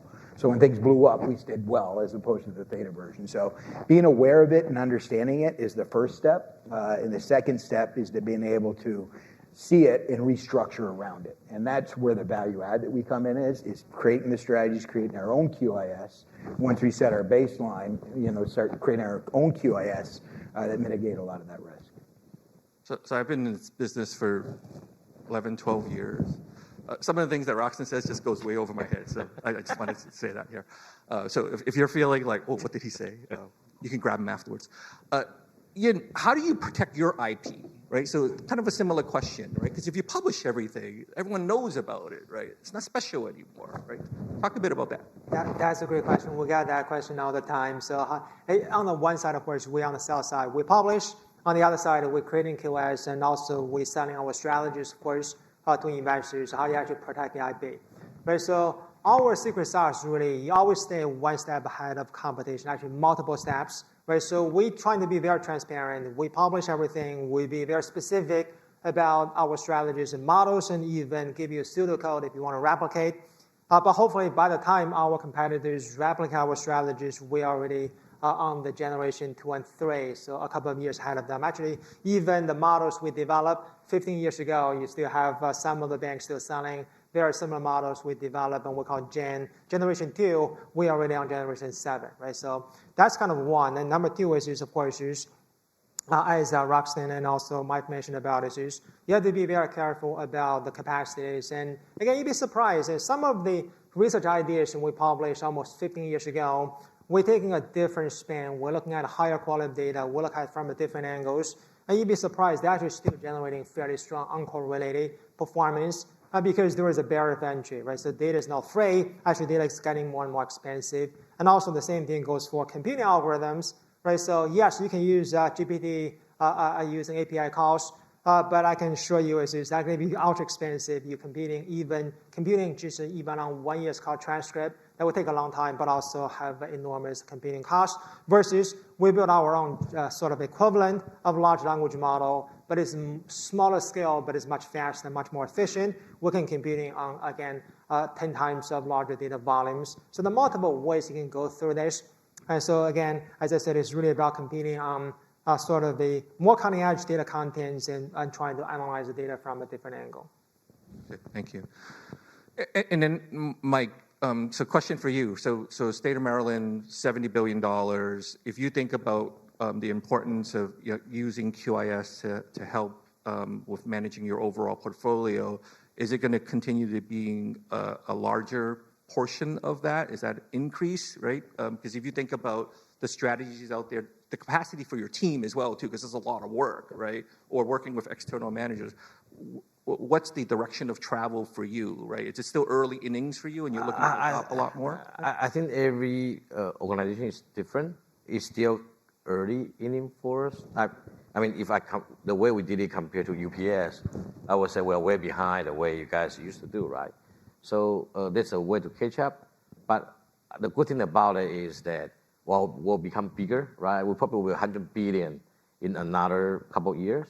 And the QIS have the scalability to, put something on and then easily in there. And also have the toolkit in there is important to overlay in different portfolio. We have a huge portfolio, and we can overlay in the overall plan level or in every small subset. People have their own discretionary to put on where they see the fit. So the key is that that's a very complex space. People who are doing that really need to understand it and really have a grasp of what's important, right? Because not every, the same carry strategy will be different, right? Bank from bank. The same thing might, because, you do the half hour, the gamma hedging in there, or, the weekly in there, but the cost can be very different too. So I think that the more complex it becomes, you need more people who have more intelligence to navigate through it. So I would imagine that we'll use more because there's a lot of convenience of it. But with the develop right now, I won't be surprised that it will blow up at some point. And people will get a bad taste of it. Yeah, I think Bloomberg did an article a couple of months ago, and they quantified it. It was over $500 billion in QIS in terms of institutional usage. I know, Roxanne, you recently joined Simplify, and you're now taking over portfolio management for the QIS ETF. So that, I know you're rejiggering that portfolio, so that should reflect kind of, your portfolio management, security selection and portfolio construction. So we're looking forward to that. But yeah, I think the growth of this thing is kind of, it's very, very exciting, right? But, performance matters, right? And so, good luck to all of you guys and continue to do what you do. And they'll be available, for cocktails as well, too, if you guys want to approach for questions. So thank you, everyone. Thank you, panelists. Thank you.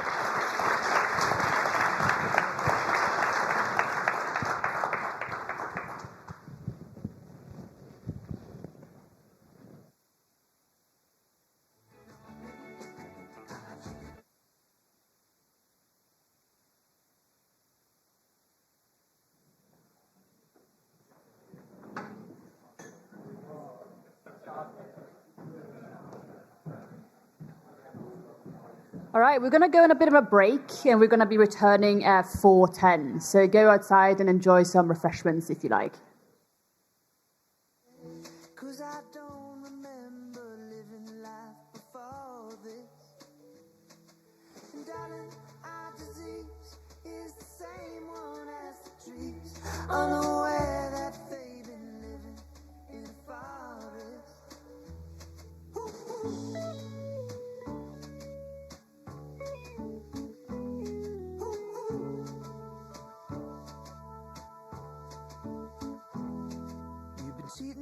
Cheating on me. I've been cheating on you. You've been cheating on me. But I've been cheating through this life. Cheating on me. I've been cheating on you. And all this suffering on me. I've been cheating through. Oh, Christ, cheating on me. I've been cheating on you. Am I good for not cheating on me? I'm cheating through this life. I'm cheating and all this suffering.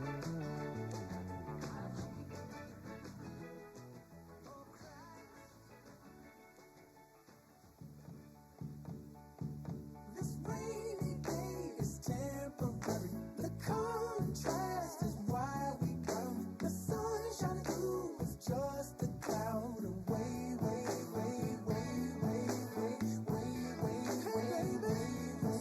you've blown a fuse.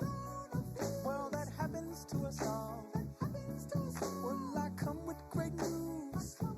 The day could change, change, change, change, change. We've all, of course, been there before. Been there crying, fighting the dark. Let good energy be your storm, blow it away.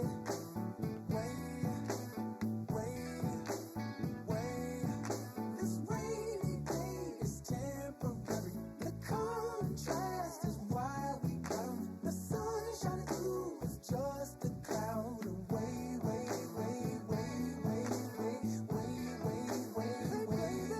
Well, today the rock star feels like singing the blues. Don't abandon that song, 'cause the tune could change, change, change, change. We've all, of course, been there before. Been there crying, fighting the dark. Gravity doesn't mean the earth so ball and change, change, change, change, change, change. This rainy day is temporary. The contrast is why we come. The sun shining through is just a cloud away.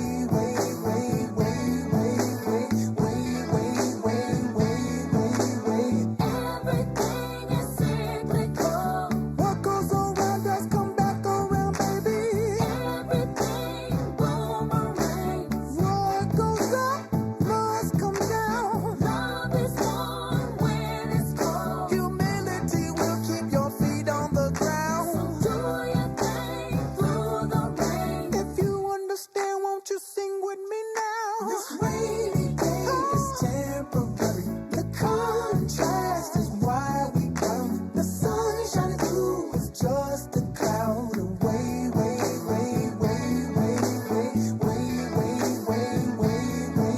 This rainy day is temporary. The contrast is why we come. The sun shining through is just a cloud away.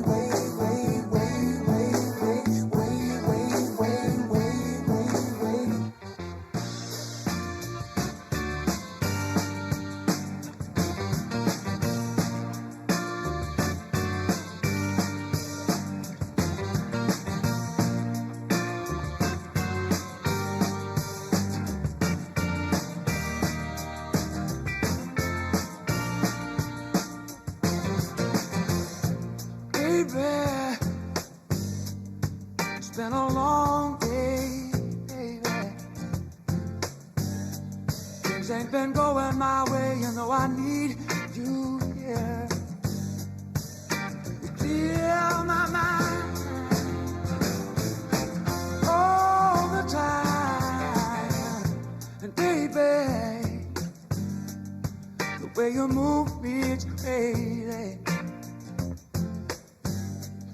It's like you see right through me and make it easier. You believe me, you don't even have to try.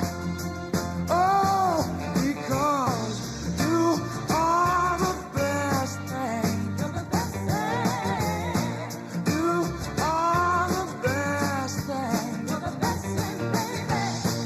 You are the best thing. You're the best thing ever happened to me. Baby, you've come a long way, baby. You know I hope and I pray that you believe me when I say this love will never fade away. Oh, because you are the best thing. You're the best thing. You are the best thing. You're the best thing, baby. You are the best thing. You're the best thing ever happened to me. Both of us have known love before. Come on, no promising like the spring. strong and our hearts are kind. Let me tell you just exactly what's on my mind. You are the best thing. You're the best thing. You are the best thing. You're the best thing, baby. You are the best thing. You're the best thing ever happened to me. You are the best thing. You're the best thing. You are the best thing. You're the best thing, baby. You are the best thing. You're the best thing ever happened to me. You are the best thing. Yeah, yeah. You are the best thing. Yeah, yeah, yeah. You are the best thing. No, no, no, no, no, no.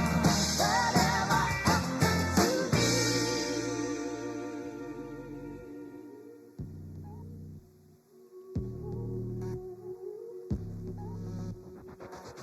I don't got a single problem with provocative.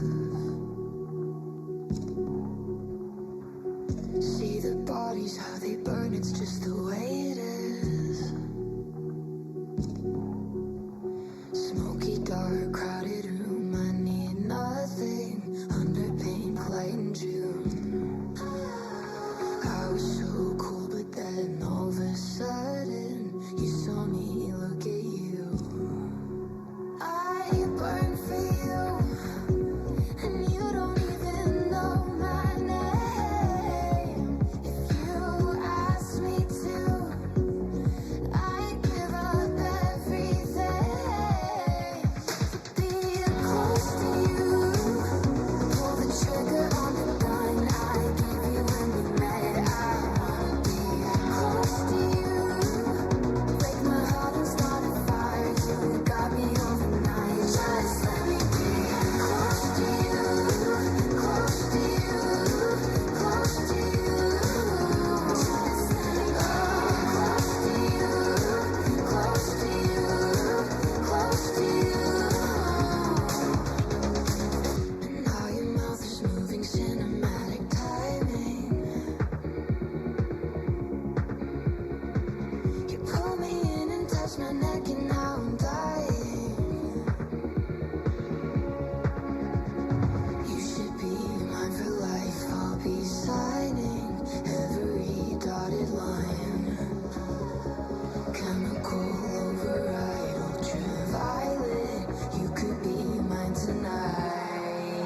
And I burn for you, and you don't even know my name. If you ask me to, I'd give you everything to be close to you. Pull the trigger on the gun I gave you when we met. I wanna be close to you. Break my heart and start a fire. You got me overnight. Just let me be close to you, close to you, close to you. Just let me go close to you, close to you, close to you. I burn for you.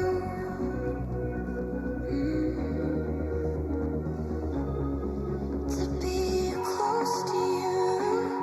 Pull the trigger on the gun I gave you when we met. I wanna be close to you.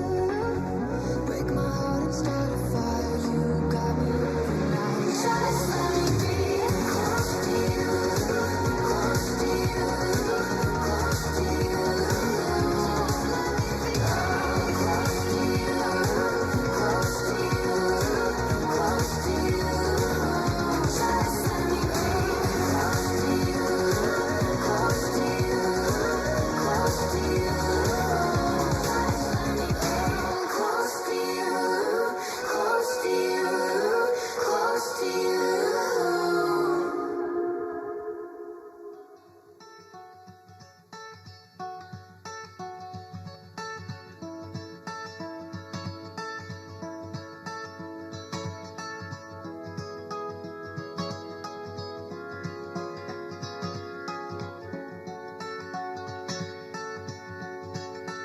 woke up to the morning sky first.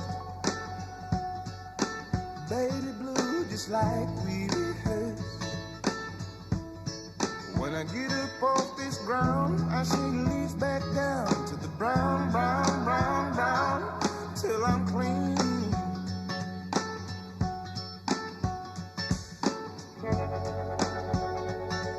Then I walk, I'll be shaded by the trees, by a meadow of green, for about a mile. I'm headed to town, town, town, in style, with all my favorite clothes, yes sir, all my favorite clothes, like my sisters and my brothers, see 'em like no other, all my favorite clothes. It's a good day to be, a good day for me, a good day to see my favorite colors. My sisters and my brothers, they see 'em like no other, all my favorite colors. I take it to the other side with a bitty bluebird fly. In gray clouds or white walls or blue skies, we gon' fly, feel alright. We gon' move, yeah. We sound like yeah. At least I can say I anticipate a homecoming parade as we renegade in the morning light. With all my favorite colors, yes, sir.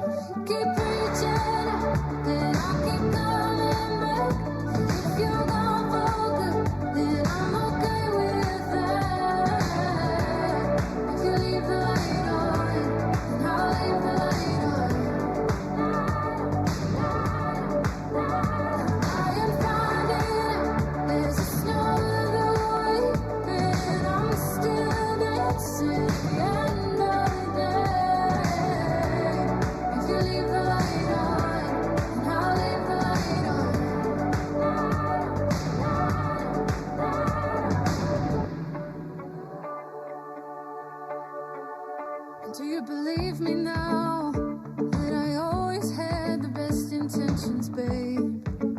Always wanted to stay. Can you feel me now? That I'm vulnerable in oh so many ways. Oh, and I'll never change.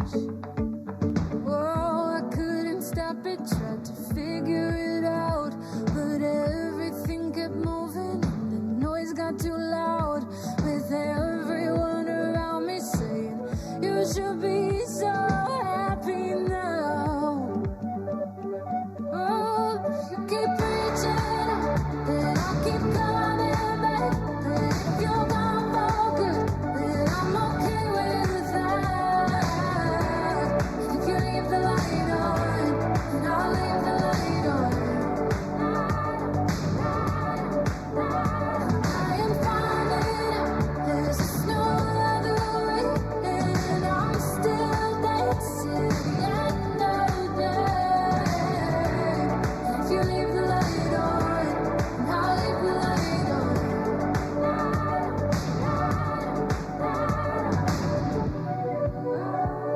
I'll leave the light on.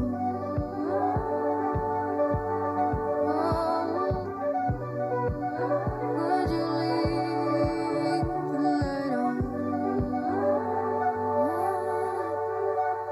You keep preaching, then I'll keep coming back. If you're gone for good, then I'm okay with that. If you leave the light on, then I'll leave the light on.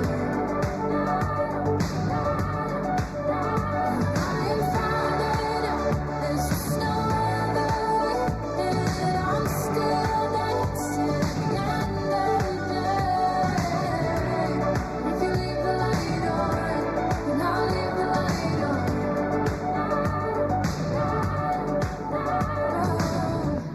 If you leave the light on, then I'll leave the light on. Oh, if you leave the light on.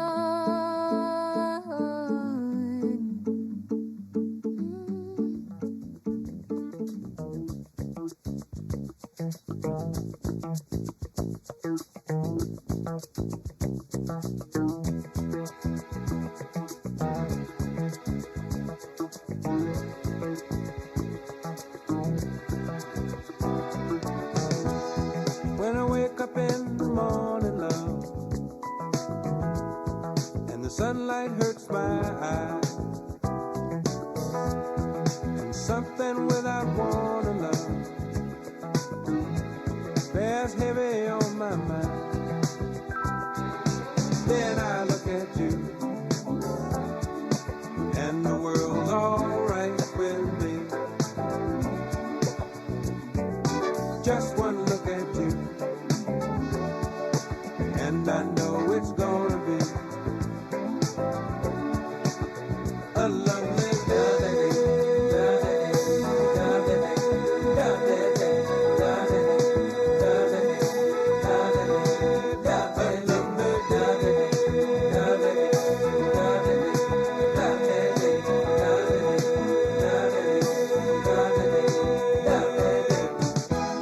When the day that lies ahead of me seemed impossible to face, when someone else instead of me always seems to know the way, then I look at you, and the world's alright with me. Just one look at you, and I know it's gonna be a lovely day.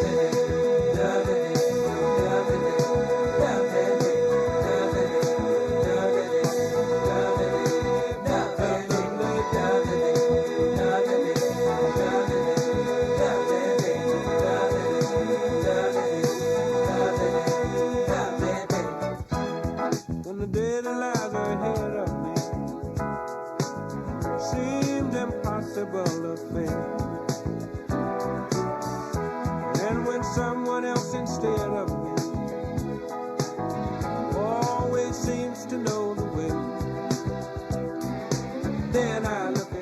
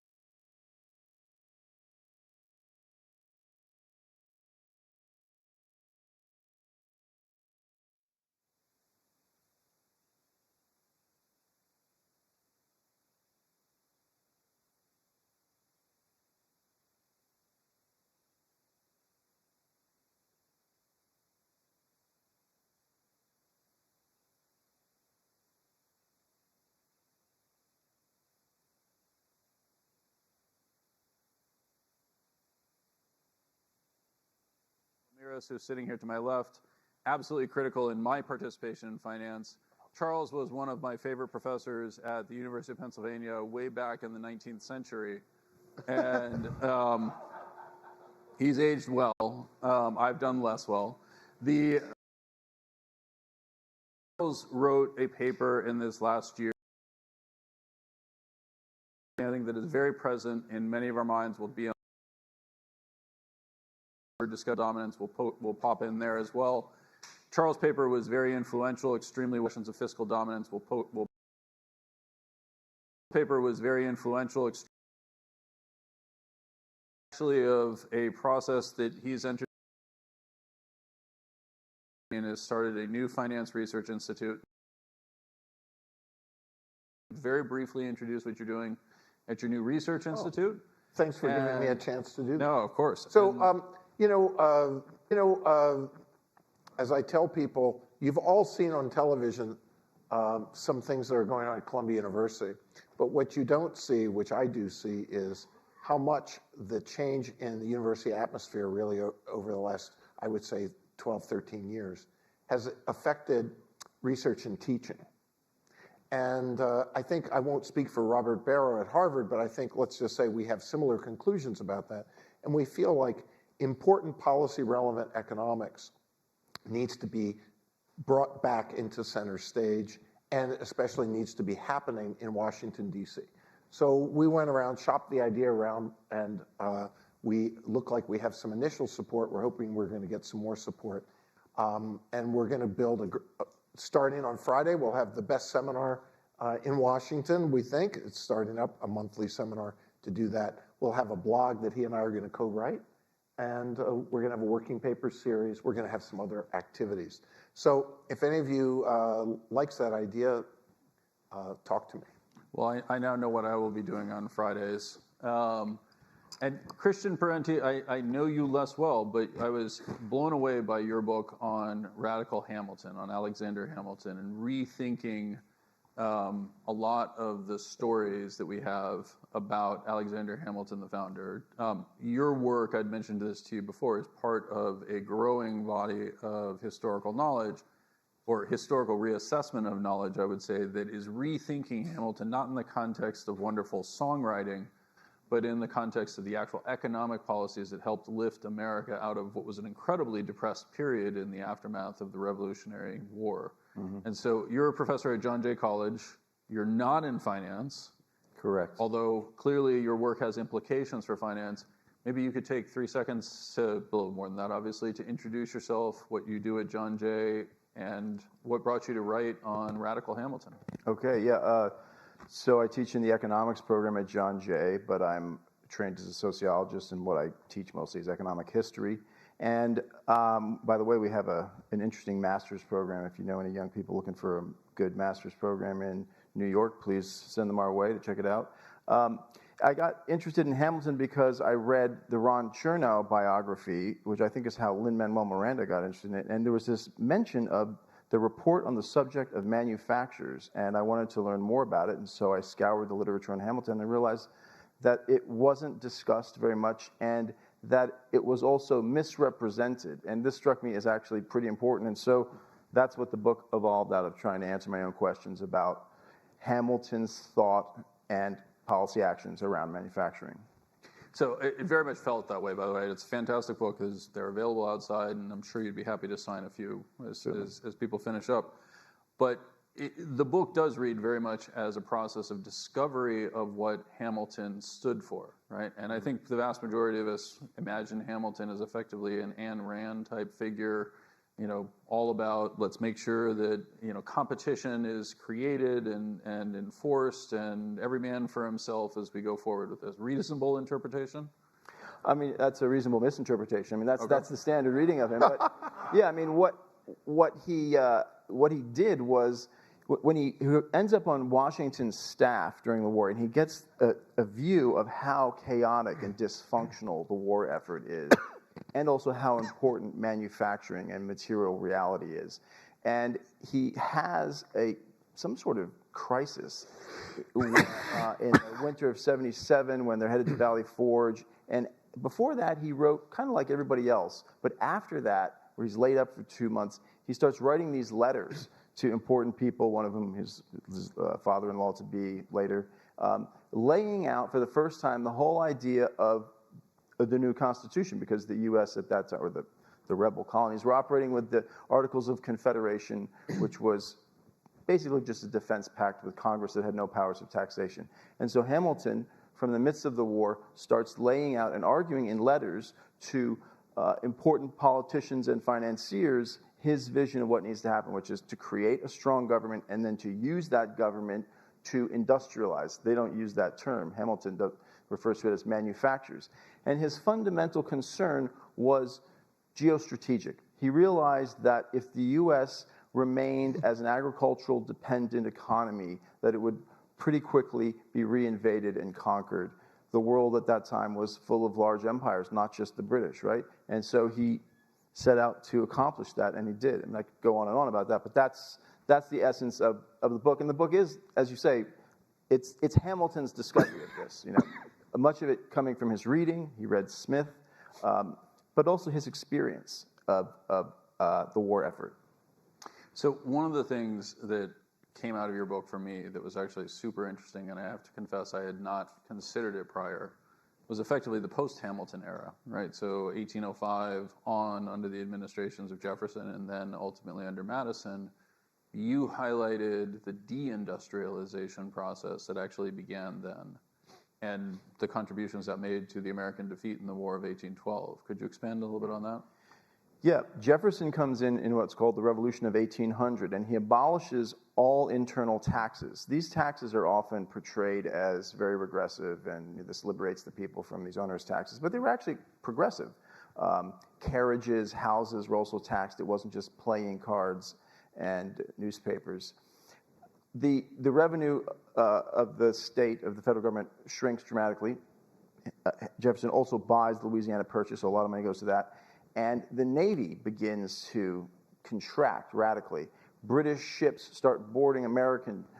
naval ships start stopping and boarding American ships and seizing sailors, claiming that they're runaway British sailors. They then start landing and demanding produce. And the American people are getting increasingly frustrated by this. And eventually, war happens, and Madison declares war, and the British, you may recall, invade D.C., burn Congress to the ground, and burn the White House to the ground. And Madison and the entire government flee. So the British could have had their way with this country, but luckily they were too exhausted from too much fighting, and so they didn't attempt to reconquer the U.S. And then it's after that that Andrew Jackson has his victory, and we remember the War of 1812 totally incorrectly. And one of the things that is interesting about the effects of the War of 1812 are that Madison and the followers of Jefferson, who had disavowed Hamilton's interventionist focus on creating a manufacturing economy, are forced to actually return to a lot of those policies, because the solution to the crisis that they had created required that they actually follow the ideas of this guy that they had been so hostile to. I mean, they didn't acknowledge that that's what they were doing, but that's what's happening. They reestablished the Bank of the United States. There's the first Bank of the United States that Hamilton does enormous amounts to get established, is only chartered for 20 years, and it's allowed by the Jeffersonians to go out of existence. And after the War of 1812, it's realized, okay, we actually need a central bank. As Adam Smith said, when war comes, every state, even states with good credit, have to borrow a lot, because you have to suddenly expand your industrial capacity. You've got to build forts, you've got to build weapons, et cetera. So you need the mechanism to do that. So they begrudgingly reestablish the Bank of America. Well, not the Bank of America, but the precursor to the Fed. I mean, way precursor. It's the second Bank of the United States. So this overlaps actually with the courses that I took with Charles Calomiris, and I remember them way too well. But a lot of the work that you taught in the finance courses that I had with you on financial systems and historical financial systems were about monetary systems, right? And the dynamics of monetary systems, everything ranging from cowrie shells, counterfeited to be dyed black. See, I did pay attention. And to the developments under Hamilton and the early stages of the U.S. Constitution and the development of the financial system and treasury of the United States. We didn't have a Federal Reserve at that point. As Christian points out, we had a Bank of the United States. Your paper looks at the modern era and says, we face a real choice here. If we're not very careful, we're going to end up in fiscal dominance. What does fiscal dominance mean? It means that your fiscal decisions will dominate your monetary decisions. It means that you're used to having a Federal Reserve that's making monetary policy decisions, but it's possible that that will end, that the Federal Reserve won't be able to make monetary decisions because its only role will be to buy government debt because no one else would. So one of the lines that we've heard in the past couple of years from the Federal Reserve is something I'd never heard them explicitly refer to before. Jay Powell said, we are the fiscal agent of the United States. And effectively what you're saying is that in addition to the dual mandate of maximum employment and stable prices, that fiscal agent can actually become the dominant feature, and you effectively just become a banker who has to accommodate your client. Well, it happened during World War II. And then in 1951, there was this Treasury-Fed Accord. And the whole point of the accord was to end the business of the Fed shaping its interest rate policy at the behest of the Treasury. So from 1951 on, we think that we're reestablishing really an independent monetary policy. But that's something that's contingent. It's fiscally contingent. And now we're living through, of course, a period unlike any other period in U.S. history, but I don't want to jump ahead.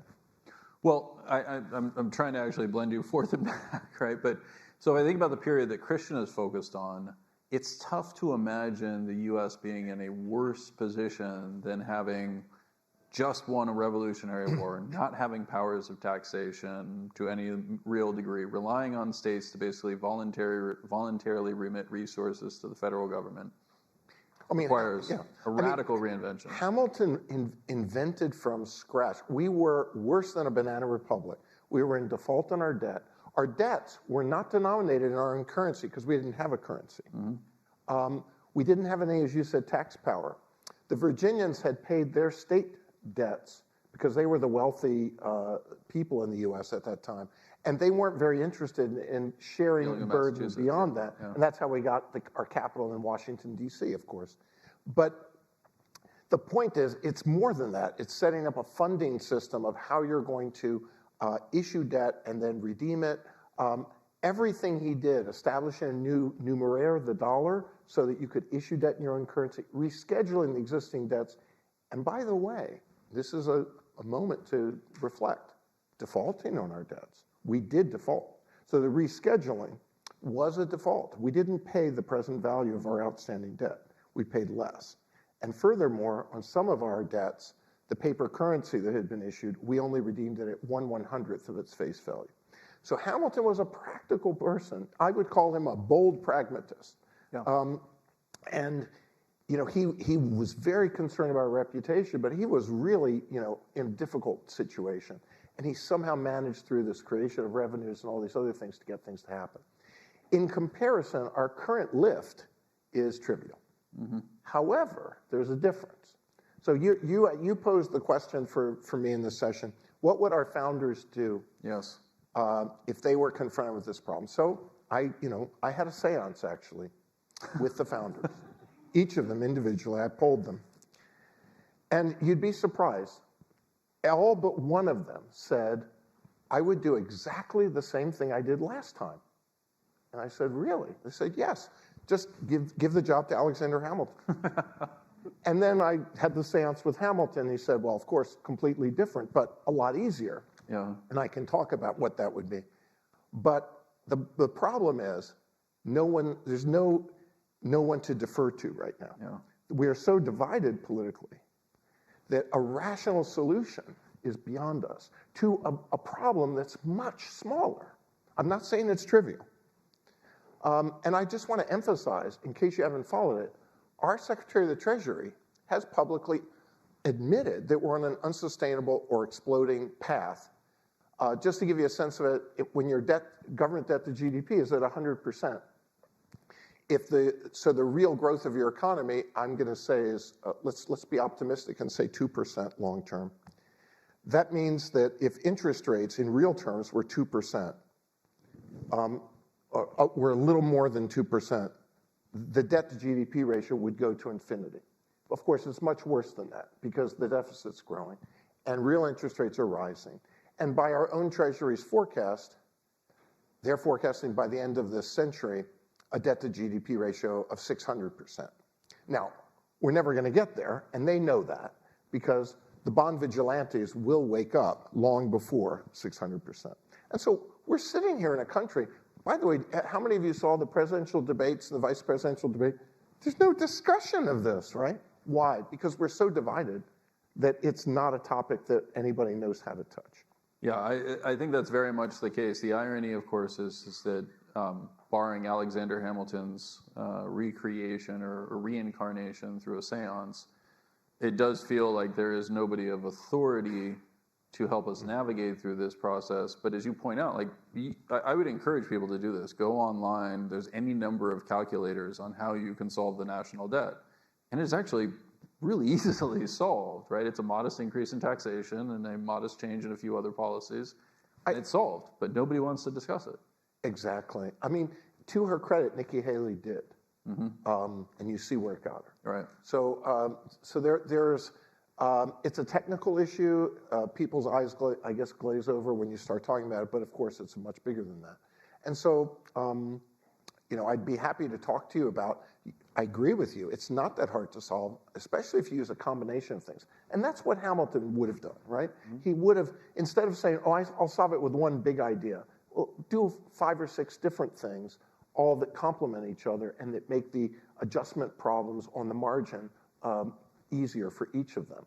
And I think, the interesting question, of course, is how are we going to solve it? Because all arithmetic problems get solved by some kind of choice, by some sequence of events. And so in my article that you kindly referenced, I tried to help people think through what is that sequence? Where will the choices become apparent? When will the politicians actually have to sit down? And, I want to just remind everyone, in 1893, we had a special session of Congress to deal with the Sherman Silver Purchase Act and to repeal it. So why did that happen? Because financial markets were in turmoil, because of the implications, the long-run implications of a policy finally became pressing. So I think that's the kind of way I would think about this, that there's going to be a failed Treasury auction, which is hard for us to imagine what that means, but there will be. There was one, for example, in December 1861 that is you guys remember that, right? I wasn't there, but I think you said you were. Yeah. But and so this is how we have to learn to think. We have to think, okay, what's a precipitating event that will wake up the bond vigilantes? How long will it go before we get something that's a precipitating event? How will that affect the Treasury auction? How will the Federal Reserve respond to that? And then how will Congress respond to it? And in my article, my biggest concern is that there is a path of least resistance that leads to not a real solution, but a really bad one, which is to tax the banking system to solve the problem by getting rid of interest on reserves and imposing a high reserve requirement. And so instead of having, I know this sounds hard to believe, a 35 or 40% annual inflation rate, if you don't do that and you don't fix the fiscal problem, you would have maybe about a 10% annual inflation rate if you tax the banking system by reimposing very large zero-interest reserve requirements. So if Congress can't reach agreement, the Federal Reserve Board can do that. It has the authority to raise reserve requirements and to stop paying interest on them. That's the path of least resistance for political stalemate. So if you're a banker, think about that. Well, this is one of the things that so to me, part of what's so interesting about articles like the one that you wrote, right, is that you had a combination of deep scholarship and proposals and suggestions and the math behind it. And basically the entire headline was, the US is in fiscal dominance and therefore we're going to have inflation, with almost no actual discussion of the policies, et cetera. Did I miss that, or did that actually happen? No, I talked about the fact that there'd be this choice between taxing the banking system. No, I read the paper. I'm aware you talked about it. Oh. In the reaction, in the appearances that you made after the paper and the discussions, were there discussions around the substantive steering away from this event, which I think you and I would both agree, if you took active measures soon, is eminently avoidable? Yeah, I think that everyone is kind of having the same feeling that we probably have, which is we don't know who to talk to. We don't have a Hamilton. We don't have an agreement. By the way, of course, half the founders didn't like Alexander Hamilton. By the way, John Adams One of them and he shot didn't him, get along very well, right? But they still knew that he was the guy. Robert Morris, who was kind of the guy before Hamilton, actually pointed to him and said, he's now the guy. Ben Franklin was no slouch on finance, by the way. He was also old, very old at that point. But he also knew. So, but we just don't have that. And it's not just that we don't have a great personality, genius. I'm sure we do. We have a lot of them. But we don't have the agreement that we want to solve this problem. But we will get there. And that's the interesting thing for us to think about as a matter of political science, or sociology, really, is how will we Perfect. react? That's exactly the transition I would have made, yeah. Yeah, I mean, I think part of what has to happen also is a reindustrialization of the United States, right? We have seen the effects of deindustrialization. There's currently an ammunition shortage for the war in Ukraine. It's not a war I support. I hope Trump, if elected, does end it. But it should focus the mind that the U.S. deindustrialized much of its ammunition production. There was a big article in Reuters about this, how there's one factory left that makes TNT for the military, and it's full of guys in their 60s, right? And so now the political and military agenda of the state is constrained by the fact that economic rationality meant, you can more profitably and more cheaply make TNT and this ammunition in Russia and China. Well, surprise, surprise, there's problems with that. We had shortages of PPE during the pandemic. Luckily, a bunch of American firms rose to the occasion. But we have any number of problems like this. We have half of our aircraft carriers are not really fit for battle because there's not enough maintenance being done on them. So throughout the economy, we're seeing that there are very severe problems that come with deindustrialization, and we have to reindustrialize. We have to, not entirely, not close ourselves off from the world, but we do have to start making more things in this country for the economy to be healthy and for us to not just, pay the bills by printing debt. So you brought up tariffs, which is something that Scott Besson, who was up here with me before, talked extensively about, and I wish you'd had the chance to hear it. We've largely been taught in this generation that tariffs are the sine qua non of, communism and socialism and all the terrible isms that exist out there. How would Hamilton have thought about tariffs, Christian? Well, he thought about it in a pretty nuanced fashion in his report on the subject of manufacturers, which is, really his magnum opus. He lays out what he calls the means proper, which includes tariffs, but then also what he calls drawbacks, which is, gaps in the tariff wall for strategic items. Also premiums, which are subsidies targeted to specific technologies, specific firms. So tariffs have to be used carefully as part of a larger plan. They can't just, they're not a cure-all. They can't just be thrown around. They've got to be part of something larger that focuses on what sectors of the economy, or what types of technology do we want to industrialize. And we see, I think one of the most interesting things that happened in the transition from Trump to Biden was how Biden didn't get rid of most of Trump's tariffs, right?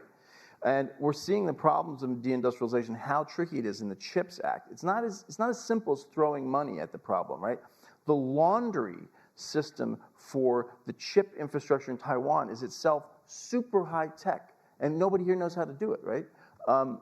So I think one of the problems that comes from industrialization that we're currently facing is what it does to human capital and skills, right?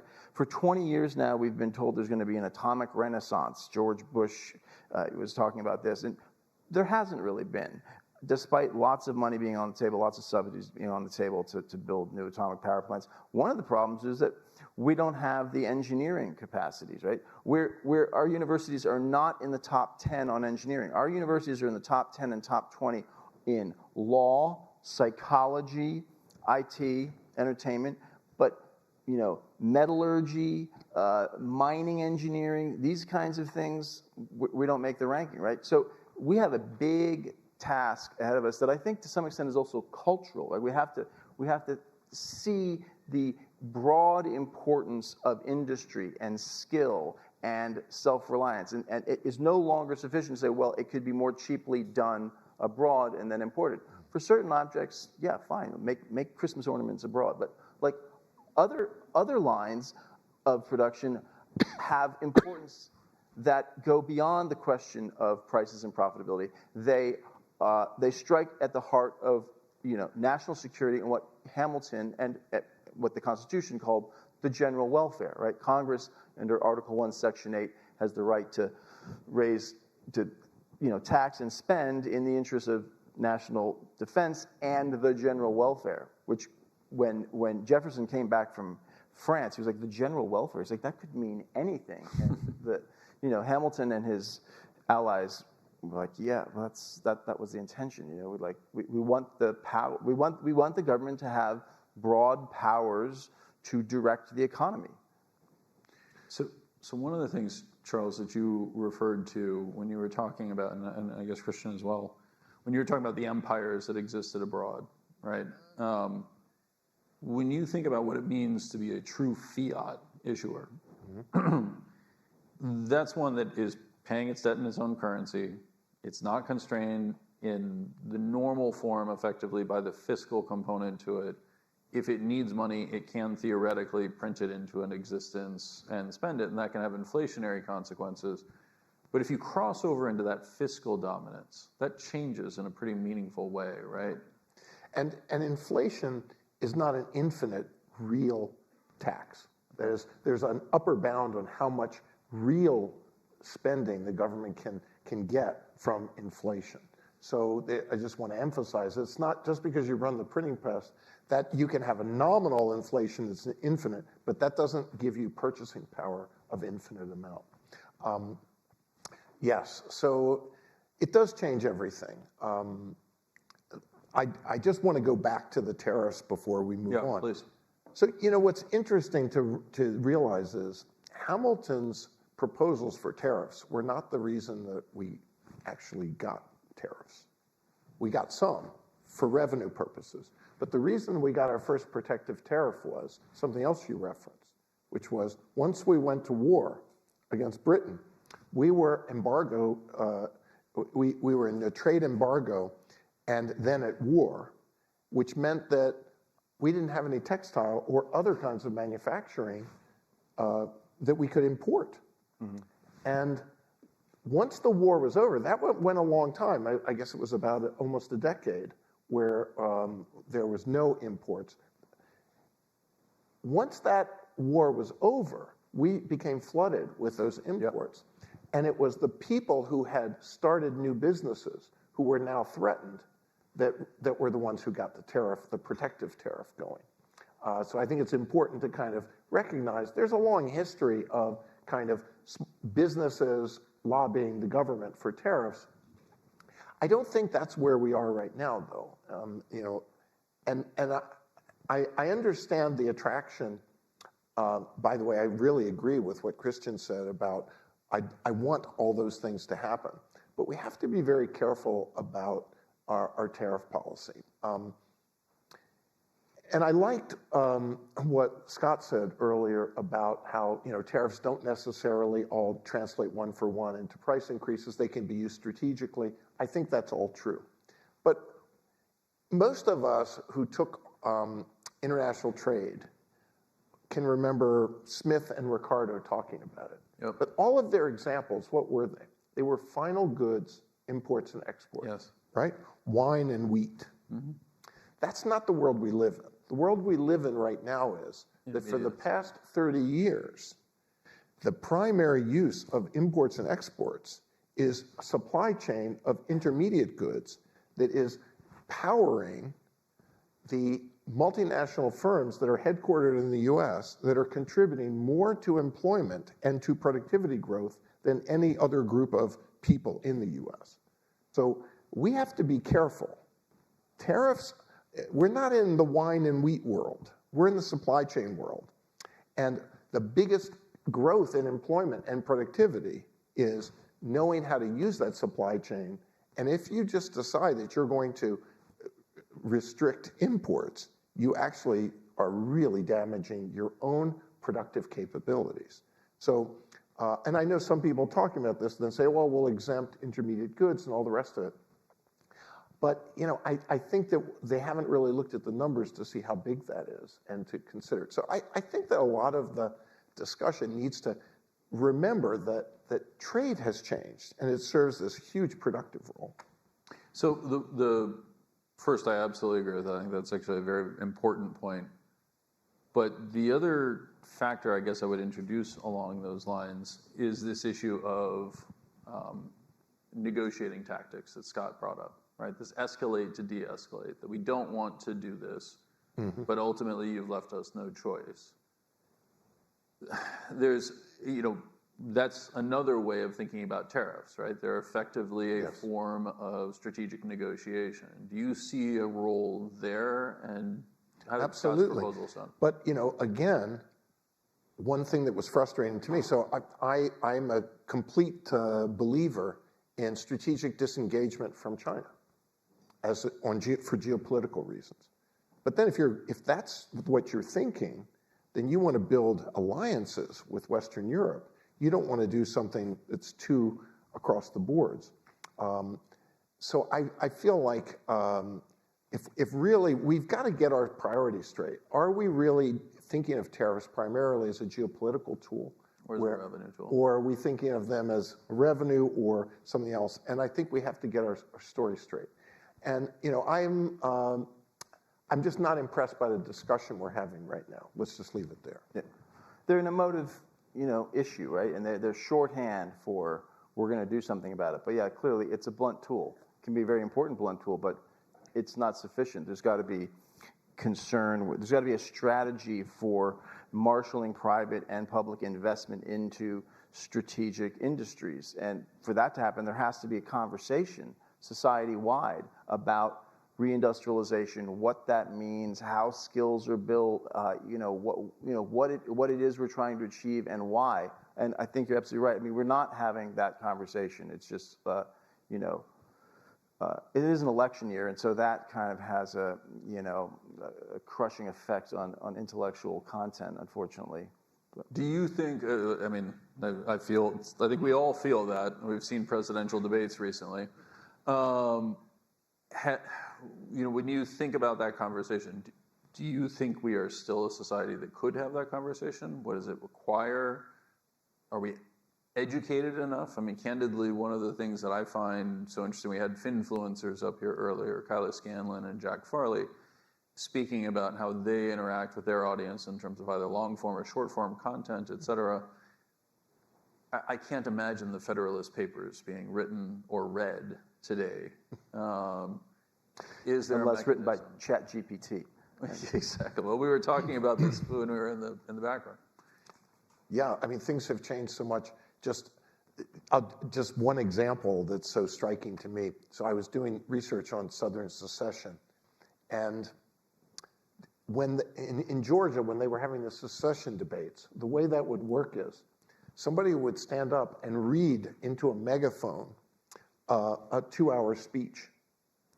And then the opponent would come back the next day and give the counter point by point through a megaphone of a 2-hour speech. And hundreds or I think maybe thousands of people are just standing there in rapt silence listening to this over several days. They weren't distracted by their iPhones. No, Yeah, and the Lincoln Douglas debates were like that. They were like 3-hour speeches, and it was like multiple days. Yeah, totally. And when you read the speeches that the people are doing in secession, you wouldn't believe it. Complex decision trees debating over what would be the counterfactual if we didn't, what would be the factual, how would Lincoln respond to this, that, and the other. It was hyper-rational, hyper-detailed, and stunning. From the perspective of today, and I think you may have been joking about the iPhone, but I think you're onto something. No, I'm joking about the iPhone from a technology, but I absolutely think that we are all incredibly distracted by these components. You're starting to see, I spend a lot of time, we're here for an educational institution, and one of the things I'm starting to see is a growing awareness of the cost of that distraction on kids. You're starting to see iPhones and phones in general taken away in the classroom. I don't know what the policy is at John Jay. Oh yeah, no technology. I'm hardcore about that. And it's catching on with my colleagues. But yeah, and at first the kids are like, what? How could that be? I'm like, yeah, well, you need to go to another class. If you must have your device, if you can't use a pen and paper and be here, then there are other classes to take. And I think people feel relief, actually, to be away from these devices. But yeah. Exactly. What was your policy at Columbia?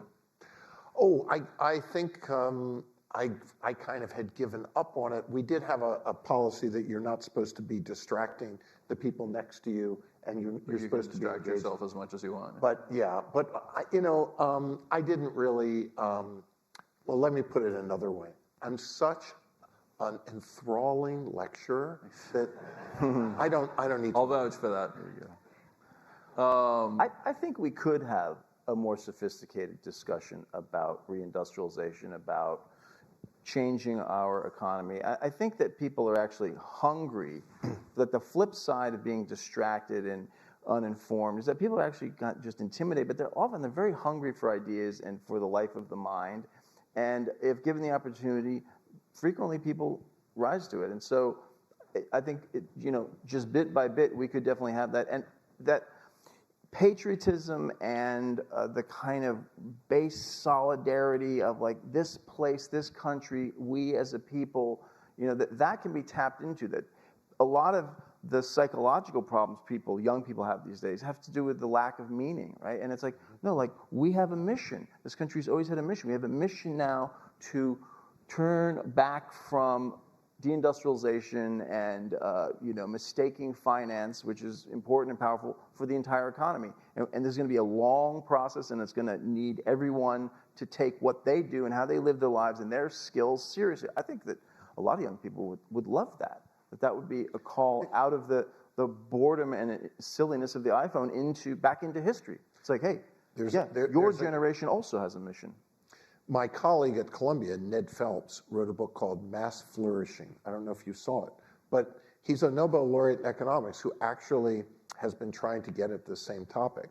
And what he's noticed in that book is that the experience of being a worker in terms of how much creativity you are contributing to the workplace is very little now. And that most of our creative process is very concentrated in places like Silicon Valley, whereas it didn't used to be that way.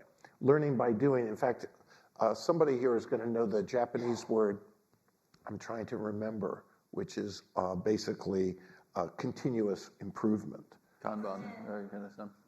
And so the point of that is that and I visited a Japanese factory, I'm guessing many of you have, and saw the way that was put into sort of action. Now, of course, I'm not saying that there's a panacea there, but I do think that you're onto something when you're talking about trying to approach this as a very general problem and take stock of where we are in terms of the meaningfulness of work. And I don't know the answer. I'm just an economist. But well, one of the things I remember from the 1990s, right? So soon after I graduated from Penn and originally began working in various forms of corporate finance, were the discussions around restructuring in that time period and the attempts to move towards both the Malcolm Baldrige Award, right, the quality components of Japanese, et cetera. But much more important, I would argue, was this process that said, we want you to get rid of your own job right? And you won't lose your job if you do that, right? We'll have these effectively work councils to offer continuous type improvement. Now that, of course, then ran into Chainsaw Al Dunlap and the far less kind restructuring cycles that we saw over that time period. Is it possible to get that back? Do you think that the desire is there as the longshoremen are on strike on the East Coast? Well, I think the longshoremen, if I could jump in here, I think that's a great example, right? I mean, one thing also to keep in mind here is the demographic transition that really most of the world is going through, of aging populations. People are not having children at the same rate they used to. And so there is increasingly going to be a shortage of labor, right? So we need automation. And those are the conditions when possibly you could imagine a deal for the longshoremen that's realistic, where it's like, well, we're going to bring in automation, but you're going to make more money. We're going to deal you in. You're going to have more free time. And like put this in the context of the fact that pronatalist policies around the world work a little, but not really that much, right? And so there's increasingly a shortage of young people. That spells economic disaster. I mean, who will change the bedpans in the geriatric wards, quite literally? Who will pay the taxes, right? We need workers. So we're not going to have an enormous baby boom anytime soon. So productivity has to increase. Automation can be part of that. Workers have to be dealt in with higher wages, more flexibility. And I think that the reskilling and kind of the room for creativity is an important part of that. And it runs in the face of a lot of what management wants to do, which of course is control workers and control the process and see the process and gather information. But I mean, these are big questions, but I don't think they're undoable, or impossible. The thing is, the government is frankly not good at doing anything, pretty much. Or let me say it a different way. Charles Lindblom, who was my professor when I was undergraduate, he was a political scientist and economist at Yale. He said, think of your hand. The government is the thumb. It's good at pushing, and the market are the fingers. And so the government's good at some things, but training people for the next generation is not one of them. Sometimes, just now, really make trouble. Sometimes I've thought, I wonder if it would be useful to let businesses enforce specific performance long-term contracts as part of training. So, we've outlawed, for no good reason, indentured servitude. Yeah. But, if you thought, allow businesses to sign you up for 4 or 5 years and you don't get to go away. That's not our current law. But that might actually be a really... I've got a son who's at the U.S. Naval Academy. Well, they have the monopoly. They have the monopoly on the indentured servitude for 5 years, right? Yes. And it works reasonably well. And so I feel like that, we have to start. That idea is not going to fly in America today, probably. But I do think that when framed that way, why should the military have the monopoly? Why shouldn't other businesses be able to sign contracts like that? To ensure that they effectively get a return on the investment that they make in education. You don't want to train people for your competitors. You can imagine how it would be legal, I think, right? Where say this is free if you then work for us for 5 years. If you don't, then it's you're going to have to pay the tuition of the training. You guys as educators are speaking right to one of the areas that I think is so important, because we've adopted universally funded tertiary education that by definition is generalist in nature and offers, in every piece of research I've ever seen, offers no discernible impact on productivity whatsoever, right? Whereas the internship process that you're describing would flow straight through. It would have its own challenges associated with it, but it would start to address the process of why don't businesses invest in their employees as they used to. Yeah. I'd like to open it up for a few minutes of questions. I'm sure there has to be at least one question from the audience. Anyone raise their hand? All right, Charlie, over there. My question is capitalism itself, in its sort of as free market as possible, kind of libertarian configuration, just not up to the job of reindustrialization? I think of capitalism as like this incredibly good local optimizer. It's good at like a local step change, but to find a local Make the transition, yes. It's terrible at longer horizon step change improvements. You say the government's bad at stuff, but we built the atomic bomb in 4 years. Right. It felt like it, right? Right. And it was like, 1,000 flowers affected what they improved after that. So I question the premise that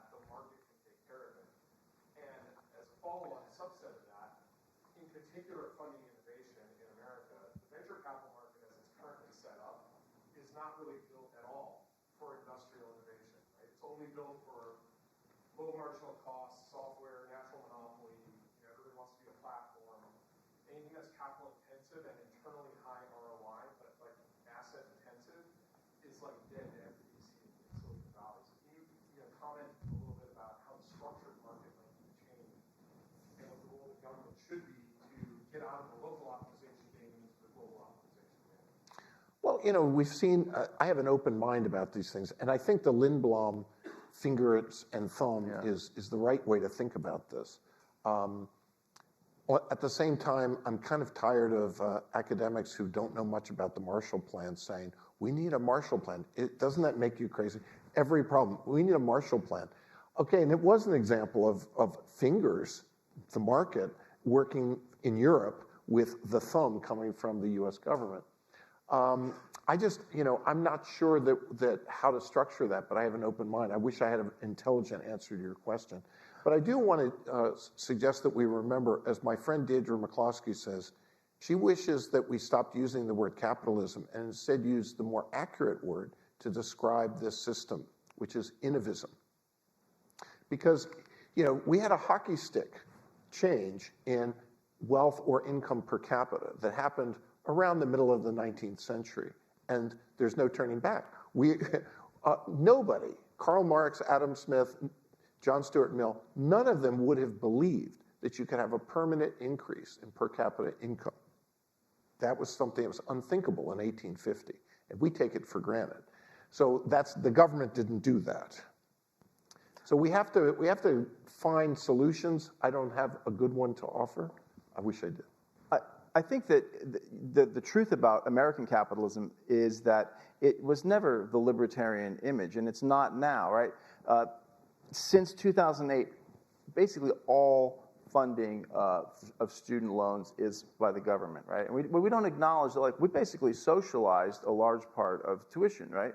Maybe we could do something better with that. Maybe we should make tuition free and give that money to universities with, certain stipulations. We want you to focus on this, that, whatever.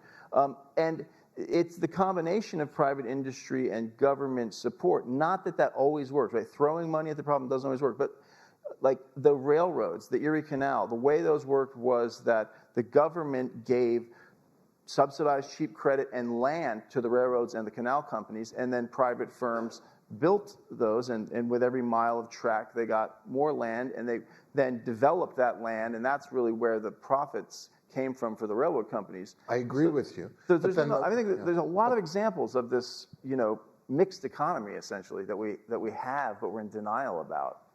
But, the problem is, and then after the Erie Canal, all these states thought they could imitate it. They spent huge amounts of money and went broke. Yeah. Well, unfortunately, speaking of broke, we broke the clock. We are past our time. This was an absolute pleasure. Charles, thank you so much. Oh, such really a pleasure. Great to see you again. Christian. Thank you. Thank you. I'm looking forward to this so much. I hope we can talk more. Yeah, let's do it. Thank you, Michael. This was fun. Excellent. And I encourage everyone, by the way, to make sure that you check out the work that Charles is doing. We'll make sure to post the new foundation that he's involved with, and I look forward to being involved with that. These down books in are DC. free, right? They can just grab a copy of my book? These books are totally free. They can grab a copy of your book. They've been prepaid for, and if you see Christian, make him sign it for you. Thank you so much.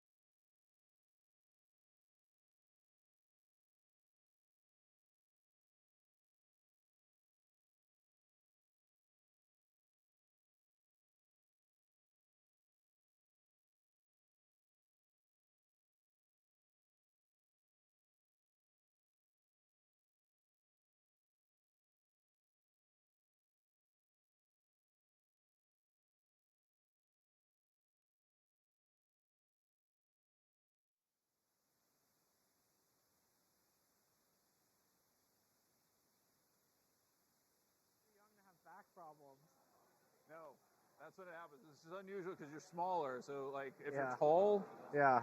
there's no way to avoid screwing up your back. Like, it's just there's no How way are to your avoid knees? it. I initially. Knees are gone too. Yeah. I think we're live. I mean, my knees are the same as your knees, and I weigh 100 pounds more. So right. You're just going to tear them up. There's no way around it. All right, we're ready to go. Okay. Let's get into the last panel of the day. Since we're wrapping it up, I had to bring up what would be the most interesting and contentious as we move from discussing the founders to discussing crypto. As most of you know, I have fairly strong views on elements of crypto, in particular Bitcoin, which has brought me into conflict with every member of this panel at one point in the past. But fortunately, I actually consider ourselves just like good Americans, able to actually settle our disputes outside of this. And so I really, really appreciate Nick Carter joining us from Castle Rock Ventures, Lynn Alden joining us from, is it Lynn Alden is the name of your company? Yes. No, okay, Lynn Alden, that's what I was going to say. And of course, Eric Balkunas from Bloomberg, who has written books not only on, or who is not only a proponent of crypto in ETF form, but has also written books favorable to passive investing. So we are still able to get up here and have a fantastic discussion on this. When I pose this to each of you, first of all, I can't say thank you enough for joining us. And secondly, when I pose it to you, one of the things that I brought up is this has been an incredible year for the crypto space in terms of the transition into traditional finance. And so, Eric, you probably more than anyone else have highlighted the role of ETFs, the introduction of ETFs, and there's been some really fascinating developments around it, right? I mean, as I put it in the email to you, Bitcoin came in like a lion, and then there was the whimper of Ethereum. And so the question I would ask is, as you look at the crypto space from your perch in the ETF world, what's next, what's coming, et cetera? Yeah, so James and myself, Seifert on my team, were obsessed with this. It was 11 years in the making. And so that's a long time. Even SPY, the first ETF, only sat with the SEC for 4 years. So this is like 2.5 times that. Most ETFs sit with them for 2 months, 3 months, right? It's no big deal. And so every 10 years, ETFs go into a new asset class. And it's really exciting if you're an analyst like me. And so we were obsessed. We predicted there would be some assets. And here's why. The ETF is just such a convenient, liquid, low-cost tool that it's their preferred vehicle. It's like digital music. It's like the MP3. Every other investment vehicle feels clunky compared to the ETF. And so anything you put in it has a fighting chance for investors. And we thought, well, there is definitely friction involved with getting Bitcoin and risk. Remember, this is just after FTX. And so we were like, ETFs are going to, especially you got BlackRock and Fidelity, this give a lot of advisors cover. Larry Fink says it's okay. And so you have the brand name, the low cost, and the liquidity right off the bat. These things traded quickly. Those three things, that's like checking all the boxes. So it wasn't a shocker they were such a big hit early on, although they superseded our estimates. We predicted $10 to $15 billion in flows in the first 12 months, and the Bitcoin ETFs right now are at about $19 billion with 3.5 months to go. Ether, we predicted would be much less. Silver is only 10% of precious metal assets. Gold has like 90. We thought it would be something like that, and so far that seems to be the case. I think most normal people, they're like, I'm good with the Bitcoin, don't need anything else, thank you, and they just go on with their lives. So I think these other coins will probably struggle. I mean, they'll get a little bit, but nothing like Bitcoin. To me, that was the sort of holy grail of the crypto space, and now it's in spot form, and it's one of the biggest, it is the fastest growing category in history. So, Nick, you were a big proponent of it, and we've been very frustrated with the SEC in particular. As Eric pointed out, it took forever for it to make it through. How do you look at the success of getting the ETFs out, raising $19 billion, and where do you see this going from here? Does it continue to grow in Bitcoin? Does it grow in other assets? Where are you focused right now? Yeah, so before I started my firm, I worked at Fidelity. I was on the crypto team there, and my entire job was to pitch the internal leadership team on building Bitcoin products. And they had begun doing that in 2014, years and years later, they were able to get out the door with this Bitcoin ETF. And that was about 15 years into Bitcoin's journey, was achieving that maturity and finally being integrated into the true infrastructure of traditional finance. And to me, that felt like we had reached a destination of sorts. Like the early days of crypto are done, and we achieved an incredible objective, which it took Grayscale suing the SEC and winning. The SEC was very intransigent, as they have been. And I think that represents a real maturation, a real vindication of the asset class. That's one thing I noticed in a lot of people's eyes. It really legitimized Bitcoin, for better or for worse, right? Some people may not like that. But I think that is, now we have options, just recently announced against the ETF, and now you can hold in your brokerage without having to pay 200 basis points to Grayscale and their horrible trust product that caused so much damage over the years. So to me, it's kind of, pat ourselves on the back a little bit, like this is done. The Bitcoin journey is going to continue. Bitcoin itself has a lot more to do technologically, but in terms of achieving that final integration, it's almost a new phase, going from the cowboy era, the sort of wildcat era of Bitcoin, to now this period of maturity. And I think over time it'll just become a feature of all weather portfolios. There will be serious allocators, we already see it, but serious allocators that just consider Bitcoin as a part of those portfolios that incorporate all number of assets alongside gold. So I don't see the other crypto assets meaningfully penetrating there. I don't think Wall Street really understands the case for Ethereum or Solana, nor should it. I think the story is just Bitcoin's leveling off, reduced volatility, and just continued growth from here. So Lynn, you were one of the first to kind of approach this from a true economics or finance standpoint. In particular, you were really fantastic in terms of highlighting some of the challenges that the dollar may face in the post-COVID era. You were one of the first people to bring up the analogies to the 1940s and the waves of inflation associated with that. When you look at Bitcoin, you look at it primarily as effectively a monetary asset as compared to a speculative asset. Is that a fair assessment, or do you not see it that way? Am I misunderstanding your position? Yeah, I view it as a monetary asset. I think it's an emerging monetary asset, which means it's being explored. It's the technology's still somewhat new. The volatility is obviously high.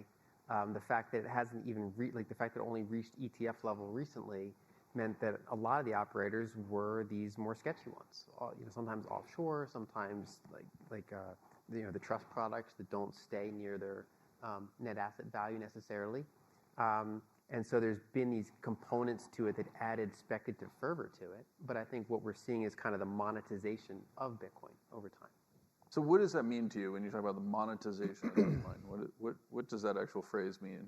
I think part of it is going through that journey from kind of collectible to store of value to sometimes medium of exchange. And if something gets further enough, it could be unit of account. But it's in the earlier phase of that, which is to say that it's something that people can hold like a cash balance in, hold a long-term savings asset in. And one, they have bare asset capabilities. So you can actually hold it yourself if you choose to. Even though this is like an ETF panel, one of the key features, you can hold it yourself.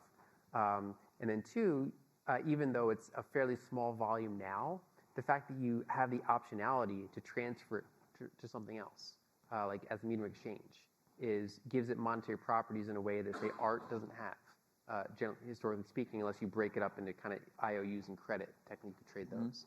So the fact that it's a bare asset, it's liquid, it's fairly fungible, gives it these monetary properties in a way that stocks and art and real estate don't really have in and of themselves. And one example I like to point out is that, when people say Bitcoin is not money, it's like, well, my book sold in currencies and Bitcoin. So far, no one's asked to buy the book in gold coins, or gold IOUs or silver pieces. And, there's a fairly small number of things that people buy things in other than fiat currencies, and Bitcoin is not one of them. I think that it's one of those things where it's not saleable to any sort of dense degree in any given country. But when you look globally, it's actually one of the more saleable monies that you could bring with you if you want to go to an urban center anywhere in the world and find a way to eventually get it off your hands. And so, for example, I like to bring up the example that, like, I have Egyptian pounds from when I spend time in Egypt, and if I try to get them off my hands in New Jersey, especially in small amounts, it's like it's harder than getting your hands, like a casino chip off of your hands. And so Bitcoin is more saleable in New Jersey than the Egyptian pound is, and 100 other fiat currencies. It just doesn't have any sort of dense monopolistic jurisdiction in a way that every fiat currency has. Interesting. Eric, when you think about it in that context, in the idea of an ETF, like,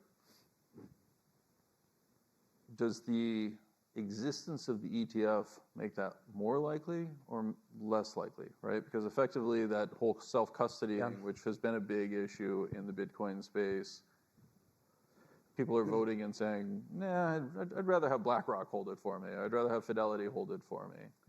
Yeah, this was a thing early on. A lot of the crypto Twitter community, who I've gotten to know over the past year, basically. And love-hate relationship. Yeah. It's definitely different than the advisor world I normally traverse in. But some people early on, a lot of them were like, oh my God, BlackRock filed, number go up. That's the general reaction. But 10% of them will be like, whoa, guys, why do we want to give this over to Larry Fink? The whole point is decentralization. This is like the king of TradFi. And I get that tension. So it's like, number go up, but more TradFi. Ugh, you know? I think at the end of the day, my take on how a normal investor views this and why, I don't think they think it's a currency as much as just young gold or digital gold.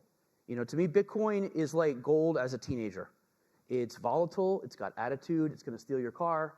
But at the end of the day, it does store value. And if you believe that the government's going to continue to print their way out of problems across the world, which is a pretty easy thing to believe because it happens, this is one way to store value. And I think that's generally how the advisor, or we'll call it the normal 60-40 world, is allocating.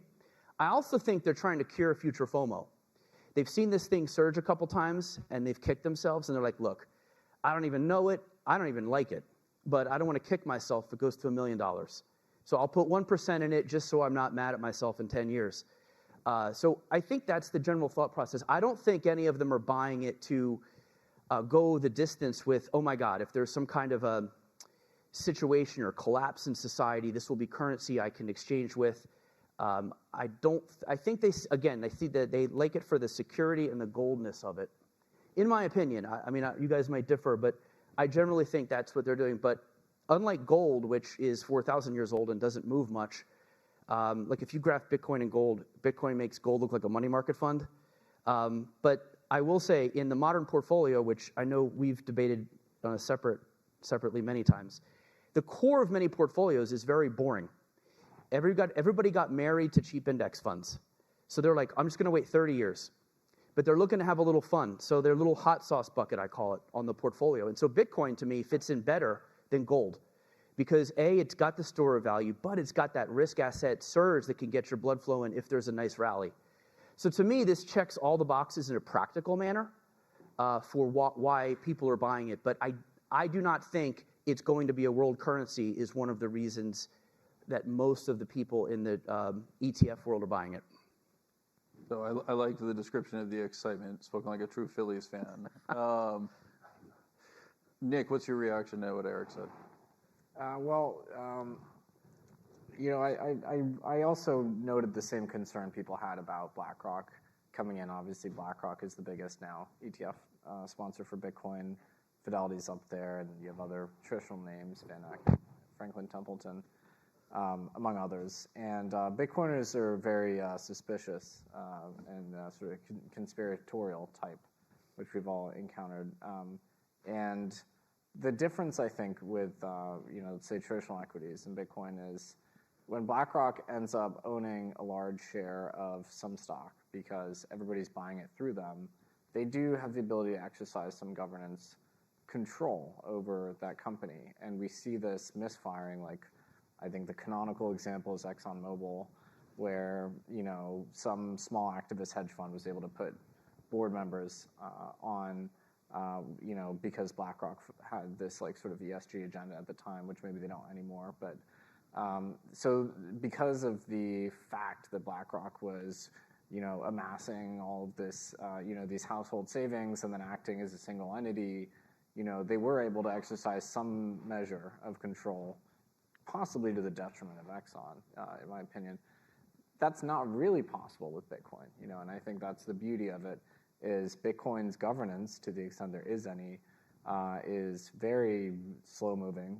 It's very, very hard to push any change through, basically impossible, frankly. The last time we had to upgrade to the code, I think, was in 2021, maybe with Taproot, and the last time before that was in 2017 with Lightning.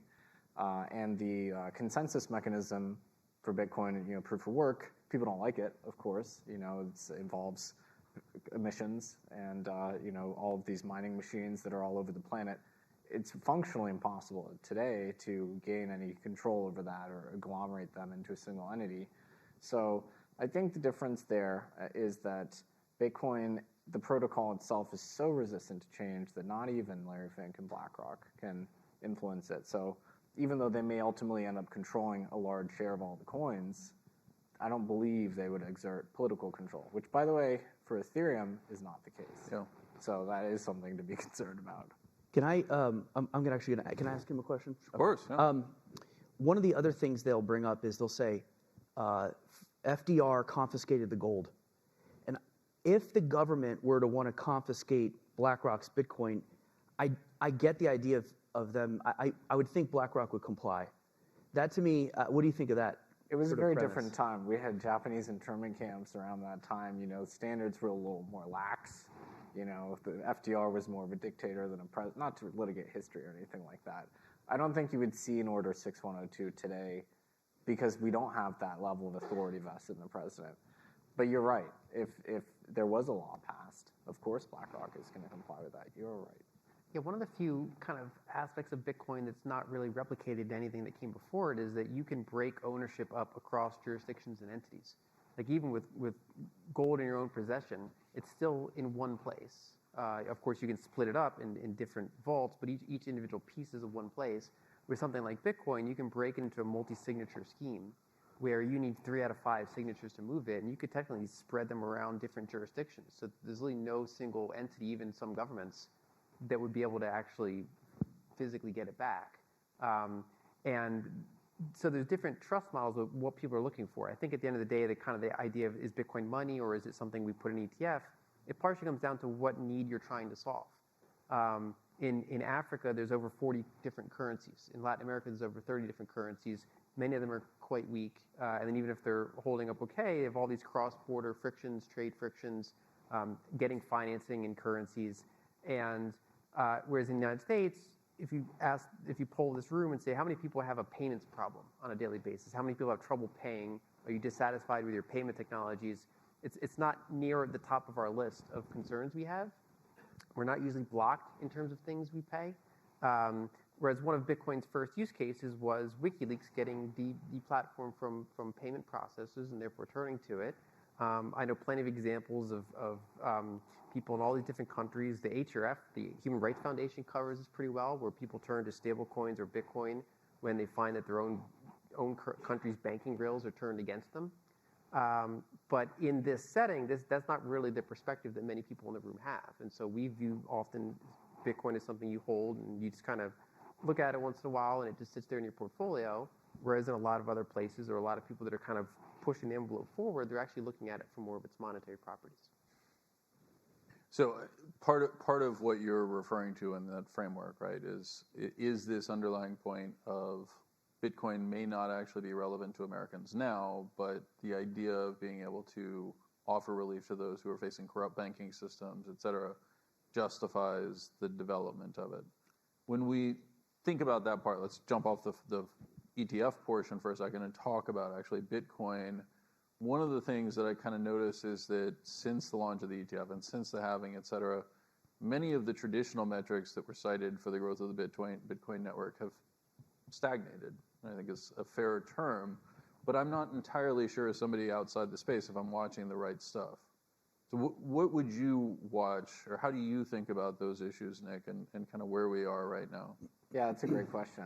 I mean, it's like you don't have traditional financial metrics with which to evaluate Bitcoin. You can't do a DCF on it. There's no earnings, so nobody yet, I think, has proposed a good fundamental model for what it ought to be worth. We look at things like, general adoption. I know that's hard to quantify, but one thing I look at is this great study that Chainalysis puts out every year, which is Chainalysis is an on-chain data analytics company. And every year they look on-chain at the blockchain. They find out where it's being used, what countries. And that tells you a lot about the cultural salience of Bitcoin. So the top 5 countries this year, I believe, were in order: India, Nigeria, Indonesia, Vietnam, and Argentina. I might be misremembering that. But so if you look through the places where Bitcoin it is penetrating on a per capita basis, it's not the U.S. is actually normally near the top too. But generally speaking, it's places with kind of weak property rights, a weak monetary regime, places that are maybe not fully integrated into the global financial system. A proxy for that would be the cost of remittances. And so I think that's very telling. Like a place like Nigeria, there a huge amount of stablecoin adoption, lots of crypto adoption there. It's a young population, they're entrepreneurial. They want access to global finance. They want to start a business, import goods, things like that. The traditional financial system there fails these people. Of course, there's inflation in the Naira. They don't trust it. So it would be things like that I would look to see, where these pockets of adoption are happening. And I think it does underscore Lynn's point that it's maybe not that relevant to Americans, and maybe it never will be. Like, compare America to China and India in terms of the cultural salience of gold. It's not a common thing for households in America to have like all these gold trinkets and gold bullion, and like we sort of have it in America, but nowhere near the level to which it penetrates in countries like that. So it may never be the case that it's a big thing in America. But that would be the kind of stuff that I'd look at, like increasingly moving away from household adoption, even towards nation state adoption. I know the El Salvador one, people kind of make fun of them for that, but Bhutan is now mining, the kingdom of Bhutan. They have 600 megawatts of Bitcoin mining. They keep stacking Bitcoin every month. So it's stuff like that I sort of look at. Well, they have a lot of your stranded natural gas as well, right? So they do. Hydro, right? And what's that? Hydro in Bhutan, right? Is it hydro in Bhutan? They have a lot of hydro. Yeah. Got it. Okay. So, Lynn, from your perspective, right? I mean, you were very quick into the community and adopted a lot of the language and have written, extensively on it. Would you answer in a similar fashion to Nick in terms of how to think about measuring Bitcoin adoption? Are there metrics that you're watching that don't fall into the traditional hash rate or transactions? I mean, I think there's different metrics to look at depending on what you're looking for. One of the ones is that there can be some confusion between Bitcoin-denominated metrics and then the dollar-denominated equivalents of those metrics, because as Bitcoin gets more valuable, if it goes up 10x in price, but then some of those metrics are transactions stagnant. could fall, for example. Yeah, and so for example, if you look at dollar-denominated volumes, kind of say cycle to cycle, they've been on a very strong uptrend. Obviously, market capitalization and overall price has been on a structural kind of higher high, higher low uptrend. You would generally see bigger spikes in fees, but then they keep returning to a pretty low baseline. There's always kind of these efficiency gains that keep happening. Ways to kind of get around those high fees. I think eventually we might lift off and have a kind of a permanently higher floor in fees, but that hasn't really happened yet. I think being involved in the venture side, I mean, I think that the products are better now than they were 5 years ago. So the wallets that are out there now are better than they were 5 years ago. A lot of the places that the infrastructure, some of the Lightning infrastructure is better. There's been breakthroughs in some of the other potential scaling methods, like BitVM, for example. There's been these, as Nick mentioned, it's very hard to change Bitcoin with soft forks. It's kind of one of the, not the only differentiator, but a key differentiator compared to other cryptos. Right, it's very fork resistant. Yep. It's very hard to change. And so that's kind of forced innovation for people to find, what can we do if we don't have a soft fork? And there's actually been, I'd say, a blossoming of some of those developments over the past 12 to 18 months. So I think among those metrics, I think there's a lot to be optimistic about. And it's, just kind of watching where it's going with the cycle. One of the things I've found, and I partnered with Sam Callahan, we did a research report just kind of looking at Bitcoin's price correlation with various measures of global liquidity, and then also how other assets prices correlate with global liquidity. And Bitcoin happened to be the highest correlate with global liquidity.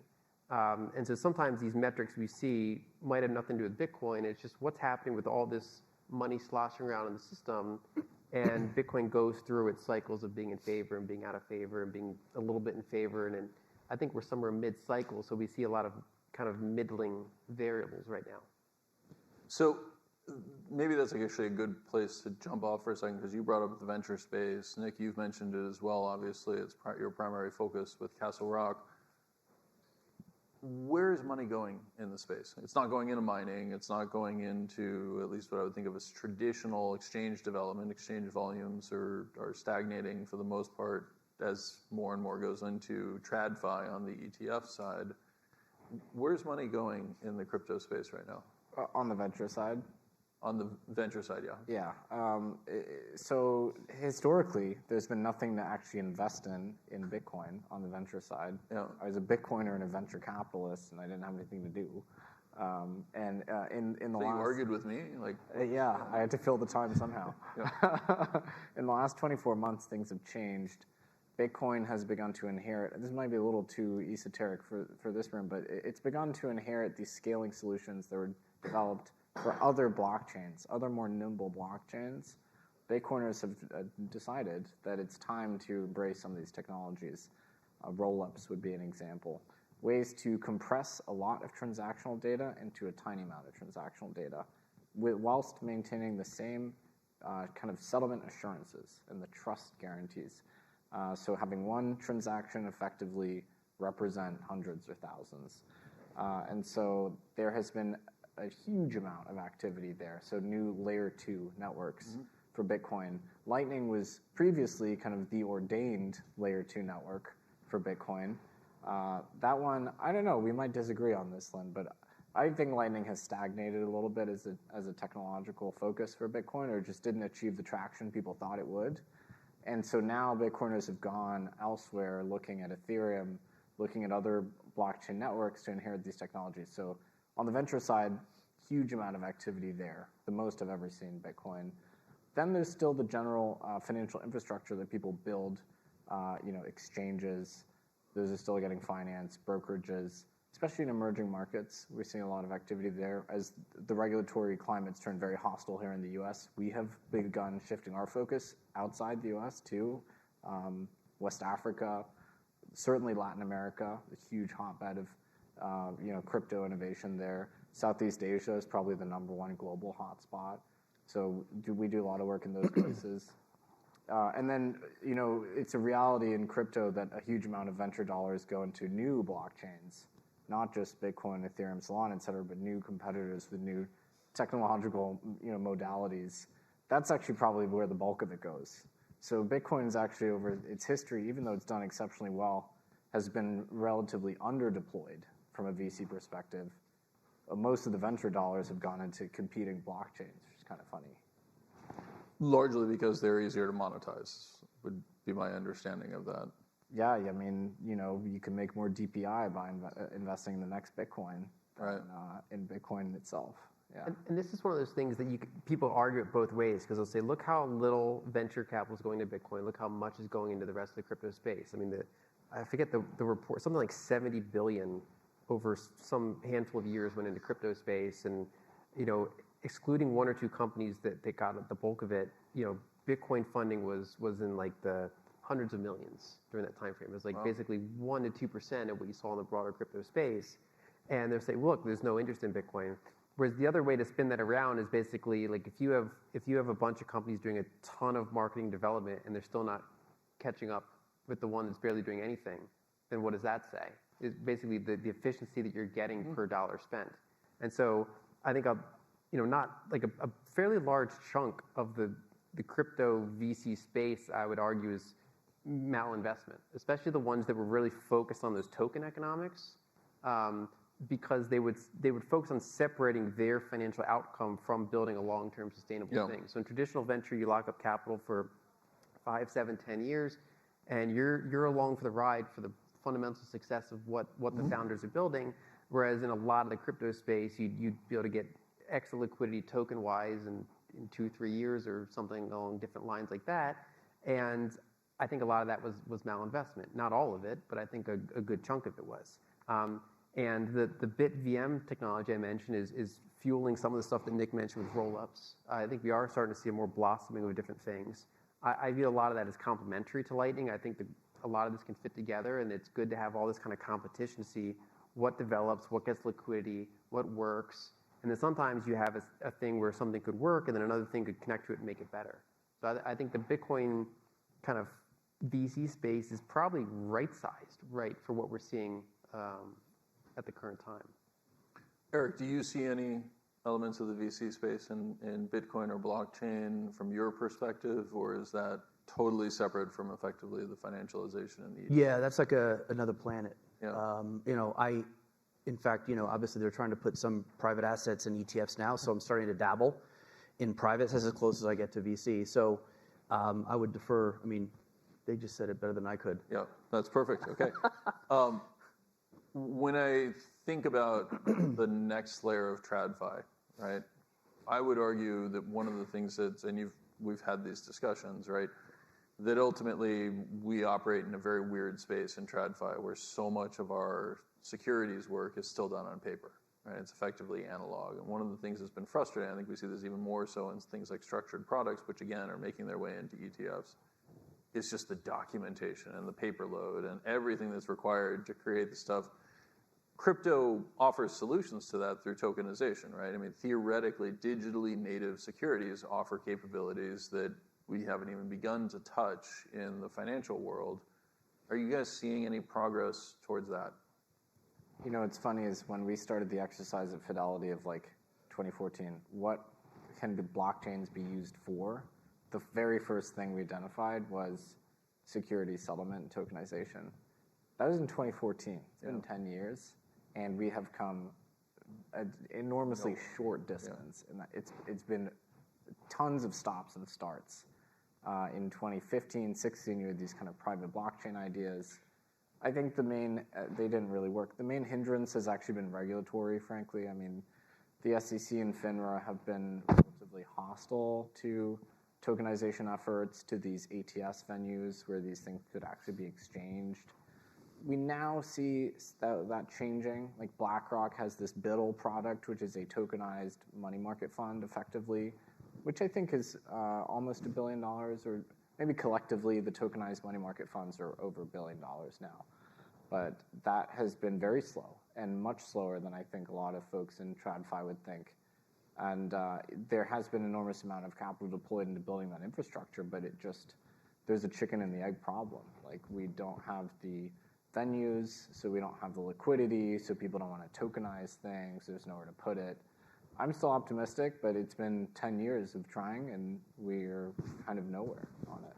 And can I jump in with this tokenization thing? I was in Europe, and they put me on a panel as the ETF guy interviewing these token people, and I felt like a mutual fund guy interviewing ETF people, where they were like, "Oh, you're the past, tokens are the future." But so I've done some research on this. The tough part for tokenization, though, is I think people underrate how disruptive ETFs are. It is going to be very difficult to disrupt the ETF. Think about it. You want access to almost anything under the investment sun. You just click a button and you own it. And it probably costs very little. Now they package trades for you, structured products, the S&P 500, China A-share stocks, whatever. Now, what goes on behind the scenes, maybe that's archaic, the blockchain could be used for that, I get that. But does that make the system more fragile?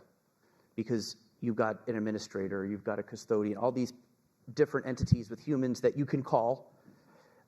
So I do think that there's something to be said for that. How disruptible is the ETF when you have no friction, no cost, and a total layer of regulatory infrastructure that makes it's anti-fragile. So as an advisor with real clients, to me, I like that. I like knowing, I guess, like the best of both worlds. So we've been very bullish, especially against direct indexing. That was supposed to be the next big thing. Oh. And we're like, We were right there. Now, tokenization, I admit I'm still wrapping my head around it, but that's one of the underrated points is what does it fix for the end client that the ETF already serves up? I think a big gap that exists right now is global versus domestic. So in the United States, we have the biggest, deepest capital markets. Our biggest concern, as you mentioned, is efficiency, paperwork, things like that. In a lot of global contexts, it's literally a matter of can they access it or not. So to use the stablecoin as an example, you basically compress the overhead of an offshore bank account into a token so that instead of just wealthy families being able to access it, middle-class families in Argentina can now save in dollars easier than they could physically. An anecdote I like to use is that I know a physician in Egypt, works six days a week in a hospital. Then he goes to the black market, buys dollars, and stores them in his apartment as one of his key savings, liquid savings technologies, in 2024. Right. And it's not trivial for him to access the S&P 500. It's not, he's basically got real estate, which is a liquid. He's got dollars and gold that he can access with frictions. And hold physically, right. Yeah, and if he wants to access, capital markets, there's been a series of blockades against that. And so to the extent that you can tokenize a dollar form, to the extent that you can go a step further, maybe tokenize a T-bill form, so maybe he gets the marginal yield on that dollar. To the extent you want to tokenize the S&P 500 or other major global assets that might be of interest to him. And then you kind of replicate that for 100 plus other countries out there and people like him. So what prevents entrepreneurs from doing that internationally? Right. I mean, theoretically, I could buy a share of Apple, tokenize it, and sell it in Egypt. We're seeing some. I mean, there's Nick goes more into this than I do, but there's regulatory issues, but we are seeing more of it over time. We are seeing stable coins pass on yield more. I don't know if you want to talk more about that. I mean, the SEC would eventually come for you if you did that, basically. Interesting. Okay. It might take them a while. I mean, Lynn's point is well taken, though. The only tokenized asset that has been successful is the offshore dollar, the euro dollar, basically. Like Tether is 120 billion in supply. Stablecoins overall are 165 billion. Everything else that has been tokenized, every other tokenized security, if you add it all up, that's only 10 billion. So really what people want is dollars that are accessible on your mobile phone in a non-custodial ways, and you truly have the claim to that dollar liability. Of course, it's still the liability of an issuer, so there is an intermediary to worry about. It's not a liability-free asset like a Bitcoin, for instance, so there's a nuance there. But that is the success story of tokenization. I don't know if that's one that people talk about. It's just dollars. Yeah, no, I'd actually love to hear your thoughts on that and expand on that a little bit. Yeah, I mean, I think stablecoins are interesting because they challenge a lot of these narratives around crypto. A lot of Bitcoiners used to say, well, Bitcoin is going to destroy the dollar. It's bad for the dollar. Really, it's the opposite. Crypto is good for the dollar, in my opinion. If you look at all of the value settled on blockchains, 50% of it, as of right now, is in dollar terms, settling stable coins. It's not Bitcoin or Ethereum or anything else transactions, it's stable coins. So the main thing that circulates on blockchains today is dollars. And if you look at the user metrics, there's around 25 million addresses every month that are making a stablecoin transaction, tokenized dollar. And the settlement value every year of the stablecoin sector is around $5 trillion, is the latest estimates. So to me, that's a big success story. I think it shows that as crypto's usage grows, and by the way, 99% of stablecoins reference the dollar. So it's not the renminbi or the yuan or the yen or the euro, it's the dollar. 99%. Think of any other global financial network that's that dollarized. There isn't one. So in my view, it's good for U.S. interests. These stablecoins are buying U.S. debt instruments. I think that's a net positive flow into the debt, which Lord knows we need buyers, the debt right now. And it reverses this narrative of crypto being bad, hostile to U.S. interests, bad for the dollar. To me, very unambiguously positive for it. So I share actually some of those views. I think it's been very interesting to watch as effectively it's turned into something more like the euro dollar than anything that is designed to compete with the US dollar. Where do we stand on the transparency? The Tether audit was done a couple of years ago, I assume. No. We're still waiting for that. Still waiting for that. What's the holdup? I think Tether has the best business on the planet. They certainly at 5% interest rates, they do. Yeah, they're holding anywhere close to what they say they're holding. They make $6.5 billion a year. They have 30 employees. The leadership just hangs out in Italy and the Caymans. They just issue tokenized dollars. Cantor Fitzgerald claims that they have the dollars, so it depends if you trust Howard Lutnick or not. But yeah, there's no audit.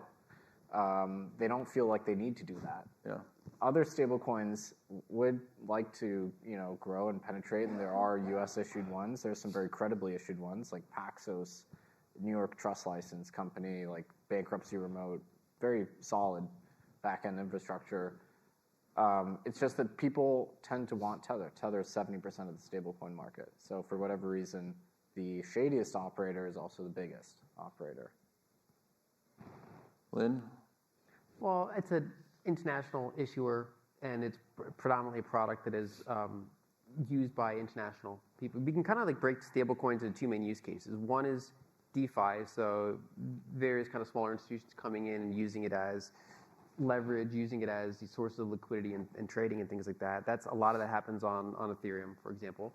And then there's the medium of exchange and like intermediate term savings usage, the international, the thing that might eat into that doctor, instead of buying dollars, might buy stable coins. That's more on Tether on Tron.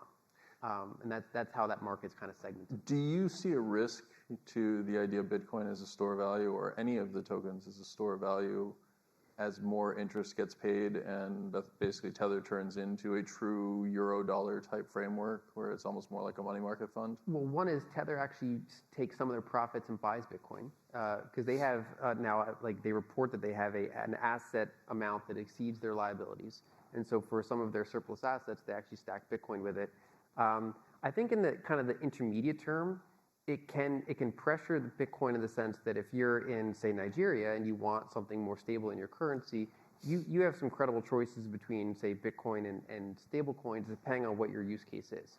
I think it's not really any sort of competition against a long-term holding, because if you're holding dollars without yield, even dollars with yield, because usually the yields are not sufficient, but dollars without yield or only part of the yield, you are getting diluted as part of the overall network, compared to owning gold or Bitcoin or anything that's fairly scarce.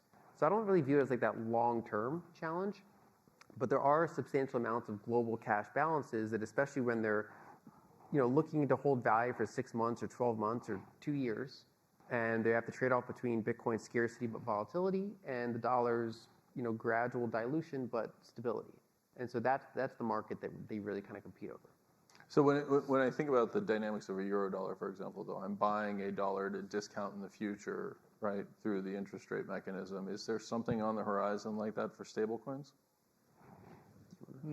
I wouldn't say so. I think it's the main innovation that's happening in stablecoins now is that people are embedding native interest provision into them. So just simply by holding some units of a stablecoin in your wallet, you're earning roughly 500 bips automatically. But so there's not a forwards or a futures market that you see developing off of that framework?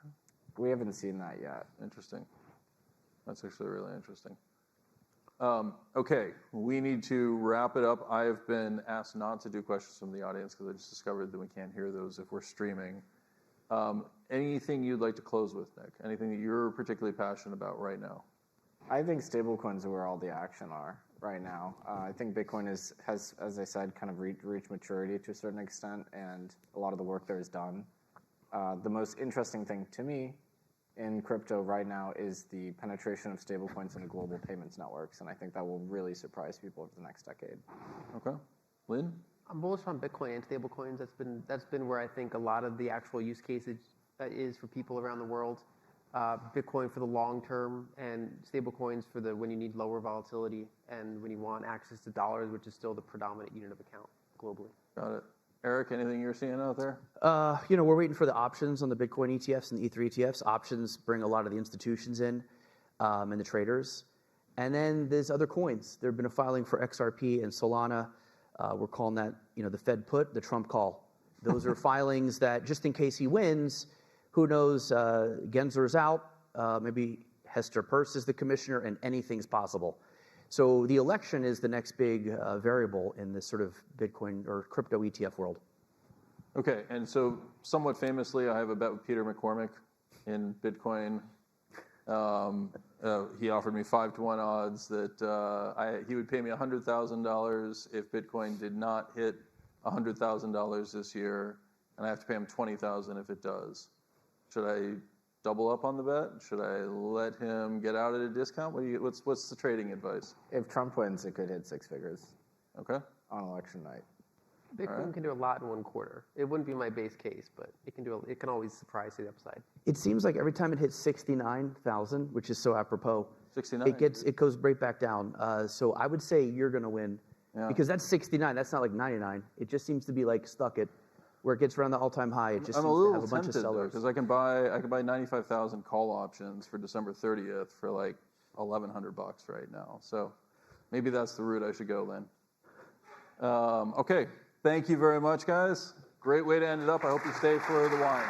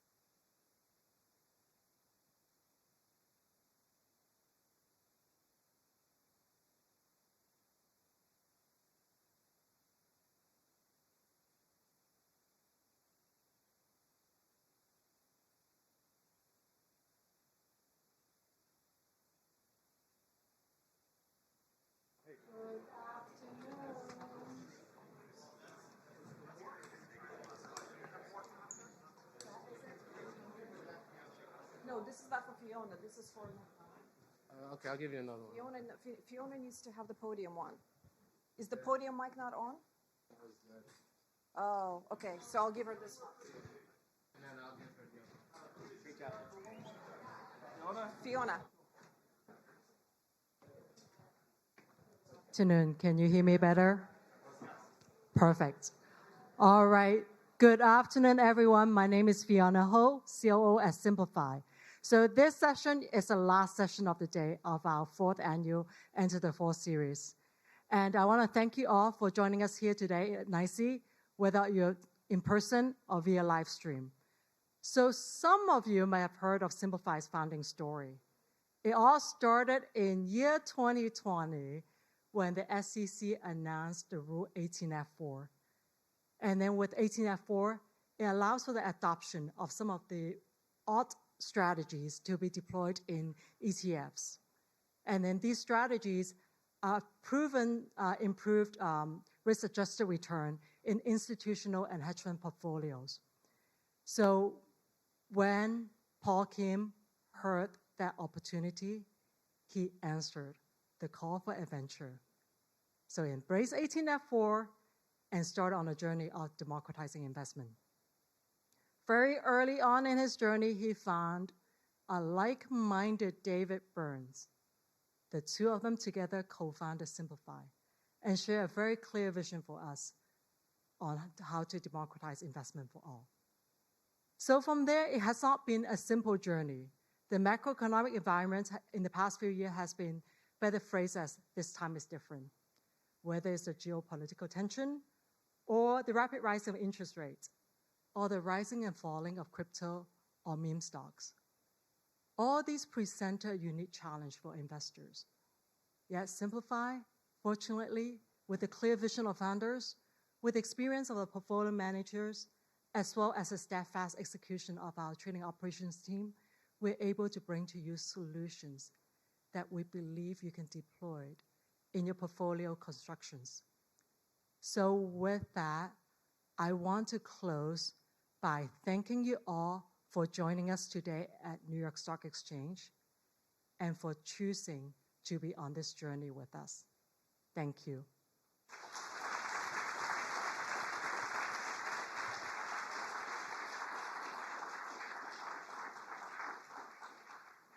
now administrative items. For those of you who are staying here at NICE, we actually have a couple more events for you.